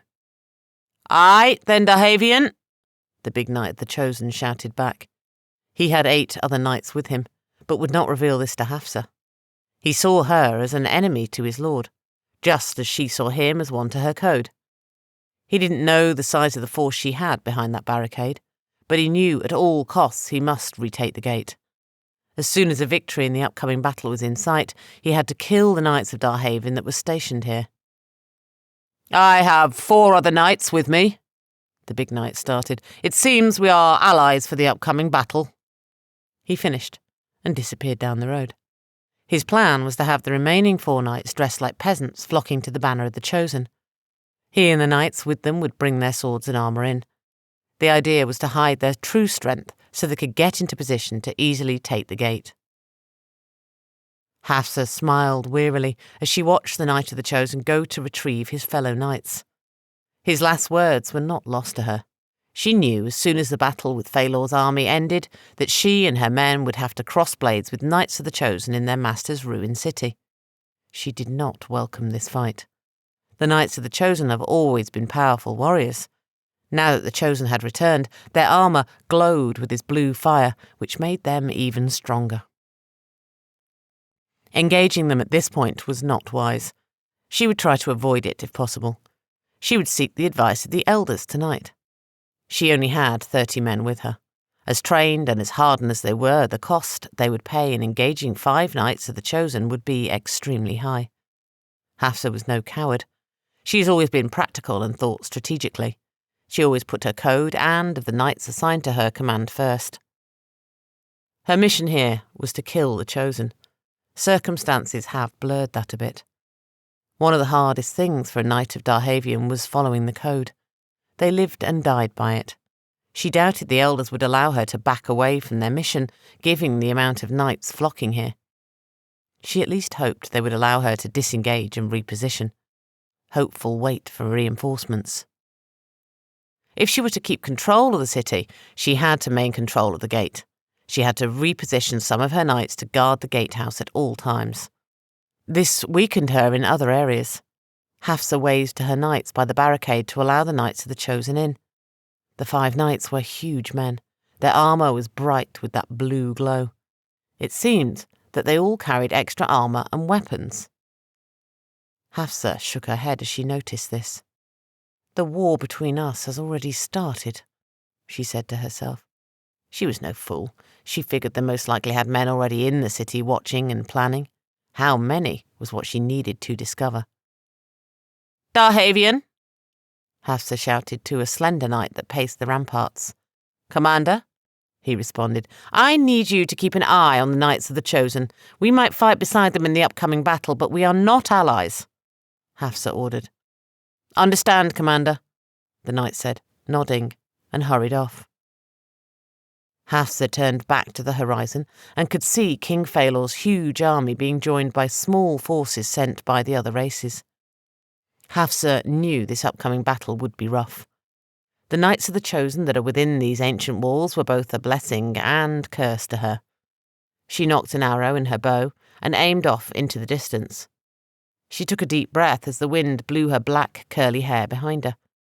This is what she loved, the quiet before a battle. That silent moment when you make things right with the God you served and steeled yourself, knowing you could fall this day. It was a calm, a peace that seemed to envelop her land right before death covered it. She sighed and released the arrow. She watched it fly and disappear in the distance. Muazama blinked rapidly and reached for her sword. It took her a moment to realise she was no longer in battle. She felt disorientated. Her head swam. She sat up and groaned in pain. Take it easy, Guardian, a familiar voice said. She turned to the voice and saw Hamza's smiling face in the firelight. She sighed as she looked around. They were in the woods, her breastplate and shield propped up against a tree not too far from her. She remembered the battle. Her wounds were bandaged. They were already nearly healed. How long have I been out? Muazama asked. Not too long, maybe half a day, Hamza responded. Muazama sighed. She had to get to the Chosen. There were hundreds of those knights of Darhavin. She stood painfully and walked over to put on her breastplate and shield. Hamza frowned. We have to get to our lord, Muazama said worriedly. Hamza shook his head. We will, Guardian, he replied. The Chosen is okay, he said, and told her all that had happened. How the Chosen melted the Darhavin knights that came at him in blue flames. He could see the big knight's soldiers relax as she understood the Chosen was safe. Where is he? Muazama asked. Hamza shrugged. He knew where he was heading and thus knew he was somewhere between where they left him and the ruins of Alkebulan, assuming he was still heading there. Can't you teleport us to him? Muazama asked. Remembering the blue lighting and appearing here, Hamza shook his head. I don't know exactly where he is at, Guardian, so teleporting would not work, he replied. He could see the big knight's frustration. What were you thinking, Guardian? Charging an army by yourself? Hamza asked. He wasn't judging her. Hamza has always been an academic. He was truly curious about what was going through her mind when she decided to rush in. He admired her. Her bravery and courage were something he aspired to. Though he could melt a hole in the tallest mountain with just his staff, he admired the mundane strength it took to wield a blade and charge an enemy. Muazama shrugged as she strapped on her sword. I wasn't, mage. I just saw enemies of my lord, soldiers that wanted to harm him, so I did what any loyal servant would do. I tried to kill as many as I could and slow them down so my lord could get away. It was that simple to Muazama. She lived and breathed to serve and protect the Chosen. Nothing he said or did would ever change that. He was a god to her that she proudly serves. She was honoured to be his shield. She had trained long and hard and fought many other veteran and seasoned knights for this honour. All of them wanted this honour as much as her. She prevailed. She was better than all of them. Maybe not in skill, but she wanted it more. She was more devout, and that gave her the edge against her brothers and sisters in their order of knights. "Where are the horses?" she asked Homza. Homza admired the Guardian. He remembered watching in awe as she fought the knights of Darhavin alone. As she slew one after another, how she alone held them at bay. Homza knew if all he had was a sword and shield, he would have ran from the field. The power he could command gave him courage. Without it, he was a coward. That realization disgusted him. He hoped that one day he could prove himself wrong. Prove to himself that he was not a coward, that he had what it took to sacrifice all for his lord, just like the big Guardian would. "We don't have any. There is a town not far off, we can buy some," Homza replied. Muazama finished adjusting her armour and shield and looked at Homza. "Our lord awaits," she said. It was in the middle of the night. Homza was hoping to rest a bit more before they started off again. Unlike the Guardian, he was not so easily rejuvenated. Magic drains him, exhausts his very being. Powerful magic, like teleporting 2 people out of a battle, was extremely difficult and taxing. He needed more time to rest. If they ran into trouble, his magic would not be at its full potential. He knew the big Guardian would not accept that. She was the Chosen's shield. Without her by his side to protect him, the Chosen would be vulnerable. Homza sighed and gathered his things. Muazama knew he was exhausted and knew the price of magic. She was thankful for Homza, but their task was more important than their wounds and exhaustion. They had to get to their lord. She had to be by his side. Zainab gagged as she took a deep breath of the foul air in the room they had rented for the night. Her eyes fluttered open to a flickering torchlight above her. It took her a moment to remember what had happened. Her head hurt badly as she sat up. Abu Bakr and the assassin still faced each other with their blades drawn. They did not engage the other, just waited to see if the other was going to attack. "Prince Abu Bakr," Zainab said, her voice barely audible. Her throat was dry and very raw. She looked around and saw the slave had wrapped her thigh to stem the bleeding and had gotten to her feet. She stood to the side of Abu Bakr, her daggers drawn, and glared at the assassin. Zainab saw a look in the slave's eyes that she had not seen before in her. There was an exhilaration there, a lust for battle that was similar to that of a battle-hardened warrior. She did not know much about the dark-skinned woman known as the slave, the woman that had been personally serving her for years. Zainab swallowed hard, attempting to moisten her dry throat. "Prince Abu Bakr," she managed to say a bit louder. She called him by his title, something he had not been called by for many years. "Princess," he responded, never taking his eyes off the assassin. "Lower your sword. She is not our enemy," she croaked, her voice cracking. Abu Bakr eyed the assassin, trying to decide what to do. He did not care for Princess Zainab. He viewed her as his enemy. But he promised he would protect her until she gets to the Chosen. He certainly could not join the Chosen. He had to hurry back and protect his family, for he knew once King Phalor was certain that he had helped his daughter flee, he would consider him a traitor to their ward agreement, and thus send his assassins after his mother and sisters. He missed his sisters. They were but girls when he was taken as a ward by King Phalor. They would be grown women by now. He often wondered what type of women they were. Were they warriors, scholars, mages? He missed his father and mother most of all. His father was his rock and foundation, the towering man whose code and principles dictated his life. His mother, the sweetest woman in the world. She would always hold the dearest place in his heart. No matter how big or great of a warrior he was, in his mother's arms he was always just her little boy. Abu Bakr sighed. He knew time was not on his side. "Is this true, assassin?" he asked. Ayonda studied Abu Bakr intently. He was a skilled warrior, one of the best she had fought. Most fights did not last long with her. She was able to bring a level of aggression and skill that the vast majority were not prepared for. She would always kill them quickly. It was rare that she was bested or had to fight for a prolonged period of time. I serve the Chosen, she responded. She never lowered her blades. She just watched him and waited for him to make his move. Abu Bakr sighed heavily and lowered his blade. Ionda nodded and sheathed hers. "Who are you?" Princess Zainab asked, looking at Ionda. Ionda eyed the northern woman as she walked past Abu Bakr and over to Zainab. She had wounded her leg deeply and was not sure if she was as forgiving as the big warrior. The northern woman glared at her angrily, but nodded, granting her permission to approach Zainab in peace.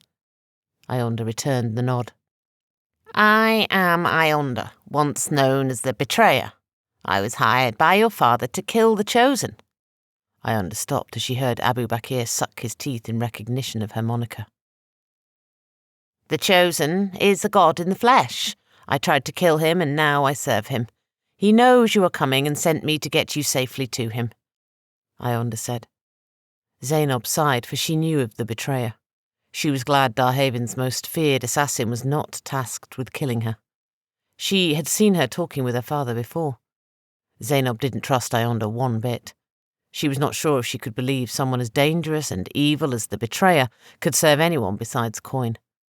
She had heard stories of the betrayer's exploits, the gruesome manner in how she killed, most of all how she completed missions that seemed damn near impossible. The presence of Abu Bakr and the slave made her feel a bit safer. She knew Abu Bakr could take her one-on-one, but the betrayer had a huge advantage over the big warrior. She had no honour, no code, and would kill you in any way she could. Abu Bakr was a knight of honour. If you dropped your sword in battle against him, he would give you the opportunity to pick it up and die an honourable death. Men like Abu Bakr were rare in this world. "Where is the Chosen?"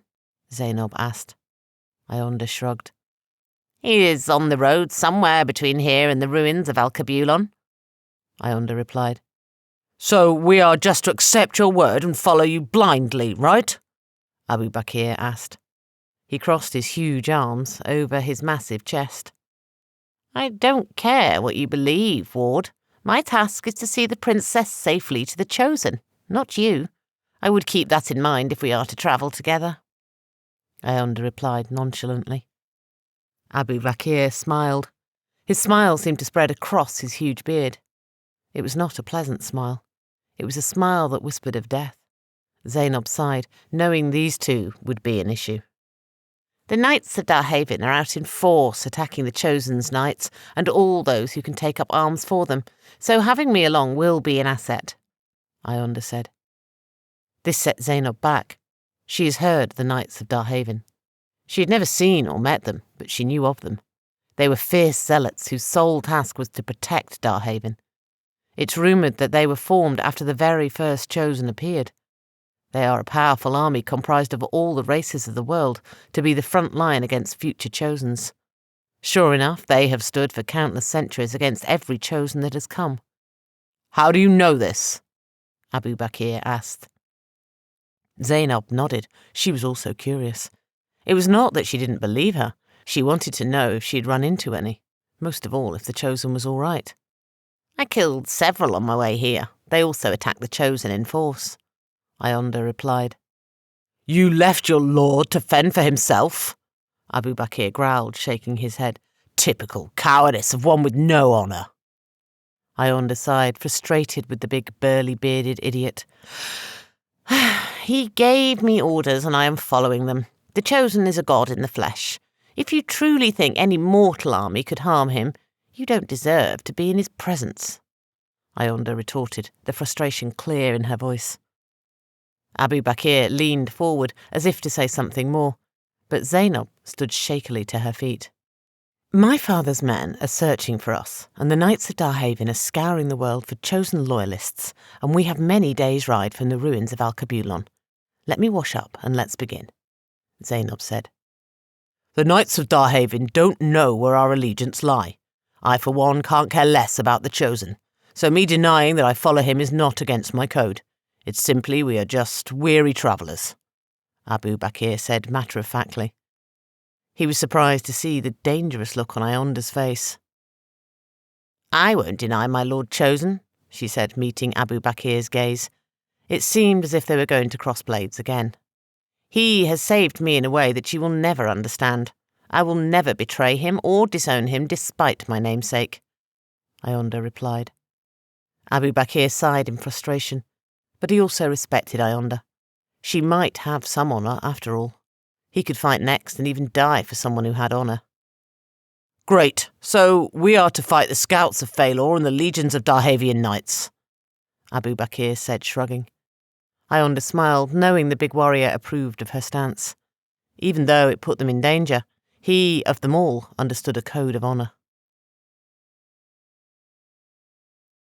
Parley. Ben stood in the cool, mid-afternoon air. A nice breeze billowed his cloak behind him. It was not cold. It was a warm day. A clear day. A good day for battle. Ben was a commander in King Phalor's army. He was commanded to march with 10,000 men and take the ruins of Alkebulan. There was supposed to be no resistance since the Chosen was still weeks away from his old, decrepit, ruined city. The once glorious knights of the Chosen were scattered and in disarray. It would take them some time to regroup and march here. So it was assumed that the ruined city would be undefended. Ben sighed as he saw several armed men manning the walls and gate of the city. The ancient was a defensive marvel. It was set into a high mountain. There was only one way in and one way out. That was upon a narrow, well-travelled road that was built to prevent an army from moving upon it. At best, maybe 3 of his men would march side by side up the narrow path.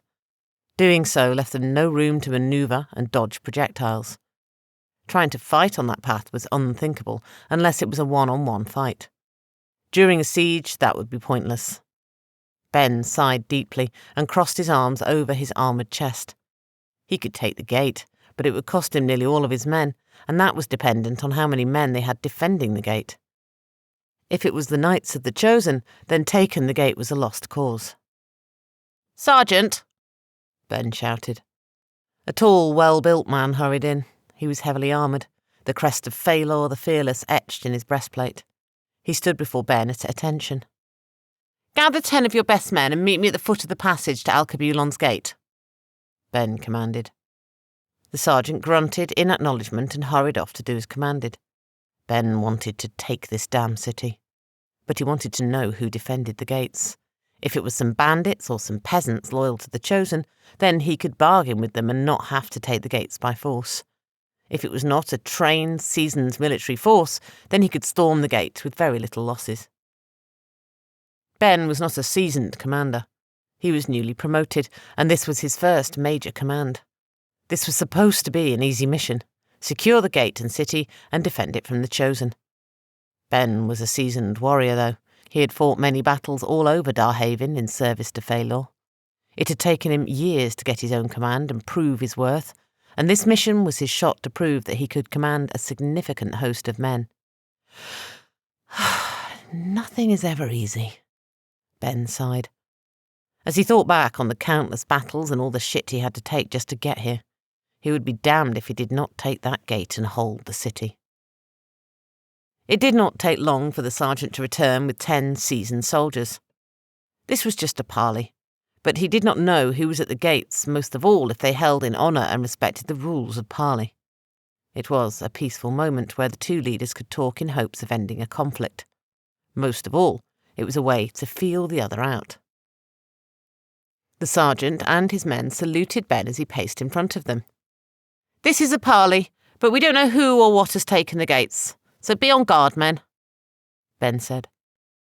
The sergeant motioned the men and formed up around Ben. 2 in front of him with their shield up to protect him from arrows, 3 on each side of him and 2 in the back. The sergeant walked beside Ben, his sword drawn. The path was so narrow that the formation was very tight, and they had to walk slowly. The sergeant was Ben's last line of defence. If the enemy got past the men on either side, it was the sergeant's sole duty to ensure Ben made it back to the camp safely. Ben's eyes never left the slowly approaching ramparts. There were several armed and armoured people standing there looking down at them. Ben cursed as he recognised the crest on their armour. Knights of Darhavin, Ben spat. The sergeant looked at him and grunted. They were a well-armoured and highly trained order. Taking the gate had just become a momentous task. It could still be done. The cost would be extremely high. If they did take it, he would have to call for reinforcements. He would not have enough men to hold it from the Chosen. "Commander, there are several knights of the Chosen ahead of us." One of the men in front of Ben shouted back. Ben held up his fist, halting their advance. "Halt, advance, defensive position," the sergeant barked. The men around Ben quickly drew their swords and held up their shields. Ben had not seen the fabled Knight of the Chosen up close before. He had seen them fight from a distance, so he knew first-hand their worth and to respect them. "You go no further," a heavily armoured, burly Knight of the Chosen boomed. He was tall and well-muscled. His black armour seemed recently polished and well-worn. The symbol of the Chosen glowed like blue fire on his chest. There was a threat in his voice, a threat that Ben did not want to invoke. 3 other knights stood behind him, all just as daunting as the next, the same look of death and blue fire in their eyes. "We come under the flag of parley," Ben shouted back. It took Ben a moment to find his voice and reassert command over the fear that was creeping in his throat. "There is nothing to parley," a female voice responded. Ben looked at the Knights of the Chosen. They stood like immovable statues. It was not them that had spoken. "Commander," the sergeant said, and pointed to an armoured elven woman atop the ramparts. She was a Knight of Darhavin. "Why are Knights of Darhavin defending the city of their enemy?" Ben asked. He was genuinely curious. There were Knights of the Chosen here, so why were they not attacking them? "There is nothing to parley, Commander," the elven Knight of Darhavin said again. Ben studied her a moment. She was tall and well-toned. A sword hung on her hip and a longbow on her back. She had an air of command about her. "You command the knights of your enemy as well?" Ben asked, pointing to the Knights of the Chosen that still stood there, blocking their path. The gate they guarded looked to be in shambles. He saw the hastily made barricade blocking the entrance. He knew the only real obstacle was getting past the Knights of the Chosen to get to it. The ramparts that the elven Knight of Darhavin stood on were also ruined and decrepit. It had fallen apart in certain areas and was unstable. He doubted 5 men with bows could stand on it. If they did, they had no protection from return fire from his archers. He could neutralise their bowmen very quickly, but getting past the Knights of the Chosen was another matter. If they managed to get past them, how many Knights of Darhavin would they meet past the barricade? Ben was good at reading people. He had quick eyes and was able to see the slightest twitch or nervous movement that often gave away a lot. He watched the elven, commanded, quickly eyed the Knights of the Chosen. Ben smiled as he understood. The knights were defending the innocent peasants that flocked here. Their code dictated that they protect those that can't defend themselves. These Knights of the Chosen must be all that are here. They were fighting on 2 fronts. As soon as the threat of King Phalor's army was no longer an issue, they would be fighting each other. Ben was certain the Knights of the Chosen would not let them keep control of the only entrance into their lord's once great city. "There is nothing to parley," the elven commander shouted back again. Ben nodded and motioned for his men to move back to camp. Ben had gotten what he needed. Ben stared at the elven and dwarven lords that sat at his war table. They all looked as green as him when it came to commanding their troops. It appeared he was not the only one who has something to prove here. "There are at least 4 Knights of the Chosen, and who knows how many Knights of Darhavin are encamped there," Ben said, looking at the 2 dwarven lords. There were several dwarven noble houses and elven kingdoms, but so far only 2 dwarven houses showed up, each of them commanding 1,000 troops. The elven lords that sat across from the dwarves looked at them with bitter distrust. They had 1,000 troops combined. All they brought were archers. Ben sighed. He had 10,000 men to command and take this damned ruined city with. The small amount of support from the other races was insulting. "So the Knights of Darhavin and the Knights of the Chosen have joined forces?" a burly dwarven lord asked, confused. The elves grunted, they seemingly troubled by this. No, the Knights of Darhavin have a code to protect the innocent. It seems as there are not enough of the Chosen's forces to protect the city from us, Ben replied. So there are people who follow the Chosen in the city then? An elven lord asked. Aye, I don't know how many, but it's enough to bring out a small force of Darhavin knights to their aid, Ben replied. The knights of each faction don't trust each other. I'm certain as soon as an opportunity presents itself, the Knights of the Chosen will turn their swords on the Darhavin knights, Ben said. Can we present the opportunity? A dwarven lord asked. Ben thought for a moment. He did not have a clue on how to do that. The only way he saw the Knights of the Chosen making their move was if more of the Chosen's forces showed up. Only if more of the Chosen's forces showed up, but our camp is in the way between them and their city. We would end up fighting on two fronts. To let them in the city would make our task much harder, Ben replied. They all sat quietly for a moment, staring at the war table. One of the dwarven lords stood up and stroked his massive, unkempt beard. Well, let's get this war started then, he boomed. The other dwarven lords stood with him. Whose troops are we sending to their deaths first? One of the elven lords asked. Typical elvish cowardice. Afraid of a fight, huh, pointy ear? A dwarven lord replied. The calm between the dwarves and the elves was shattered. Hundreds of years of war and hatred bubbled to the surface. The elves stood up, their hands on their sword hilts. Ben motioned for his guards, and they flooded the tent. His men had the elvish and dwarfish guards at sword point. I have 10,000 men here of King Phalor the Fearless army. I outnumber you foolish bastards over 10-1. We can either work together as our prospective lords of Ast, or you can all leave. Your force numbers are insulting compared to what I have here, Ben thundered. The elven and dwarven lords' faces reddened with rage. They all stared at each other for a moment. Then the dwarves erupted in laughter. Ha ha ha ha! The beard is human, has some spine. One of the dwarven lords laughed and waved for his guard to lower their weapons. The elves did the same. Ben nodded, and as quickly as men entered the tent, they left. The others were impressed by Ben's complete command over his massive host. For every 10 of your men, I'll send 20 of mine. We will take heavy losses trying to take this damned gate. But I doubt they have 100 men combined guarding it, so a single loss for them will cost them dearly, Ben said. He paused and studied the faces of each of the lords that sat at his war table. My men and the dwarves will rush the gate. Space is very limited up there, so we will run in rows of 2 to give us room to fight. You elves will get in bow range and keep their archers from being able to fire down at us, Ben said. He stared at each of the commanders, trying to read them. The dwarves grunted. They liked nothing better than bitter ale and battle. For them, that was life. They lived and died by drinking and war. The elves were a bit more practical. They had the longest lives of all the races. They wanted to keep it that way. They, by nature, were more subtle and reserved. Ben figured they brought all archers for a reason. They didn't want to lose any of their soldiers. They would stand behind the humans and the dwarfs as they rushed to their deaths and fire away. Gather your men and prepare to send wave after wave, Ben commanded. We will take that damned gate, Ben shouted, as he walked from the tent, shouting orders. Hafsa. Hafsa could see King Phalor's forces camped at the bottom of the mountain. From her vantage point, she could see for miles in all directions.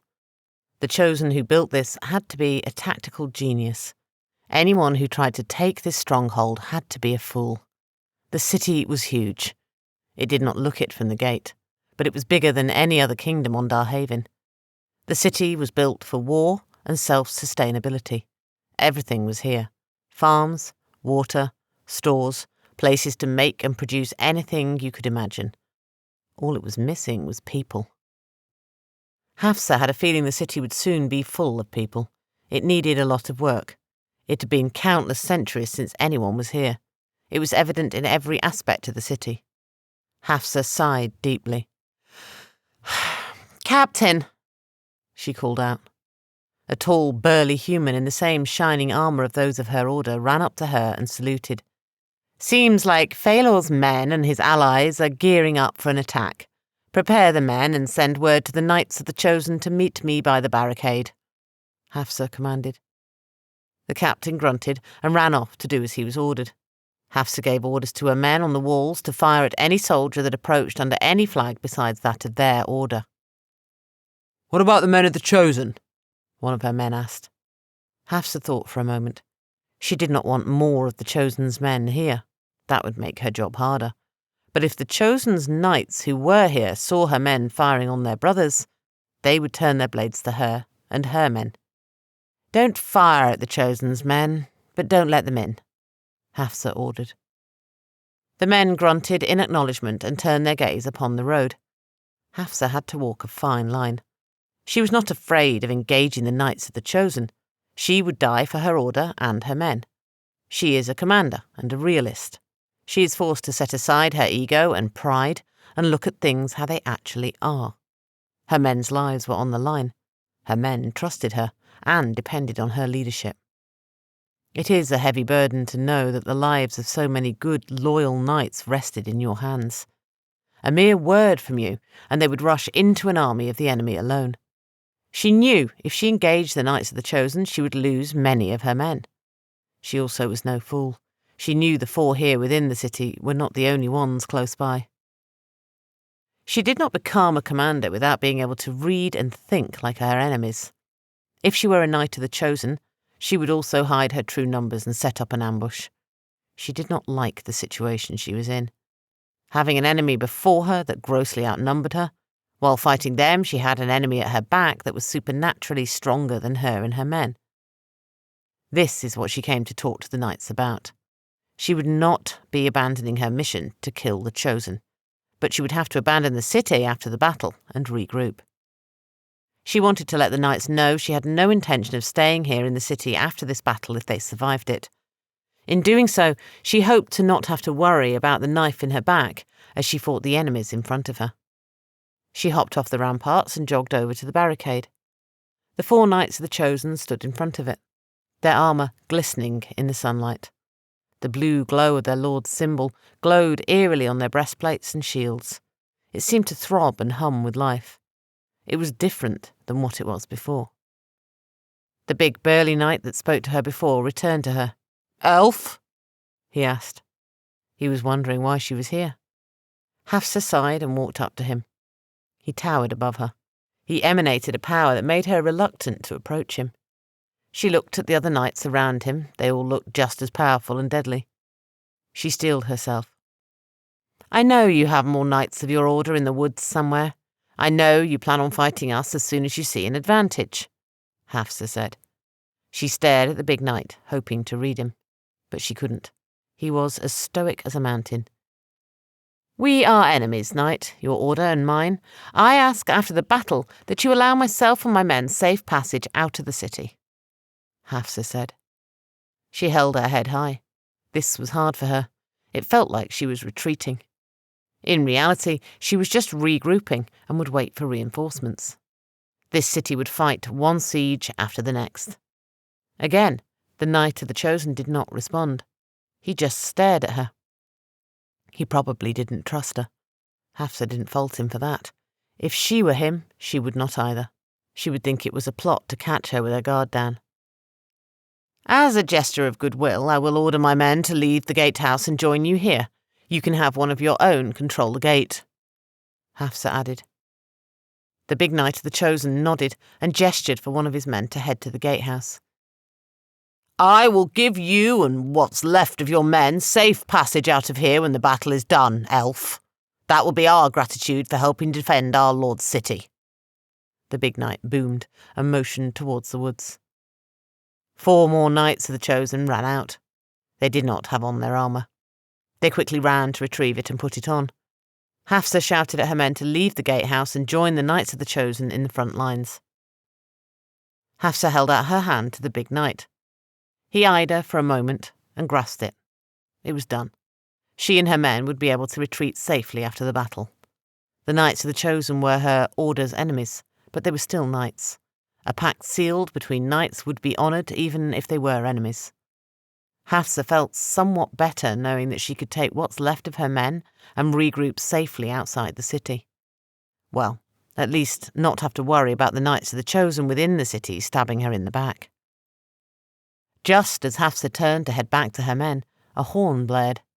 Her men had sighted the armies of Phalor and his allies marching up the path to attack. Muazama. The big guardian rode in silence, her mind lost in the events of the weeks before. She had never thought in her lifetime that she would actually serve the Chosen. She had joined the Order as a child.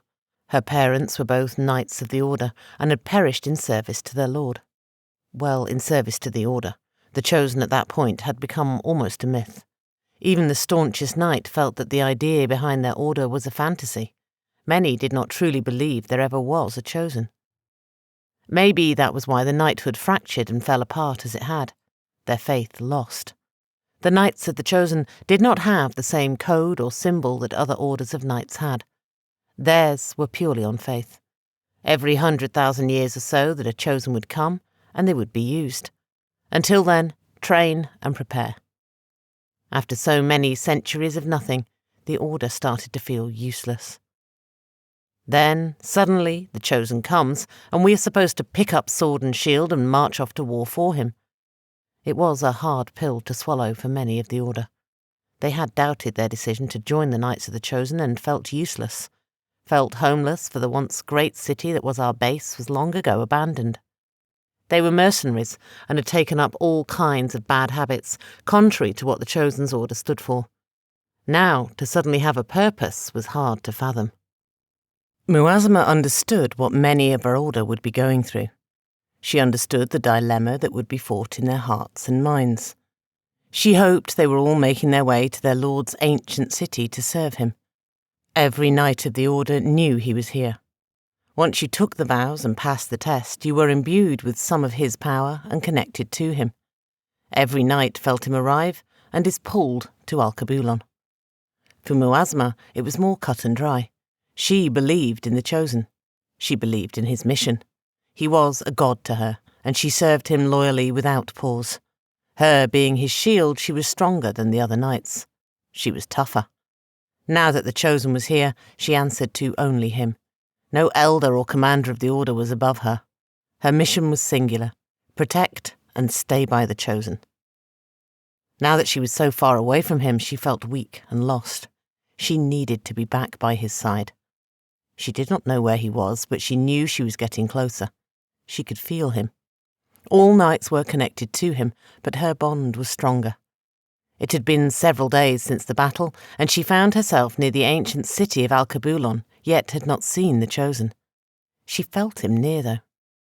Hamza rode ahead of her and stopped on top of a steep hill overlooking the land below. He could see the ruins of Alkebulan in the distance. "Guardian!" Hamza shouted. Muazama noticed the tone in his voice and dug her heels into her horse's side. They had gotten these horses cheaply from a hovel of a town. The old lady they bought the horses from was right. "These mares are old but still strong," she said, with a wide, toothless grin on her face. Her gnarled hand held out for the coins. These old mares had carried her and her gear for many days without fault. Muazama's mare got her to the top of the hill. She followed Hamza's gaze and caught her breath. Before her lord's ancient city was a huge army. She recognized the flag of King Phalor. "We must get to our lord and defend his city," Muazama said. She dismounted and started strapping on her armour and prepping for battle. Hamza looked at her and shook his head. "How are we supposed to get into the city, Guardian? There are thousands of enemies between us and our home," Hamza said, a bit frustrated. He did admire how simple things were for the Guardian, but he was a thinker. He had to rationalise everything and think in reality. With Muazama, it was just charge in and kill everyone between her and her goal. As mighty as the Guardian, she could not make it even a quarter of the way to the gates without dying. "You will teleport us," Muazama replied, as if it was the easiest thing in the world. Hamza shook his head. "I can't, Guardian. I have not been able to rest in many days. That spell is very precise and requires a lot. One wrong move and we never reappear. We vanish into oblivion." Muazama did not understand magic, but she respected Homza and did not doubt him or his loyalty. She finished strapping on her armour and thought a moment. She stared long and hard at the huge army before her and the city of her lord, the city that was now her home, the home of all knights of her order.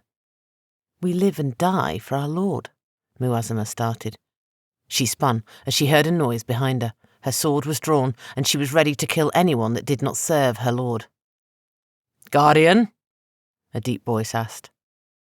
Muazama relaxed as she saw the glowing symbol of her lord on his chest. He was a knight, just like her. Behind him stood many more knights of her order. "Thank you, Lord Chosen," Muazama whispered, as she saw many more of her brothers and sisters step out of the woods. "I am the shield of our lord," Muazama replied. A roar went up among the men and women of her order. There had to be near 100 of them.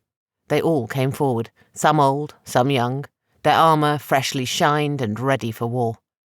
They, like her, felt the call of the Chosen, felt him arrive and knew where to go. They knelt before her. The one that had approached her first looked up at her. "What are your orders, shield of our lord?" he asked. Homza could not help but smile. The fear and dread he once felt was replaced by awe and an eagerness to get to his lord's city. "We do what we vowed to do and kill all the enemies of our lord," Muazama replied.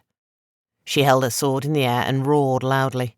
Her fellow knights roared back at her just as fiercely and just as eager as her to rush in and start killing. A roar that they knew would not go unheard by their enemies. A roar that would freeze the blood of all who opposed them. It had been untold centuries since the Knights of the Chosen had formed up and gone to war. All who knew of them and what they were capable of would tremble at the sight of them. Muazama turned to Homza. "You ready, mage?" she asked. Homza smiled at her. "Aye, Lord Shield, we live and die for the Chosen," he replied. Rahim the Black. Rahim and his men had been on the road for several days. As they had gotten closer to the ruins of Alkebulan, they had to go out of their way to avoid the marching armies of King Phalor and his allies. It seemed like an endless line of soldiers. If a force this huge could not take a ruined city that barely stood, then he and his house would not join in this war. Rahim's only loyalty was to his house and his men. He would do whatever it took to ensure the survival of his father's noble estate, even if that meant making the rest of his dwarven brethren think he is a coward. He would not march his men to destruction. Rahim's house is not very big. His armed men were nearly 2,000 men. In fact, his noble house was the smallest among the other houses. Where Rahim's house lacked in numbers, they made up in skill and fierceness. His men were the most feared in all of the dwarven realms. During the dwarven War of the Houses, Rahim's house stood alone and against many of the other houses and defeated them. The numbers were massively stacked against them, but the ferocious nature of his men, led by him, was unmatched. Rahim had no intention of joining in the upcoming battle.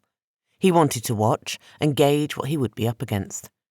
His scouts had reported a safe spot upon a hill a day or so ago, a spot that overlooked the entire area. A perfect location to watch the battle, yet be far from it. This spot is where he headed now. A blood-curdling roar went up, a battle cry that would strike fear in any army. It sounded as if it came from an army of thousands. He knew it was not the army of Phalor. They had passed them up days ago and were already camped before the ruined city. Rahim and his men dismounted and drew their weapons. He motioned for his scouts to discover where that came from. He did not know how an army could have passed him without him noticing. Rahim motioned for his men to crouch and hide among the trees. A few of his men tethered their horses. He did not have to wait long for his scouts to return. They looked afraid and dismayed. This was odd for his men. He hand-picked the men to go with him. They were all hardened, fearless warriors. Not much could frighten them. "There is a small force of maybe 100 knights of the Chosen about a mile to the west of us," the scout said. Rahim thought a moment. The Knights of Chosen were a fearsome lot to be met on any battlefield, Darhavin had not seen a force this big of them in many centuries. "Did they see you?" Rahim asked. He was suddenly nervous. "I don't believe so, my lord," his scout responded. The hill that he was heading was a mile to the west of them. He did not want to go there if a small army of the fiercest warriors on Darhavin were there. He had no doubt they were preparing to rush headlong into the army of King Phalor. He could not help but admire them. They were charging into a battle where they were outnumbered by 100 to 1. He motioned for his men to remount. They quickly did. "Find a safe path to King Phalor's camp," Rahim ordered. This changed everything. He and his men still would not engage in the upcoming battle, but he felt he had to warn the commander of that army. The Chosen was his enemy still. Anyone that threatened his house was an enemy. He would do what he could to make things harder on that enemy. "And alert them that I am coming with important news," Rahim commanded. His scout nodded in acknowledgement of the order and disappeared into the woods. Rahim and his men waited nearly half a day before his scout returned. He looked tired but happy. He had made contact. "My lord, an escort of King Phalor's men are waiting for us a mile from their camp," his scout said as he caught his breath. Rahim slapped his scout on his back. "Well done, soldier," he commended him. He knew it had not been easy to sneak past the knights and get into King Phalor's camp, then rush back in such a short time. The scout smiled and nodded at his lord. "Saddle up, men, we follow our scout," Rahim commanded. Within a matter of minutes, the makeshift camp they had made was packed up and they were on their way to King Phalor's camp. Rahim's scout led them well. It only took a few hours for them to meet the escort. There were a few tense moments as they passed really close by the Knights of the Chosen. Rahim could not help but shiver. It was a slow tingle that started at the top of his spine and travelled down his back. The knights looked extremely fierce, and a power radiated from them that commanded respect and awe. Rahim would hate to have to face them on the battlefield. Even standing behind an army of 10,000 men, he would not feel safe. Rahim and his men dismounted as they came to the meeting point. Rahim was no fool. He knew he was surrounded and was so for nearly an hour. He was impressed at how thorough and efficient Phalor's men were. He was even more efficient and saw Phalor's men a few times following them among the trees. A heavily armed contingent of knights surrounded a table where a man sat. Rahim motioned for his men to hang back. He was greatly outnumbered, but his men were not afraid. They were battle-hardened veterans and had been in worse situations. They would give their life for their lord without question. Rahim's men watched their lord and everyone around him, their hands never too far from their weapons. The knights parted way as Rahim approached the table. The man motioned for him to sit. Rahim pulled back a chair and did so. "You can tell a lot about a man by looking at his men," the human commander said. "Your men respect you and would follow you into the abyss. I can respect that," the human said. Rahim nodded. "I am Commander Ben of King Phalor's armies. I am told you have some important news for me, Lord Rahim," Commander Ben said, using Rahim's title to let Rahim know that he knew exactly who he was. Rahim smiled. He liked this guy. "There is a contingent of near 100 knights of the Chosen about 6 miles to the east of here. They are led by a knight they call the Shield," Rahim said. Commander Ben's fist clenched. "No doubt they gave off that bone-chilling roar a while ago then," Ben stated. Rahim nodded. "It's good to have allies among the other races, Lord Rahim." Commander Ben started. His gaze went to Rahim's men. "You did not come to fight, did you?" Commander Ben asked. "It was not my intention to, but things don't always go as planned," Rahim replied. "I could use your input at my war table. Your reputation precedes you," Commander Ben said. Rahim looked at his men. He and some of them could escape here if he wanted. He would lose most of them, though. He knew Phalor's men would not give chase due to the Knights of the Chosen being so close by. Rahim's massive chest heaved as he sighed deeply. "Do I have a choice, Commander?" Rahim asked. Commander Ben smiled. "There is always a choice, Lord Rahim, and every choice has a consequence," Ben replied. His veiled threat was not lost to Rahim. "My men?" Rahim asked. "2 can come with you as guards. We would not want to shun custom among lords now, would we? As for the rest of your men, they can make camp among the other dwarves," Commander Ben replied. Rahim nodded and motioned for his scout. Commander Ben nodded at his men to allow this. "We are guests of Commander Ben. Have 2 of my father's men tend to me. You and the others will camp with the other dwarven soldiers," Rahim ordered. The scout nodded. He was well versed in the code that Rahim had trained them in. He had a plan that he just set in place by using the words, his father's men. His men knew they were in hostile territory and they were to secure an escape route within 3 days. "It's settled then, Lord Rahim. You have come just in time to witness the first attacks on the damned city," Ben said, as he stood and motioned for Rahim to follow.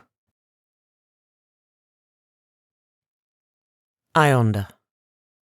Ionda was annoyed with her company. She preferred to travel alone. Other people were a burden to her and just bothered her. The big warrior, Abu Bakr, and the one called the slave were warriors, so they knew about marching and being on the road. The princess did not. She complained about everything and had to have her hand held in the simplest things. Ionda hated women like her, women that were vulnerable and couldn't survive without a man. Ionda didn't hate men, she just valued her freedom, valued her independence. Ionda did not kid herself and felt like she was physically stronger than a man, but she trained hard. She was faster than most men, more agile. She was always ready to kill. Men like Abu Bakr she would be reluctant to face head-to-head. He was stronger than her and his skill matched hers, so she was at a great disadvantage. Men like him she would stalk and kill from the shadows. She could never be the maiden in distress or allow herself to be helpless. She was too powerful for that. If it were not for her loyalty to the Chosen, she would have left Zainab to the wolves. She had no time nor patience for weak people in her life. They had marched for several days since they left the tavern. They were heading in the only direction that they were sure the Chosen was going. That was to his ancient, ruined city of Alkebulan. The Knights of Darhavin were out in force. It seemed they were marching to the city as well. This troubled Ionda and her companions. Was the city besieged? Was the Chosen in danger? They pushed on and doubled down on getting to the city. They avoided the Knights of Darhavin. Ionda had seen no sign of the princess's father's men. She had no doubt they were out there still, but like her, they were avoiding the Knights of Darhavin. The Knights had no loyalty to any kingdom or ruler. They served Darhavin and its people. They tried to avoid conflict with the forces of other realms, but if they felt you were interfering in their work, they would cut you down, the consequences be damned. Most rulers hated the Knights of Darhavin. They likened them to a rogue army that roamed unchecked. So far, only Phalor the Fearless had the spine to check them.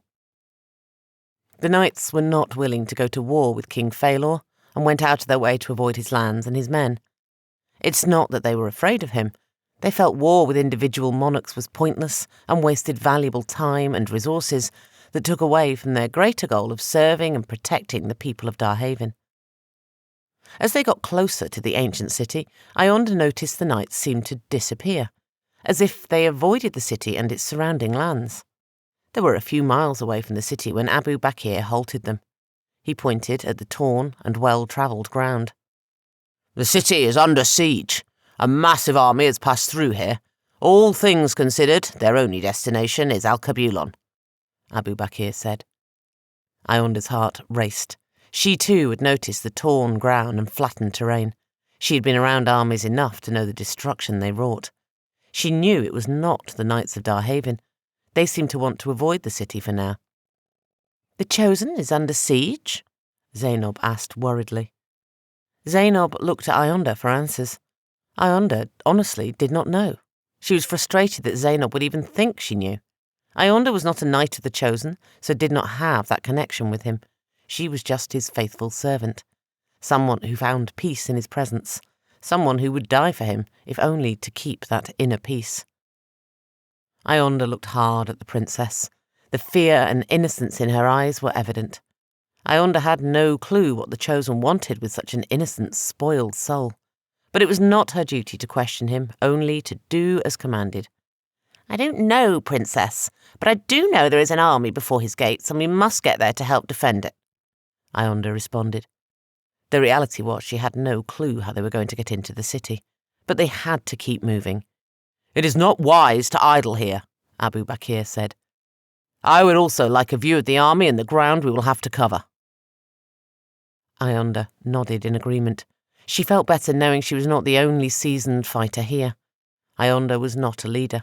She did not work well with others and felt safer and calmer when she worked alone. She always felt responsible for those that followed her. She hated that feeling. It was one of the few remaining emotions that she felt held her back. As much as she tried to hide it, she did care about those who fought beside her. Ionda heard a noise behind her and quickly spun, her swords drawn. Abu Bakr followed suit and stood beside her. She respected him more for that. He was not trying to shield her like he would the princess. He respected her as a warrior. Ionda found herself in uncharted territory. She felt a loyalty and a bond to those that fought for her same cause. For once, her loyalty was not for sale. "What do we have here?" A deep voice boomed. "My father's men," Zainab squealed as she recognised the insignia on their chainmail and shields. Several men walked out of the trees, all heavily armed. "You're the princess?" the soldier said, eyeing her close. She was hard to recognise. She was dressed in rags, her hair was cut and matted in filth. She looked like a beggar, and nothing of the beautiful princess they all had known. "We have no quarrel with you. Let's not make one," Abu Bakr growled, his huge greatsword held in front of him. The man eyes him closely as well. "Prince Abu Bakr?" he asked. He did not need an answer. Abu Bakr was well known among Phalor's men. He and his men drew their swords. "My lord wants you and his daughter arrested for treason, so I give you this one chance to come peacefully," the man said. He seemed nervous. He clutched his sword hilt tightly. Abu Bakr raised his sword and roared. His roar was deep and spoke a million tales of death. King Phalor's men rushed towards him, but the big warrior was a blur. The first man's head rolled on the floor at his feet. Ionda felt inspired by Abu Bakr's roar and his ferociousness. She jumped into the battle, parrying several blows with her swords and severing one of her attacker's arms. She quickly spun, ducking a sharp swing and severing another's legs from his knee. The slave stood in front of Zainab. She wanted to join her companions badly, but she could not let the innocent, helpless Zainab be without protection. It seemed Phalor's men were endless. Abu Bakr was soon encircled and fought back to back. As soon as they killed one enemy, another took his place. Countless bodies littered the ground. Ionda knew she could not win this fight, but maybe she could give the princess a fighting chance. She trusted the Chosen. She knew he had given her the strength to pull herself back out from the madness. As she fought, she felt herself at the brink. She peered over its edge and stared into the darkness of madness that was below. She was terrified of it now. Her very soul seemed to recoil from it. But she knew she must once again embrace it if she wanted to save the princess. She was about to jump into that hopeless darkness when she heard a deafening roar. "Live and die for the Chosen!" Several armoured knights rushed Phalor's men.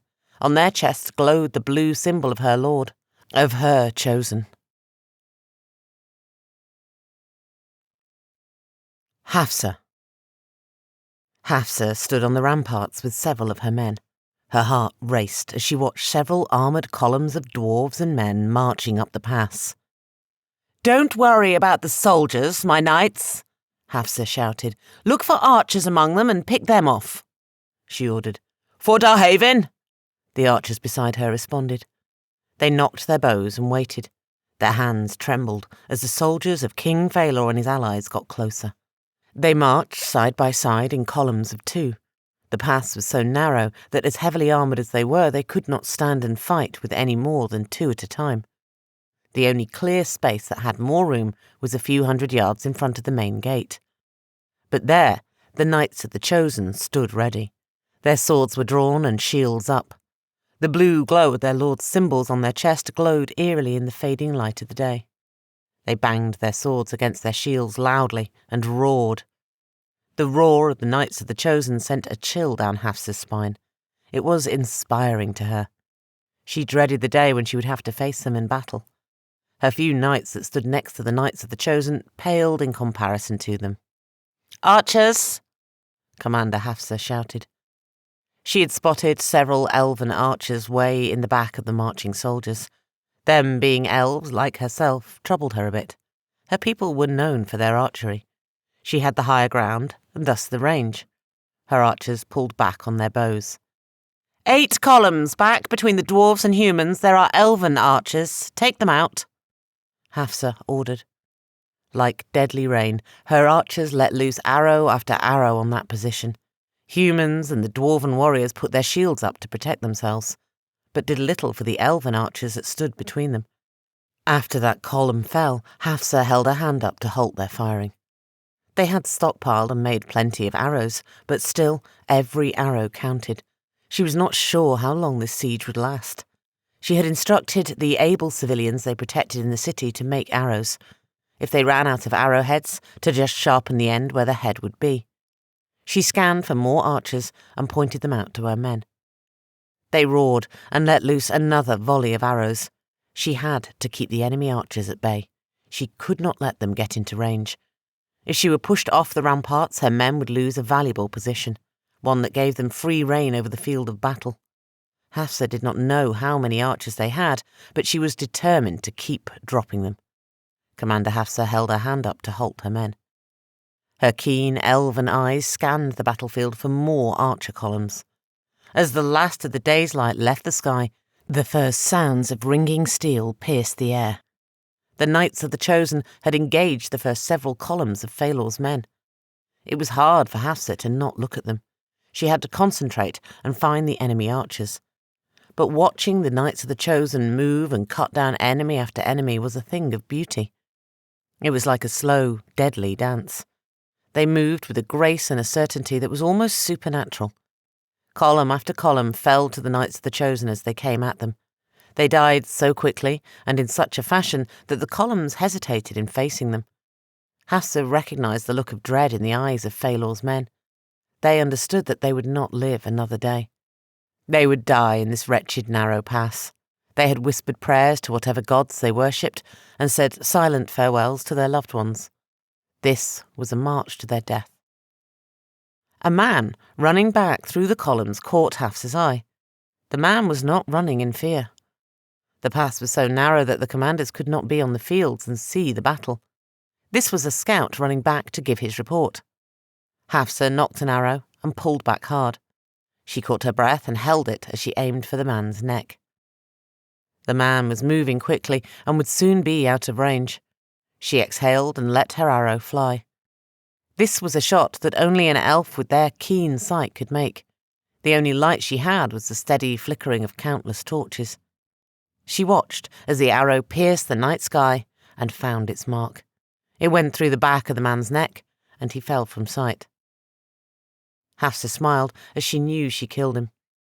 He would not be running to give his report. Thus his commanders would not know the massacre their men marched into. Of course they would eventually find out, but by then scores more of their men would litter the ground. Most of Hafsa's men were not elves. They did not share the same keen sight. Now that the day had faded, trying to find the archers would be fruitless. Hafsa turned to one of the ruined city occupants. "Run to the stockpile and bring up as many arrows as you can," Hafsa ordered. The man had the look of a farmer, but she was glad that he stood by wanting to help in the defence any way he could. He was not a soldier, but he was very useful in making sure the soldiers were fed and had what they needed. Him being her running meant one of her own men did not have to, thus giving her another soldier to put on the field. Commander Hafsa turned to her archers. "Fire at will," she ordered. Her men roared in response and let loose volley after volley on the marching columns of men. Their grunts of pain and curdled screams as they died filled the air. Her men were relentless as they fired arrow after arrow into the masses of flesh and metal that marched to their gates. If Phalor's men survived the arrows of Hafsa knights, they met their death at the hands of the Knights of the Chosen. Time passed without being noticed. Hafsa's men were starting to tire. She knew she had to rotate them out. Before she could give the order, war horns blared in the distance. King Phalor's commanders were pulling back their men. A cheer of victory went up throughout the ruined city of Alkebulan. Hafsa knew the battle was far from over. The pass was so narrow, and so many bodies littered it, that the enemy could not move any further. They had earned at least a few hours of reprieve. Hafsa turned to her men. "Rotate out and get some well-earned food and rest," Hafsa ordered. Her men grunted in appreciation and hurried off to fill their bellies. Fresh archers rushed to replace them. Trying to sleep would be pointless. The best one could hope for was to lay down and let your weary body recuperate. Actual sleep would not come for most. The battle for Alkebulan was just starting. The enemy could attack at any moment. Hafsa made her rounds and set her men to task. Checked on the civilians who were making arrows for them. She wanted to make sure they had all they needed. They smiled at her warmly. A kind old man handed her a cup of soup. "It ain't much, but you will need your strength," he said. He was gnarled and looked like he had worked hard in the fields his entire life. She admired him, the peace he must feel to have mastered a profession and to make it to old age a master of your craft. Hafsa was a soldier. She counted herself lucky to make it through the day. Her chances of growing old and ripe and being a master archer were slim to none. She appreciated the thanks these kind people were giving to her. She wondered if they knew she was an enemy of their lord, that one day they might be a casualty from her attack on their city. Life is strange in that manner. You could be celebrating a victory and sharing a bowl of soup with someone one day, and the next day they're your bitter enemies. That day of friendship and shared struggle, all but forgotten. Hafsa took the soup and thanked the old man. She took a big sip and gagged. The soup was strong and tasted like dirt, but she had had worse. Being a soldier, you learn to just swallow and smile. It may taste like horse dung, but it would give you strength and keep your stomach quiet. The old man smiled at her. "It tastes like old goblin piss, but it will keep you on your feet," the old man said. Hafsa lifted her cup in a salute to the man and left them to make the arrows. She wanted to check on her men that fought next to the Knights of the Chosen. She wondered if the knights would protect her men that fought beside them or leave them alone to die. She knew even the most unskilled warriors could seem skilled and accomplish much if they fought together. Her warriors were some of the best the Knights of Darhavin had to offer. The legends of the Knights of the Chosen spoke for themselves. She understood that her men and those of the Chosen were bitter enemies, yet they were all knights and there was a code between us. She hoped that at least for the duration of this siege they could put their differences aside and fight as brothers. As she approached the makeshift barricade where the huge portcullis and gate used to be, she heard roaring laughter and saw the soft glow of a fire. Her men stood and saluted her as she approached. The Knights of the Chosen remained seated and sipped that horrid soup. "At ease, men," she commanded. Her men sat back down and continued their talking and boasting about the battle they had fought together. Seeing men and the men of the Chosen sitting like brothers in arms was a huge stress reliever. "So, they are as noble as they are fierce," Hafsa said to herself, impressed. The Knights of the Chosen were truly dangerous, not just for their fighting prowess, but their ability to laugh and joke as a brother with their enemy one day and kill them the next. Hafsa had no doubt in her mind that if their lords showed up, they would slaughter every knight of Darhavin in their city without a second thought. She looked around and noticed 4 of the Knights of the Chosen were out on sentry duty. "Any casualties?" she asked one of her men. He looked at his commander and smiled. "No, Commander, and a few minor injuries, but nothing out of the ordinary," he responded. "Besides, not one of Phalor's pansies could get close with that big fucker on our side," her knight said, roaring with laughter as he pointed at the Knight of the Chosen that seemed to be the eldest among his brothers. The other knights joined in the laughter and slapping the big Knight of the Chosen on his back. Hafsa studied the Knights of the Chosen as they sat there and talked with her men. They laughed and shared that horrid soup, but in their eyes lurked death.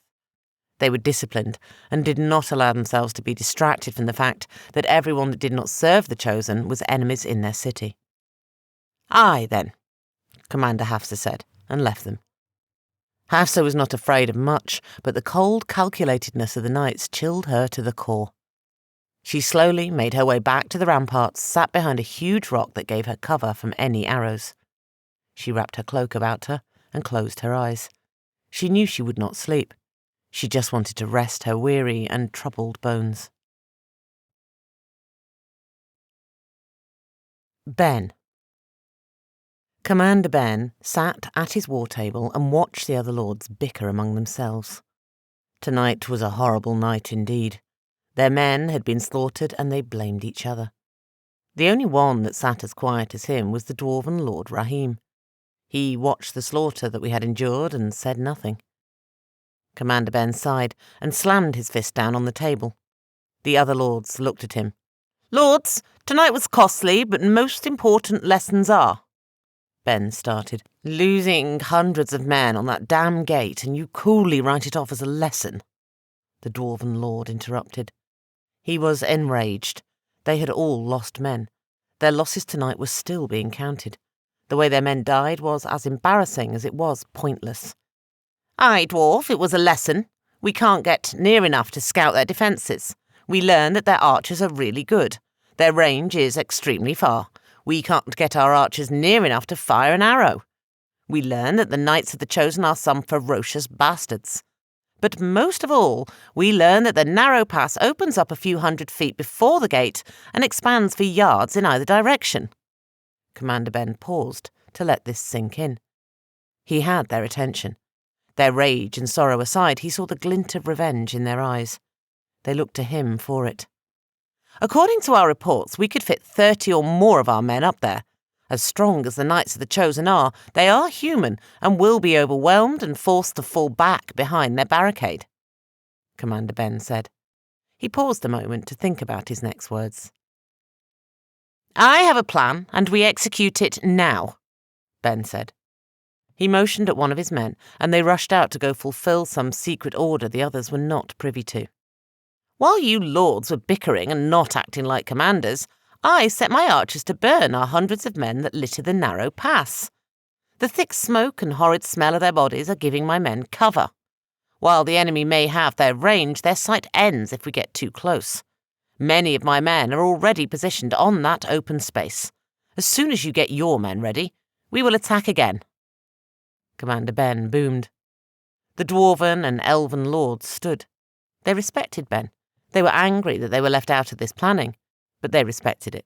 They were all about to leave to give their men orders when one of Commander Ben's messengers rushed in. "My lord, a mile from our flank there is a small army of Knights of the Chosen formed up for battle," the messenger said, and bowed his head. The messenger was afraid that he would be punishing for bringing him the bad news. Commander Ben would never punish a man for doing his job. Ben waved his hand, dismissing the messenger. The man hurried off like he was afraid Ben would change his mind. Commander Ben shook his head. He had to admire the knights. They were skilled and brave. Indeed, they were the most renowned warriors in all of Darhavin. But they were foolish. Only a fool would take 100 men and stand against 14,000 in an open battlefield. "Lord Rahim, summon your men and command 500 of mine and take care of this," Commander Ben ordered. Rahim stood. His huge black beard dangled over his massive chest.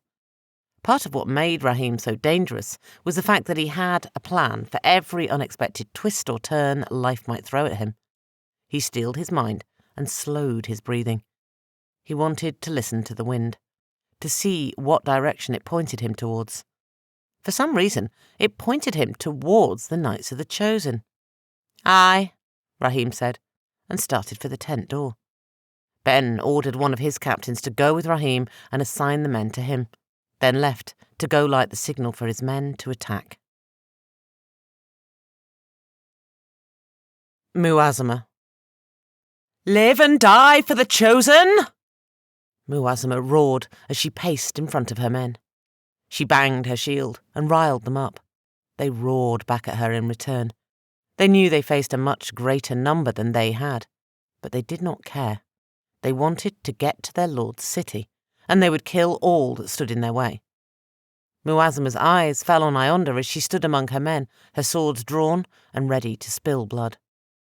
She still did not trust the betrayer, but her lord did, so that was all that mattered. She had seen her and a big desert warrior surrounded by King Phalor's men. Without a second thought, she charged in and slaughtered them. Muazama knew that Ionda was given a mission. Looking at the ragged, dirty girl they protected, she understood that Ionda was true to her word. Now here she stood, just as loyal to the Chosen as his knights. The big warrior from the Desert Kingdom stayed by the girl and her servant. Muazama saw the same holy glow in Ionda's eyes as she saw in that of the knights. "Ah, Chosen, your ways are mysterious," Muazama said to herself, as she thought Ionda could join their order. "They may outnumber us, brothers and sisters, but we will take what's ours. We will return to our ancient home tonight." Muazama's sword was high in the air as she spoke. She could see King Phalor's men massing in front of her. They were a little over a mile away. It was dark, but their camp lit up the night. "Spear position," Muazama ordered, and she started running towards King Phalor's front line. As if her men had trained together for countless years for this, they fell into a formation that looked like the point of a spear. Muazama, the tip of it. Ionda found herself further down the line in the formation, but she was proud to be here. Her heart raced as she ran with the other knights. Her swords were drawn and eager for blood. For once in her life she had a purpose. She would live and die for the Chosen. He, a living god that saw her for the wretch she was and held out his hand to save her. "Who are we?" Muazama shouted as the space between them and King Phalor's men was about to close. "Knights of the Chosen!" Her men responded as they pierced the wall of steel and flesh that was the men of King Phalor. Like a spear, they pushed hard and deep into Phalor's ranks. His men fell and died before the knights. They pushed harder and cut deeper into them. Blood and flesh covered Muazama's armour and face. She lost count of how many she had killed. She steadied her breath and parried a blow, pushing the attacker into the eager sword of the knight beside her. She spun and slammed her shield into the face of another, then ducked and gutted yet another. "Pull back!" Muazama ordered after nearly an hour of slaughtering Phalor's men. Her knights picked up their wounded and dead and fell back. They reformed at their original position. Muazama had lost 3 older knights and had nearly 10 wounded to where they could not go for the second charge. "If you're too wounded to go for the second charge, take our dead brethren to the camp and pray that our Lord heals your wounds quickly," Muazama ordered. "Aye, shield," the 10 wounded replied, and hurried to do as they were commanded.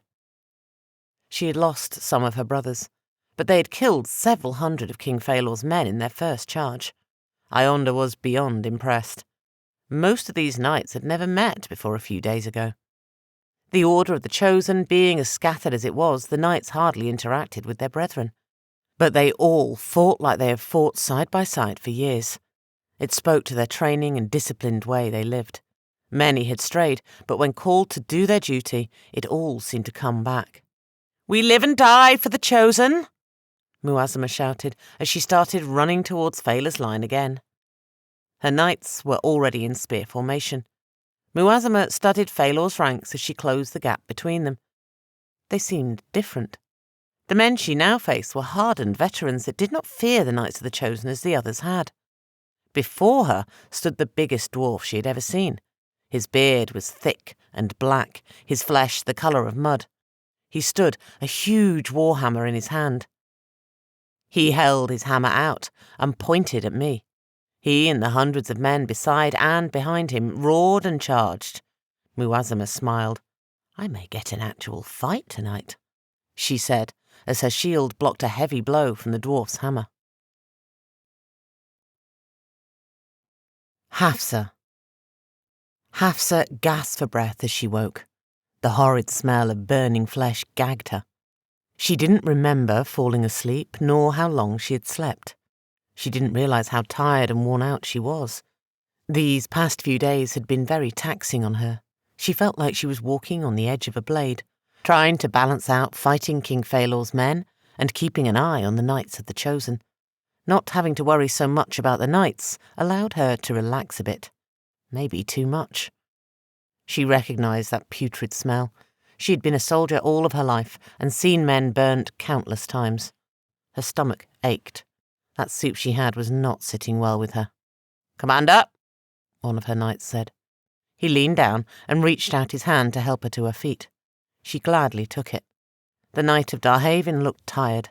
like it had been a long night for him. A thick fog hit Hafsa as soon as she stood. She could not see anything. But it wasn't a true fog. They had killed so many of Phalor's men that they had decided to use the hundreds of bodies that littered the ground to their advantage. "How long have I been out?" she asked her knight. "Maybe an hour, Commander," he replied. Hafsa was not upset that her men let her sleep. They respected her and cared for her. They were the family she never had. She was frustrated with herself. She knew Phalor's men started burning the bodies. She knew they were setting up an ambush. "We are under attack, to arms, men!" Hafsa shouted. The knights of Darhavin near her stood and drew their swords. The knight that woke her was about to blow his war horn when a sword pierced his gut. Hafsa looked around, surprised to see Phalor's men scaling the rampart walls. They had used the smoke to get as much of their men as they could to the wall. Hafsa cursed herself for falling asleep and drew her sword. In one quick movement, she cut Phalor's soldier's arm off. He fell from the ramparts screaming in pain. "Blow the war horn! They are on the wall!" Commander Hafsa shouted. She was determined to keep this position. If they lost it, they would lose the city. They did not have enough men to fight off Phalor's army without holding the gate. Several more of Phalor's men climbed up the rampart.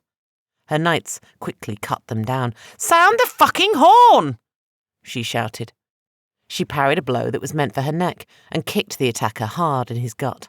As he doubled over, Hafsa spun and took his head from his shoulders with one clean strike. She barely had time to recover before she had to duck another blow. It was cramped on top of the ruined rampart.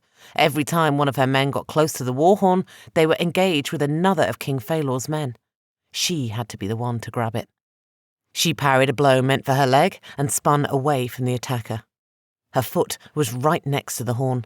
She ducked another sharp blow and rammed her sword to the hilt in the gut of the soldier. She had a moment to grab the horn. She put it to her lips and blew hard. It pierced the night like thunder. She heard the horn of the Knights of the Chosen by the gates in response.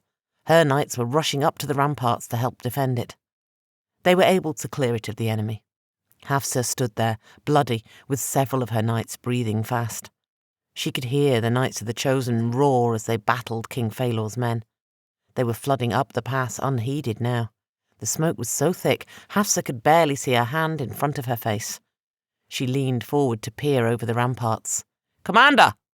one of her knights shouted. She felt a rough hand pull her back. Several spears flew past her head. She ducked behind the rampart and thanked her knight. She looked around and several of her knights lay dead. She had to do something. Her men were dying in her enemy's city.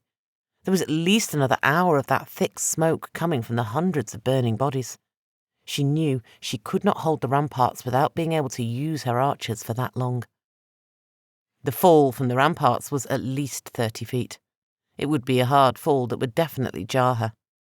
She sighed deeply. "Knights with me!"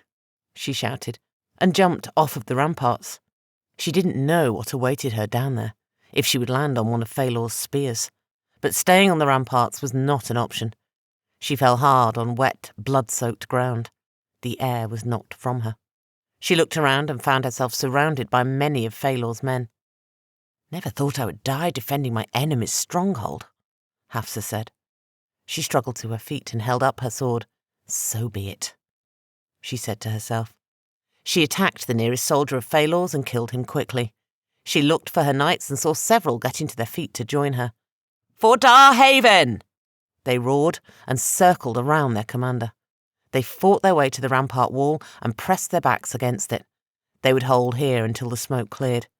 They had to hold them back so her archers could have dominance over the entire pass. There were so many of them. Every time her men cut one down, another would appear. She was wounded in so many places she had lost count. Her men fought valiantly. Each time one of them fell, it hurt her deeper than any blade. Before she knew it, she stood alone against the hordes of Phalor. Human and dwarven warriors rushed the wall like madmen. Time seemed to slow, and she parried and struck warrior after attacking warrior. Her sword arm felt heavy. She was moving slower. Blood trickled down her arm and into her hand that tightly gripped her sword. The sun was rising. Hafsa looked up at it. She sighed. She had always loved the sunrise. This sunrise over her enemy's stronghold was beautiful. Now I can die, Hafsa thought. As much as she may have wanted to give up and let them kill her, her body would not allow it. She bled from more wounds than any should have, but she stood there. She looked like a bloody spectre of death as she fought soldier after soldier. I can't let you take this wall, she said. Her voice was barely an audible whisper. Her sword was limp in her grasp. She fell to one knee. She pushed the tip of her sword into the blood-soaked earth and leaned heavily on it. She was defeated. She was done for. She knew she could not fight any more. The bodies of her enemies lay all around her. She smiled grimly at her work. King Phalor's men halted their attack of her as they watched her fall. She was a titan falling on the battlefield, and she commanded respect. Even though she was their enemy, she had proven herself a great warrior, and they would let her bleed out on the field. One of Phalor's men kicked her sword from her hand, and she fell, face first, into the bloody ground. Her ears rang, and she was fading in and out of consciousness. "Commander!" She heard a voice that seemed miles away calling to her. She tried to turn her head to look for the voice, but she couldn't. Phalor's men started to drop like flies around her, arrows sticking out of them like they were pincushions. The smoke had cleared enough for her archers to regain the area. She felt herself being carried. She didn't know by who or to where. She could no longer keep her eyes open. So she closed them and smiled as she heard the steady sound of arrows finding their mark. Rahim the Black. Rahim watched, impressed, as the Knights of the Chosen rallied together and cut deep into King Phalor's ranks. This was the first time he had seen the knights fight together. He had seen individual knights working as mercenaries, and they were the most ruthless and relentless soldiers on the field. Even before this battle started, King Phalor's men were afraid, just from the reputation of the knights alone. To hear a small army of them was enough to strike fear in the bravest of hearts. They fought like demons and roared like lions. The way they slaughtered King Phalor's men seemed effortless. These scattered and beleaguered knights looked like they had fought together for years. Rahim was impressed with their training. If only his men were a fraction as good and as loyal, he would have a house that rivaled King Phalor's might. Rahim watched them retreat. He knew they were just regrouping. They would come in again in the same formation. "On me!" Rahim's deep voice boomed. He spoke in the trade tongue so the humans could understand him. His accent was thick. His men had donned their heavy dwarven armour and stood beside him. King Phalor's men followed suit. Rahim looked impressive. He stood like a stout metal golem, his huge warhammer held with 2 hands in front of him. "They are but flesh and bone. They bleed, so they can die," Rahim boomed. He knew the men were afraid of these knights. He had to rally them and let them know they should fear failing him more than dying at the hands of legendary knights. "House of the Blackbeard, shields up!" Rahim commanded. His 20 dwarves stood in front of him like armoured statues, their shields in front of them braced for the knights' attack. "Let's see if these knights can withstand a dwarven shield formation," Rahim said to his men. The dwarves were stout and hardened warriors. They may love to drink and dig in mountains, but war was in their blood. It was a part of their everyday life. As soon as a dwarf could walk, he's given a weapon. The Knights of the Chosen crashed into the dwarven shield wall hard. The dwarves barely moved. They halted the charge of the fabled knights. Rahim smiled to himself as the knights were forced to fight in a broken formation. "See, they are but mortal men," Rahim roared. His men and Phalor's roared back at him, their fear gone, and they rushed into battle. The knights, as outnumbered as they were, still held their own. Even though Rahim had taken the wind out of their legend, these knights still fought ferociously. Rahim eyed their leader. She was a big, monstrous woman. He wanted to kill her. If the Lord of the House of Blackbeard took out the shield of the Knights of the Chosen Glory, and coin would rain down on his house for generations to come. Rahim stepped into the fray. He swung his huge warhammer like it weighed nothing. His heavy blow broke armour and bone alike. "Shield!" he boomed. He pointed his hammer at her. He openly challenged her. She stood among his men and slew them with little effort. She looked demonic, her armour drenched in blood and the blue light of the Chosen glowing on her chest.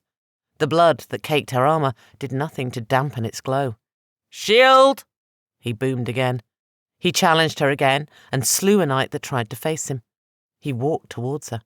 The big woman turned to him and finally acknowledged his presence. She stood before him like a mighty warrior queen who fought for her king. He was but a peasant in her presence. He felt inadequate. He had never felt that way in his entire life. He was always stronger and faster than his fellow dwarfs. He was one of the most feared warriors in the dwarven kingdoms. He was Rahim the Black, Rahim the Vile, Rahim the Ferocious. Yet, here in the field of battle in front of this huge knight, he felt like a child. That feeling enraged him. A knight of the Chosen jumped in front of the shield. She waved him off. "Be careful whose name you call, dwarf. You may not like who answers," the shield said. Her voice was as dark as the fresh blood that dripped from her sword. Rahim felt the creeping hand of fear as he looked into her cold brown eyes. The battle that raged around him seemed to slow, as if they were all anticipating this fight. Rahim's men were watching. He could not back down. He was not sure she would let him even if he wanted to. The shield of the Chosen paced around him. Rahim gripped his warhammer tightly and swung hard at her. The Chosen lifted her shield and blocked the mighty blow. She definitely felt it sting through her shield. She easily sidestepped another blow and bashed her shield into his face. Rahim slumped back. He knew he had greatly underestimated this knight. The other knights of the Chosen were tough bastards, but he had bested a few of them on the field this night. But the shield that towered before him was not like them. She was something else that he could not understand. She was a weapon that he knew he could not defeat. "The gods have really fucked me on this one," he said to himself. He recovered quickly and came at her with his heavy warhammer, striking from everywhere. The knight blocked, parried, and dodged everything he could throw at her. She took his legs from under him in a quick move that he did not see coming. He fell hard on the field. The shield stood above him. "This is it, then. I am to die at the hands of a monstrous woman," Rahim thought. But the final blow did not come. "Get up, dwarf," the shield commanded him. The Knight of the Chosen had honour, it seemed. She did not want to kill a warrior who was on his back and defenceless. Unfortunately for the shield, Rahim had no honour. As she struggled to get up, he swung his hammer hard at her exposed knee. He heard it crack, and her scream in pain as her knee gave out. She leaned heavily on her sword. Rahim swung again, but the knight brought her shield up and blocked it, then slammed her shield hard into his chest. "Dishonourable cur!" The shield cursed at him.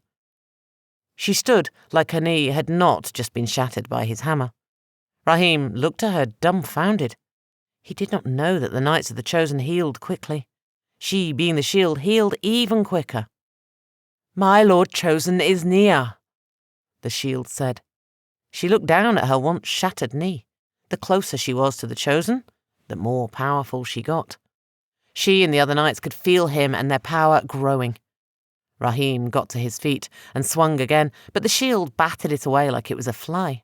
She grabbed him by his neck with one hand and tossed him into the men of King Phalor. "Count yourself lucky that our lords call us to his city," the shield boomed and rallied her knights. Rahim's breath was knocked from him. He got to his feet and found his hammer. "Sound the retreat horn!" Rahim shouted. In the distance, he saw a huge ball of blue flame coming this way. It was coming slowly, but it was still coming.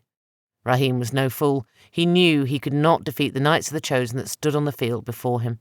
If that big ball of flame truly was the Chosen, he wanted nothing to do with it. "Flee like the worms you are. My Lord Chosen comes," the shield boomed. All the remaining knights of the Chosen turned and bent a knee as the ball of blue flame got closer. King Phalor's men ran from the field in panic. The horn of retreat blared over and over again. The ball of blue flame was still far off, but its brightness lit up the night sky for miles. "House Blackbeard to me!" Rahim roared. What was left of his 20 men rushed to him. "Grab our horses and meet me where I met with the commander," Rahim ordered. He had 7 men left. Rahim shook his head as he looked again at the huge blue ball of fire in the sky. "Darhavin is doomed," he said, as he limped as fast as he could to where he would meet what was left of his men. Hafsa. Hafsa lay on a straw bed, her armour stripped from her. She bled from countless wounds. Many of her bones were broken. It was a miracle that she even breathed. An old woman stitched her up. She cleaned her off with a wet cloth. She had bled so much that the water that she dipped the cloth in was dark red. Hafsa sighed. Each breath was a struggle for her. There was a calm upon the camp, so no longer heard the sounds of battle. She turned her head to peer out of the door of the ruined building she was in. The 5 remaining knights of the Chosen knelt. Their armour seemed to glow brighter. "He comes," she heard them say. She tried to follow their gaze, but she was too weak to move. "Our Lord has finally arrived," the old woman said. Her face beamed as if she had been waiting her entire life for this moment. Maybe she had. The Chosen had arrived just in time to save his city. Hafsa sighed. He comes to claim victory after she did all the hard work. One of Hafsa's knights stormed into the room. "Commander," he said, and bowed respectfully to her. He was gravely wounded. He cradled his side tenderly. The armour there was pierced, and blood dripped from it. "We have to leave. The Chosen comes," he said. Each word was painful for him. He waved his hand, and several of her knights came in. "She's too wounded to be moved yet," the old woman protested. The knights of Darhavin shoved her out of the way and picked up their wounded and battered commander. Another grabbed her armour. "Phalor's men have retreated to their camp. Now is our time," one of her knights whispered in her ear. "Knights!" the old woman shouted. She was calling to the nearby knights of the Chosen. 12 knights of Darhavin remained. A knight of the Chosen heard the old woman's call and approached. The knights of Darhavin drew their swords. Hafsa was fading in and out of consciousness. The knight of the Chosen looked at her and at her men. He was not afraid of them. He simply pointed to a horse and wagon they had prepared. "We will honour our end. Next time we meet, Commander, I will kill you," the knight of the Chosen said. He stepped out of their way and waved the other knights to him. They ran down the pass. Hafsa was placed in the back of the cart. Her men covered her with a cloak. It was a task clearing the bodies enough so they could slowly make their way down. It was not long before they came upon the knights of the Chosen, facing off with many of Phalor's men. They were not fighting. The knights of the Chosen simply stared at them and dared them to make a move. It was clear that King Phalor's men were in disarray. They were confused on what to do. That big blue light in the dawn sky had them unnerved. They were waiting for a command on what to do. "Go now," one of the knights of the Chosen said. He pointed to a small trail off to the side of the pass. Hafsa's men quickly took it and disappeared into the night. They were hoping to get as far away from the city of Alkebulan as they could. Commander Ben. Ben cursed as he heard the horn of retreat sound several times. His men and that of his allies rushed to the pass entrance. "He comes! The Chosen comes!" he heard several of his men say as they ran. Many pointed at a huge blue flame getting nearer. He didn't know how he was supposed to fight that, or even if he could, but he knew he had to get control of his men. Several knights of the Chosen came into view, their armour glowing brighter than before. "Attack, you fools!" Commander Ben roared. He had thousands of men here, and they fled from a few ragtag knights. Many of his men that heard his command turned to face the knights and were swiftly cut down. "Make way for us to enter our city, and we will let you go in peace," a huge woman asked him. The huge woman pointed at the blue light in the sky that was coming here quickly. "Our Lord comes," she said. Ben shook his head. "Attack, men!" he ordered. His soldier, seeing him, rallied in front of the knights and attacked. Wave after wave they came at them. The knights fought and slew many of them. King Phalor's men were so many, and they so few, that the knights found themselves being pushed back. Many of the knights fell as they battled the hordes of Phalor's men. The blue ball of flame came.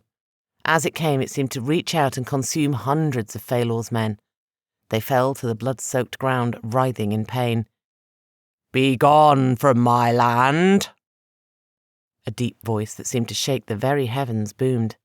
King Phalor's men scattered and fled in every direction. Those who were not fast enough were engulfed in blue flame. The knights of the Chosen that still breathed took a knee before the ball of fire. They watched in awe as the fire disappeared, and there stood Jashim the Chosen. He did not look as Muazma last saw him. He stood straighter, his deep black eyes gone and replaced with blue fire. Jashim turned and looked at Muazma. "Shield," Jashim said. His voice seemed otherworldly. "Yes, Lord," Muazma replied. "Take me to my throne," the Chosen ordered. He has returned. Here the Chosen stood. He was tall and regal. His face was unshaven and tired, but he emanated power. A power so strong that even his enemies bowed before him. They had no choice. King Phalor's men that lived found themselves on their knees, their heads bowed in reverence to him. His flesh was the colour of wet sand, his brows thick and furrowed. He looked around in silence. Burnt and withered bodies littered the ground around. His return was supposed to be glorious. He was supposed to be celebrated. But instead, his return to this land was marred by death and destruction. His once great city under siege, and nothing more but the decayed remains of what it once was. The very ground seemed to shake, and he walked. All quickly hurried out of his way. They felt if they got too close to him, they would be destroyed. To him, they scurried like roaches in the light. He started to walk up the narrow path to his kingdom. The countless bodies that were in his way disgusted him. His knights fell in formation behind him. His shield walked proudly beside him. As he neared the ruined gate, he paused. "Where is my sword?" he asked. His voice seemed to boom all through his ruined kingdom. Muazma looked at him confused. "It is on your hip, my lord," she replied. He shook his head. The balls of fire that were his eyes smouldered. "Just as you are my shield, I also have a sword," the Chosen said. He sighed deeply, for they did not understand. He was very limited in what he could do in this world. His entrance was very taxing. Here he was, the hand that moved the pieces on the board. Nothing more. He could not directly engage his enemies. His followers had to do so. His shield was his defence in this world. There was none more worthy of that than the guardian Muazma. His sword was his weapon here. Through his sword, he would directly attack and go after his enemies. His shield would defend his kingdom and rebuild it. He had 2 swords in this world, which was odd. Normally he just had 1. But for some reason he felt 2. Nothing he did was planned out by him. He was a tool being put to use by something greater than him, not unlike those that served him. The Chosen waved his hand in the air, and a blue flame appeared. It started as a ball and slowly formed into a huge blue shield with his symbol etched in it. It glowed with the blue fire that it was created from. He handed this to Muazma. Muazma knelt before him and humbly took it. To her surprise, it weighed next to nothing. She discarded her old shield. The blue shield of the Chosen glowed and burned with blue fire. Its flame did not affect her. The Chosen sighed as he watched his shield don it. If only she knew the true weight that shield bore. My kingdom will be under attack non-stop. She would not rest, for my kingdom's well-being was now in her hands. Soon she would regret taking that wretched shield. The Chosen turned his magnificent head and stared at his ruined and decayed ramparts that were now freshly stained in blood. There was a hero here, one that gave her all in defence of my kingdom, one that is one of my enemies. The Chosen walked to the spot before his ramparts where Commander Hafsa made her stand against King Phalor's men. He smiled. "My second sword," the Chosen whispered. The Chosen seemed to be in a world of his own. He did not notice or care about the thousands of eyes that watched him and followed him up the narrow pass. Many of King Phalor's men stood in awe of him. The Chosen stood and looked around and found Commander Hafsa. No one could see what he saw. She was being carried by the remnants of her knights to the massing front line of her order. They would attack his ruined city soon. His second sword will be back. "Ionder!" the Chosen boomed. He turned and faced the people that watched him. They saw him as some sort of god. If only they knew the truth that he was no more of a god than them. The power he was given here made him feel like a god. It was torture to have all this power and not be able to use it the way he wanted. Maybe he was getting a taste of the curse of the gods, having all the power in the world, but limited as to how you could use it. A tall, well-muscled, dark-skinned woman approached. She limped badly and was covered in the blood of her enemies, her swords sheathed at her hips. She trembled as she approached. It was hard to tell if she trembled because of her wounds or because of him. The Chosen's eyes softened as he saw her. "You have travelled a long way," he said. Ionder knelt before him. She could barely breathe. Walking up that narrow path with her wounds had exhausted her. She indeed had come far. No longer was she that angry, twisted girl that became the world's foremost assassin. No longer did she struggle with the demon in her, the loss of her father, her murder of her mother. She accepted it and embraced it all. She had discovered who and what she truly was. Ionder nodded. "I have, my lord." Ionder gasped. Talking was painful for her. Fresh blood gushed from her thigh. She had been stabbed there deeply. The Chosen frowned and knelt beside her. He touched her wound and it closed before her eyes. He gently pulled her head to him and kissed her forehead. Ionder gasped as blue fire pulsed through her. It healed her. Every wound she had sustained closed and vanished. She still felt tired and weak, but she no longer bled or was in pain. The Chosen stood again. "Have you completed your task?" he asked her. Ionder was still trying to catch her breath. She was able to nod. The Chosen smiled down at her. "Stand, Ionder, once known as the Betrayer," he commanded. Without hesitation, she stood. She bowed her head. She did not want to look him in his eyes. The Chosen took a sword from his hip. Its blade was blue fire. He held it out to Ionder. "You are one of my swords," he said. Ionder's hand trembled so much all noticed it. She gripped the hilt and gasped as its power surged through her. Tears fell from Ionder's eyes. She had found her purpose. She was no longer the lone hurt wolf. She was no longer the orphan. Most of all, she was no longer the betrayer. She was part of something greater than herself. "Bring your task and her companions to me tonight," he commanded. Ionder nodded and stood by the shield. The shield towered above her. Ionder was a strong woman, but Muasma seemed a giant. The Chosen looked at his sword and shield. His expression was emotionless. He could see things they could not. He knew the path ahead for them was paved in death and blood. "Hamza!" the Chosen boomed. He turned and waved his hand in front of the barricade. Blue flames engulfed it. "Yes, Lord?" Hamza said. He approached the Chosen and knelt. "Gather my magi and rebuild the ruined tower," the Chosen commanded. Hamza nodded and hurried off into the city. He had been waiting on this moment and praying he would be the one to send out the signal.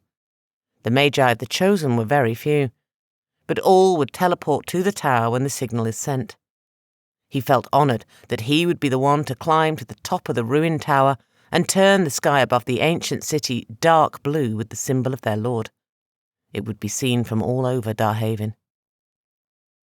The Chosen stepped over the countless dead bodies and entered his ruined city.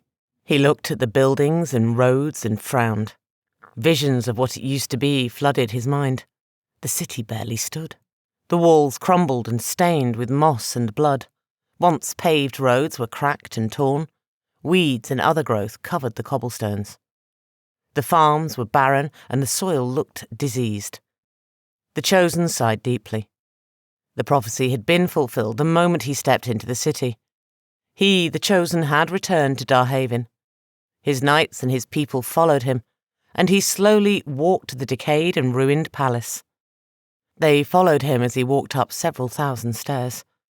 There, at the very top, in what once was the most beautiful great hall Darhavin has ever seen, sat his throne. It was like everything else in his once great city. It was rotted and decayed. The Chosen slowly walked to it. All that had followed him held their breath as he touched it. He ran his slender brown finger over the seat. A thick layer of dust and grime caked his finger. "It is fitting," he said to himself. He turned to his people and slowly sat. "I am here to raise this world from the dirt and grime, so it is fitting that my throne resembles the state of the world," he whispered. As he sat, a power flooded his kingdom and the lands around him, a power that said loud and clear, "He has returned." Lorden sat in the Tower of Magi, the other Magis of the council around him. His head was throbbing. It had been a rough couple of days for Lorden.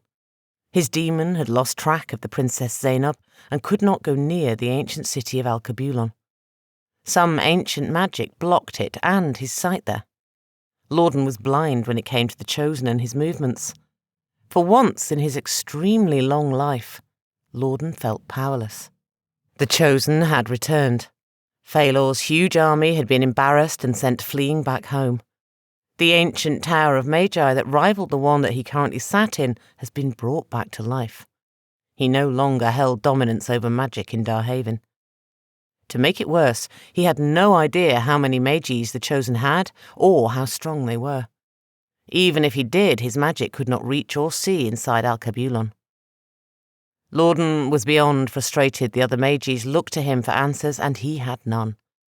He was powerless when it came to attacking the ancient city of Alkebulan directly.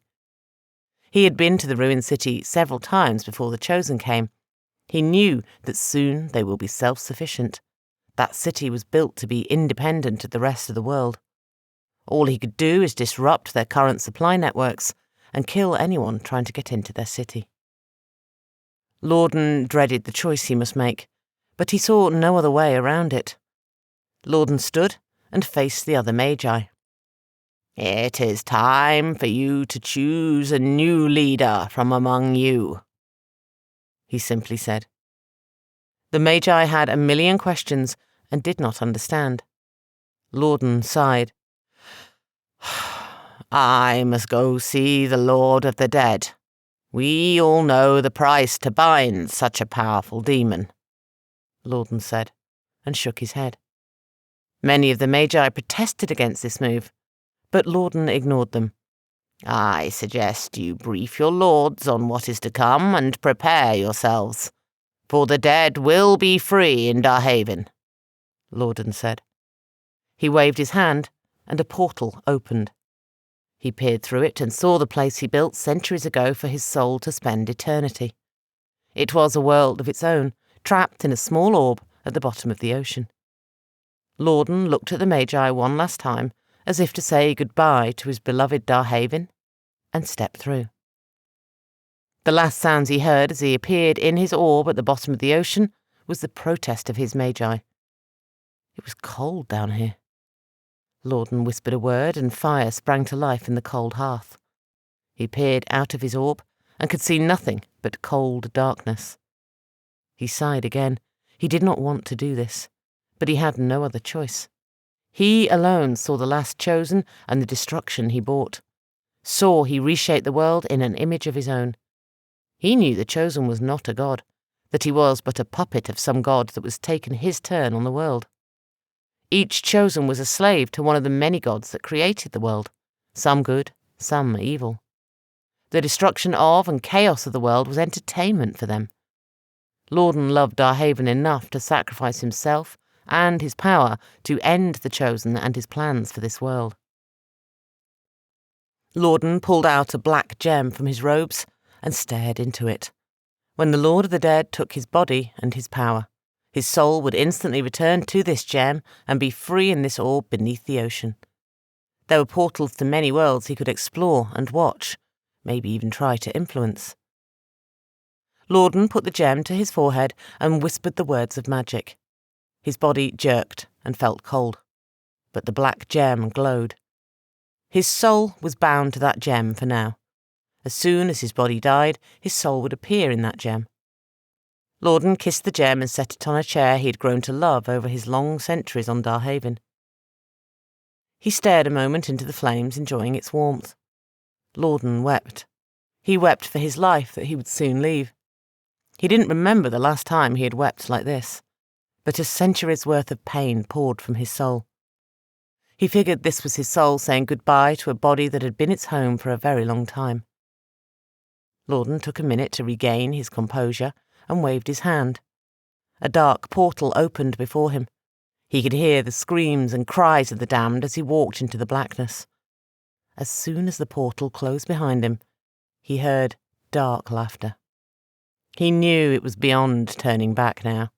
He was in the realm of the Lord of the Dead, and he was powerless here. His old ebony flesh prickled, and his hairs were standing on end. Lorden was afraid. Lorden, the great and powerful magi who could destroy kingdoms with his magic, felt like a child who was afraid to leave his bed because of the monsters that were said to lurk under it. Lorden took one shaky step after another. He had lost track of time. He stopped counting his steps. He figured when the Lord of the Dead was done toying with him, he would appear. The Lord of the Dead was a demon after all. It was their nature to savour every last moment of suffering from a living soul as they could. It was no different than a cat toying with its meal before it ate it. "Finally you come to me, Lorden," a deep, cold voice boomed from everywhere. Lorden shivered. "Is your offer for my body and power still on the table?" Lorden asked. There was a long pause, and through the darkness a man appeared. I'm not sure if calling him a man was accurate. His flesh was rotted and falling off all over him. His face was the face of countless faces stitched together. Each face had a look of complete horror forever frozen on it. "You must be in dire need for you to come here and beg me for help." The Lord of the Dead voice was 1,000 voices blended into one. It horrified Lorden. It made his skin crawl. The darkness that surrounded him was consuming. He had lost all sense of direction. He could not even feel his magic. Like all magi, magic is in their blood. They could feel it pulse through them like you could feel your heartbeat. Without his magic, he felt weak. His age crept back to him. He was a walking corpse that should have turned to dust hundreds of thousands of years ago. But here he stood in the halls of the Lord of the Dead. "What do you ask in return, Magi?" The Lord of the Dead hissed. Lorden was not sure if he could talk. He could barely stand. His flesh was stripped away from him, and he was just bone and beard before this demon. "Kill," Lorden gasped. The Lord of the Dead knew what Lorden wanted, but he relished in seeing him suffer, in seeing him struggle. "Kill," Lorden gasped again. Lorden knew he had to say exactly what he wanted in order for the pact to be binding. He had to say more than just kill. His strength was waning fast. He could feel his soul ready to flee to the black gem. "Come on, you old fool," Lorden thought to himself. He gritted what was left of his teeth. He took a deep, wheezing breath. "Kill the returned chosen," Lorden said. He fell to what he thought was the floor. Without his magic to sustain his life, he was dying. All the years that his magic kept time and age at bay seemed to rush at him. He was a skeleton now. The demon just stared at him as he wasted away, as time was getting its vengeance for being denied him for so many years. The demon had to say yes in order for there to be a pact. "Oh, you are an old fool," Lorden scolded himself. He could not talk, so he just had to think it. He was a fool for believing this demon would accept him. Lorden sighed, his breath escaping through skeletal jaws as nothing more than dust. He was going to die now. Die for nothing. His hopes of saving Darhavin gone. "Yes, Magi, I'll kill the returned chosen," the Lord of the Dead said at the very last moment. He had waited to get every ounce of pain, every moment of suffering from Lorden before he ended it. With that, Lorden's soul fled his body. Lorden was dead. His body and all the power he possessed now under the control of the Lord of the Dead. The hells shook with power, and the Lord of the Dead laughed. "I'll kill your returned chosen, and Darhavin with him." Those were the last words that Lorden heard the Lord of the Dead speak. He knew now the Lord of the Dead would rise up from the hells and start terrorizing Darhavin as he made his way to Alkebulan. Sometimes you have to destroy something in order to rebuild it. His soul returned to the black gem that sat in his favourite chair. After a moment of his soul sitting in that gem, it turned to dust. Lorden stood in his orb at the bottom of Darhavin's deepest ocean. He had a tiny amount of his magic still. A portal stood before him. He could choose to enter it and explore new worlds, or sit here and watch his beloved Darhavin die at the hand of the Lord of the Dead. Lorden looked at the portal longingly. He sighed, for he could not turn away from his Darhavin. He had to know the outcome. He had to watch the war between the dead and the chosen. Lorden dusted off his favourite chair and looked into the fire. "Show me the Lord of the Dead," Lorden commanded the flames. The flames hissed in response. They roared for a moment, then a desert appeared. It was the middle of nowhere. There was not a person or civilization for countless miles. Lorden was confused as to why he was seeing this. He thought that maybe the fires got it wrong, that the fires made a mistake. "Show me the Lord of the Dead," Lord commanded. Again the fires roared and the same desert came into view. Lorden sighed, but did not pull his eyes from the flames.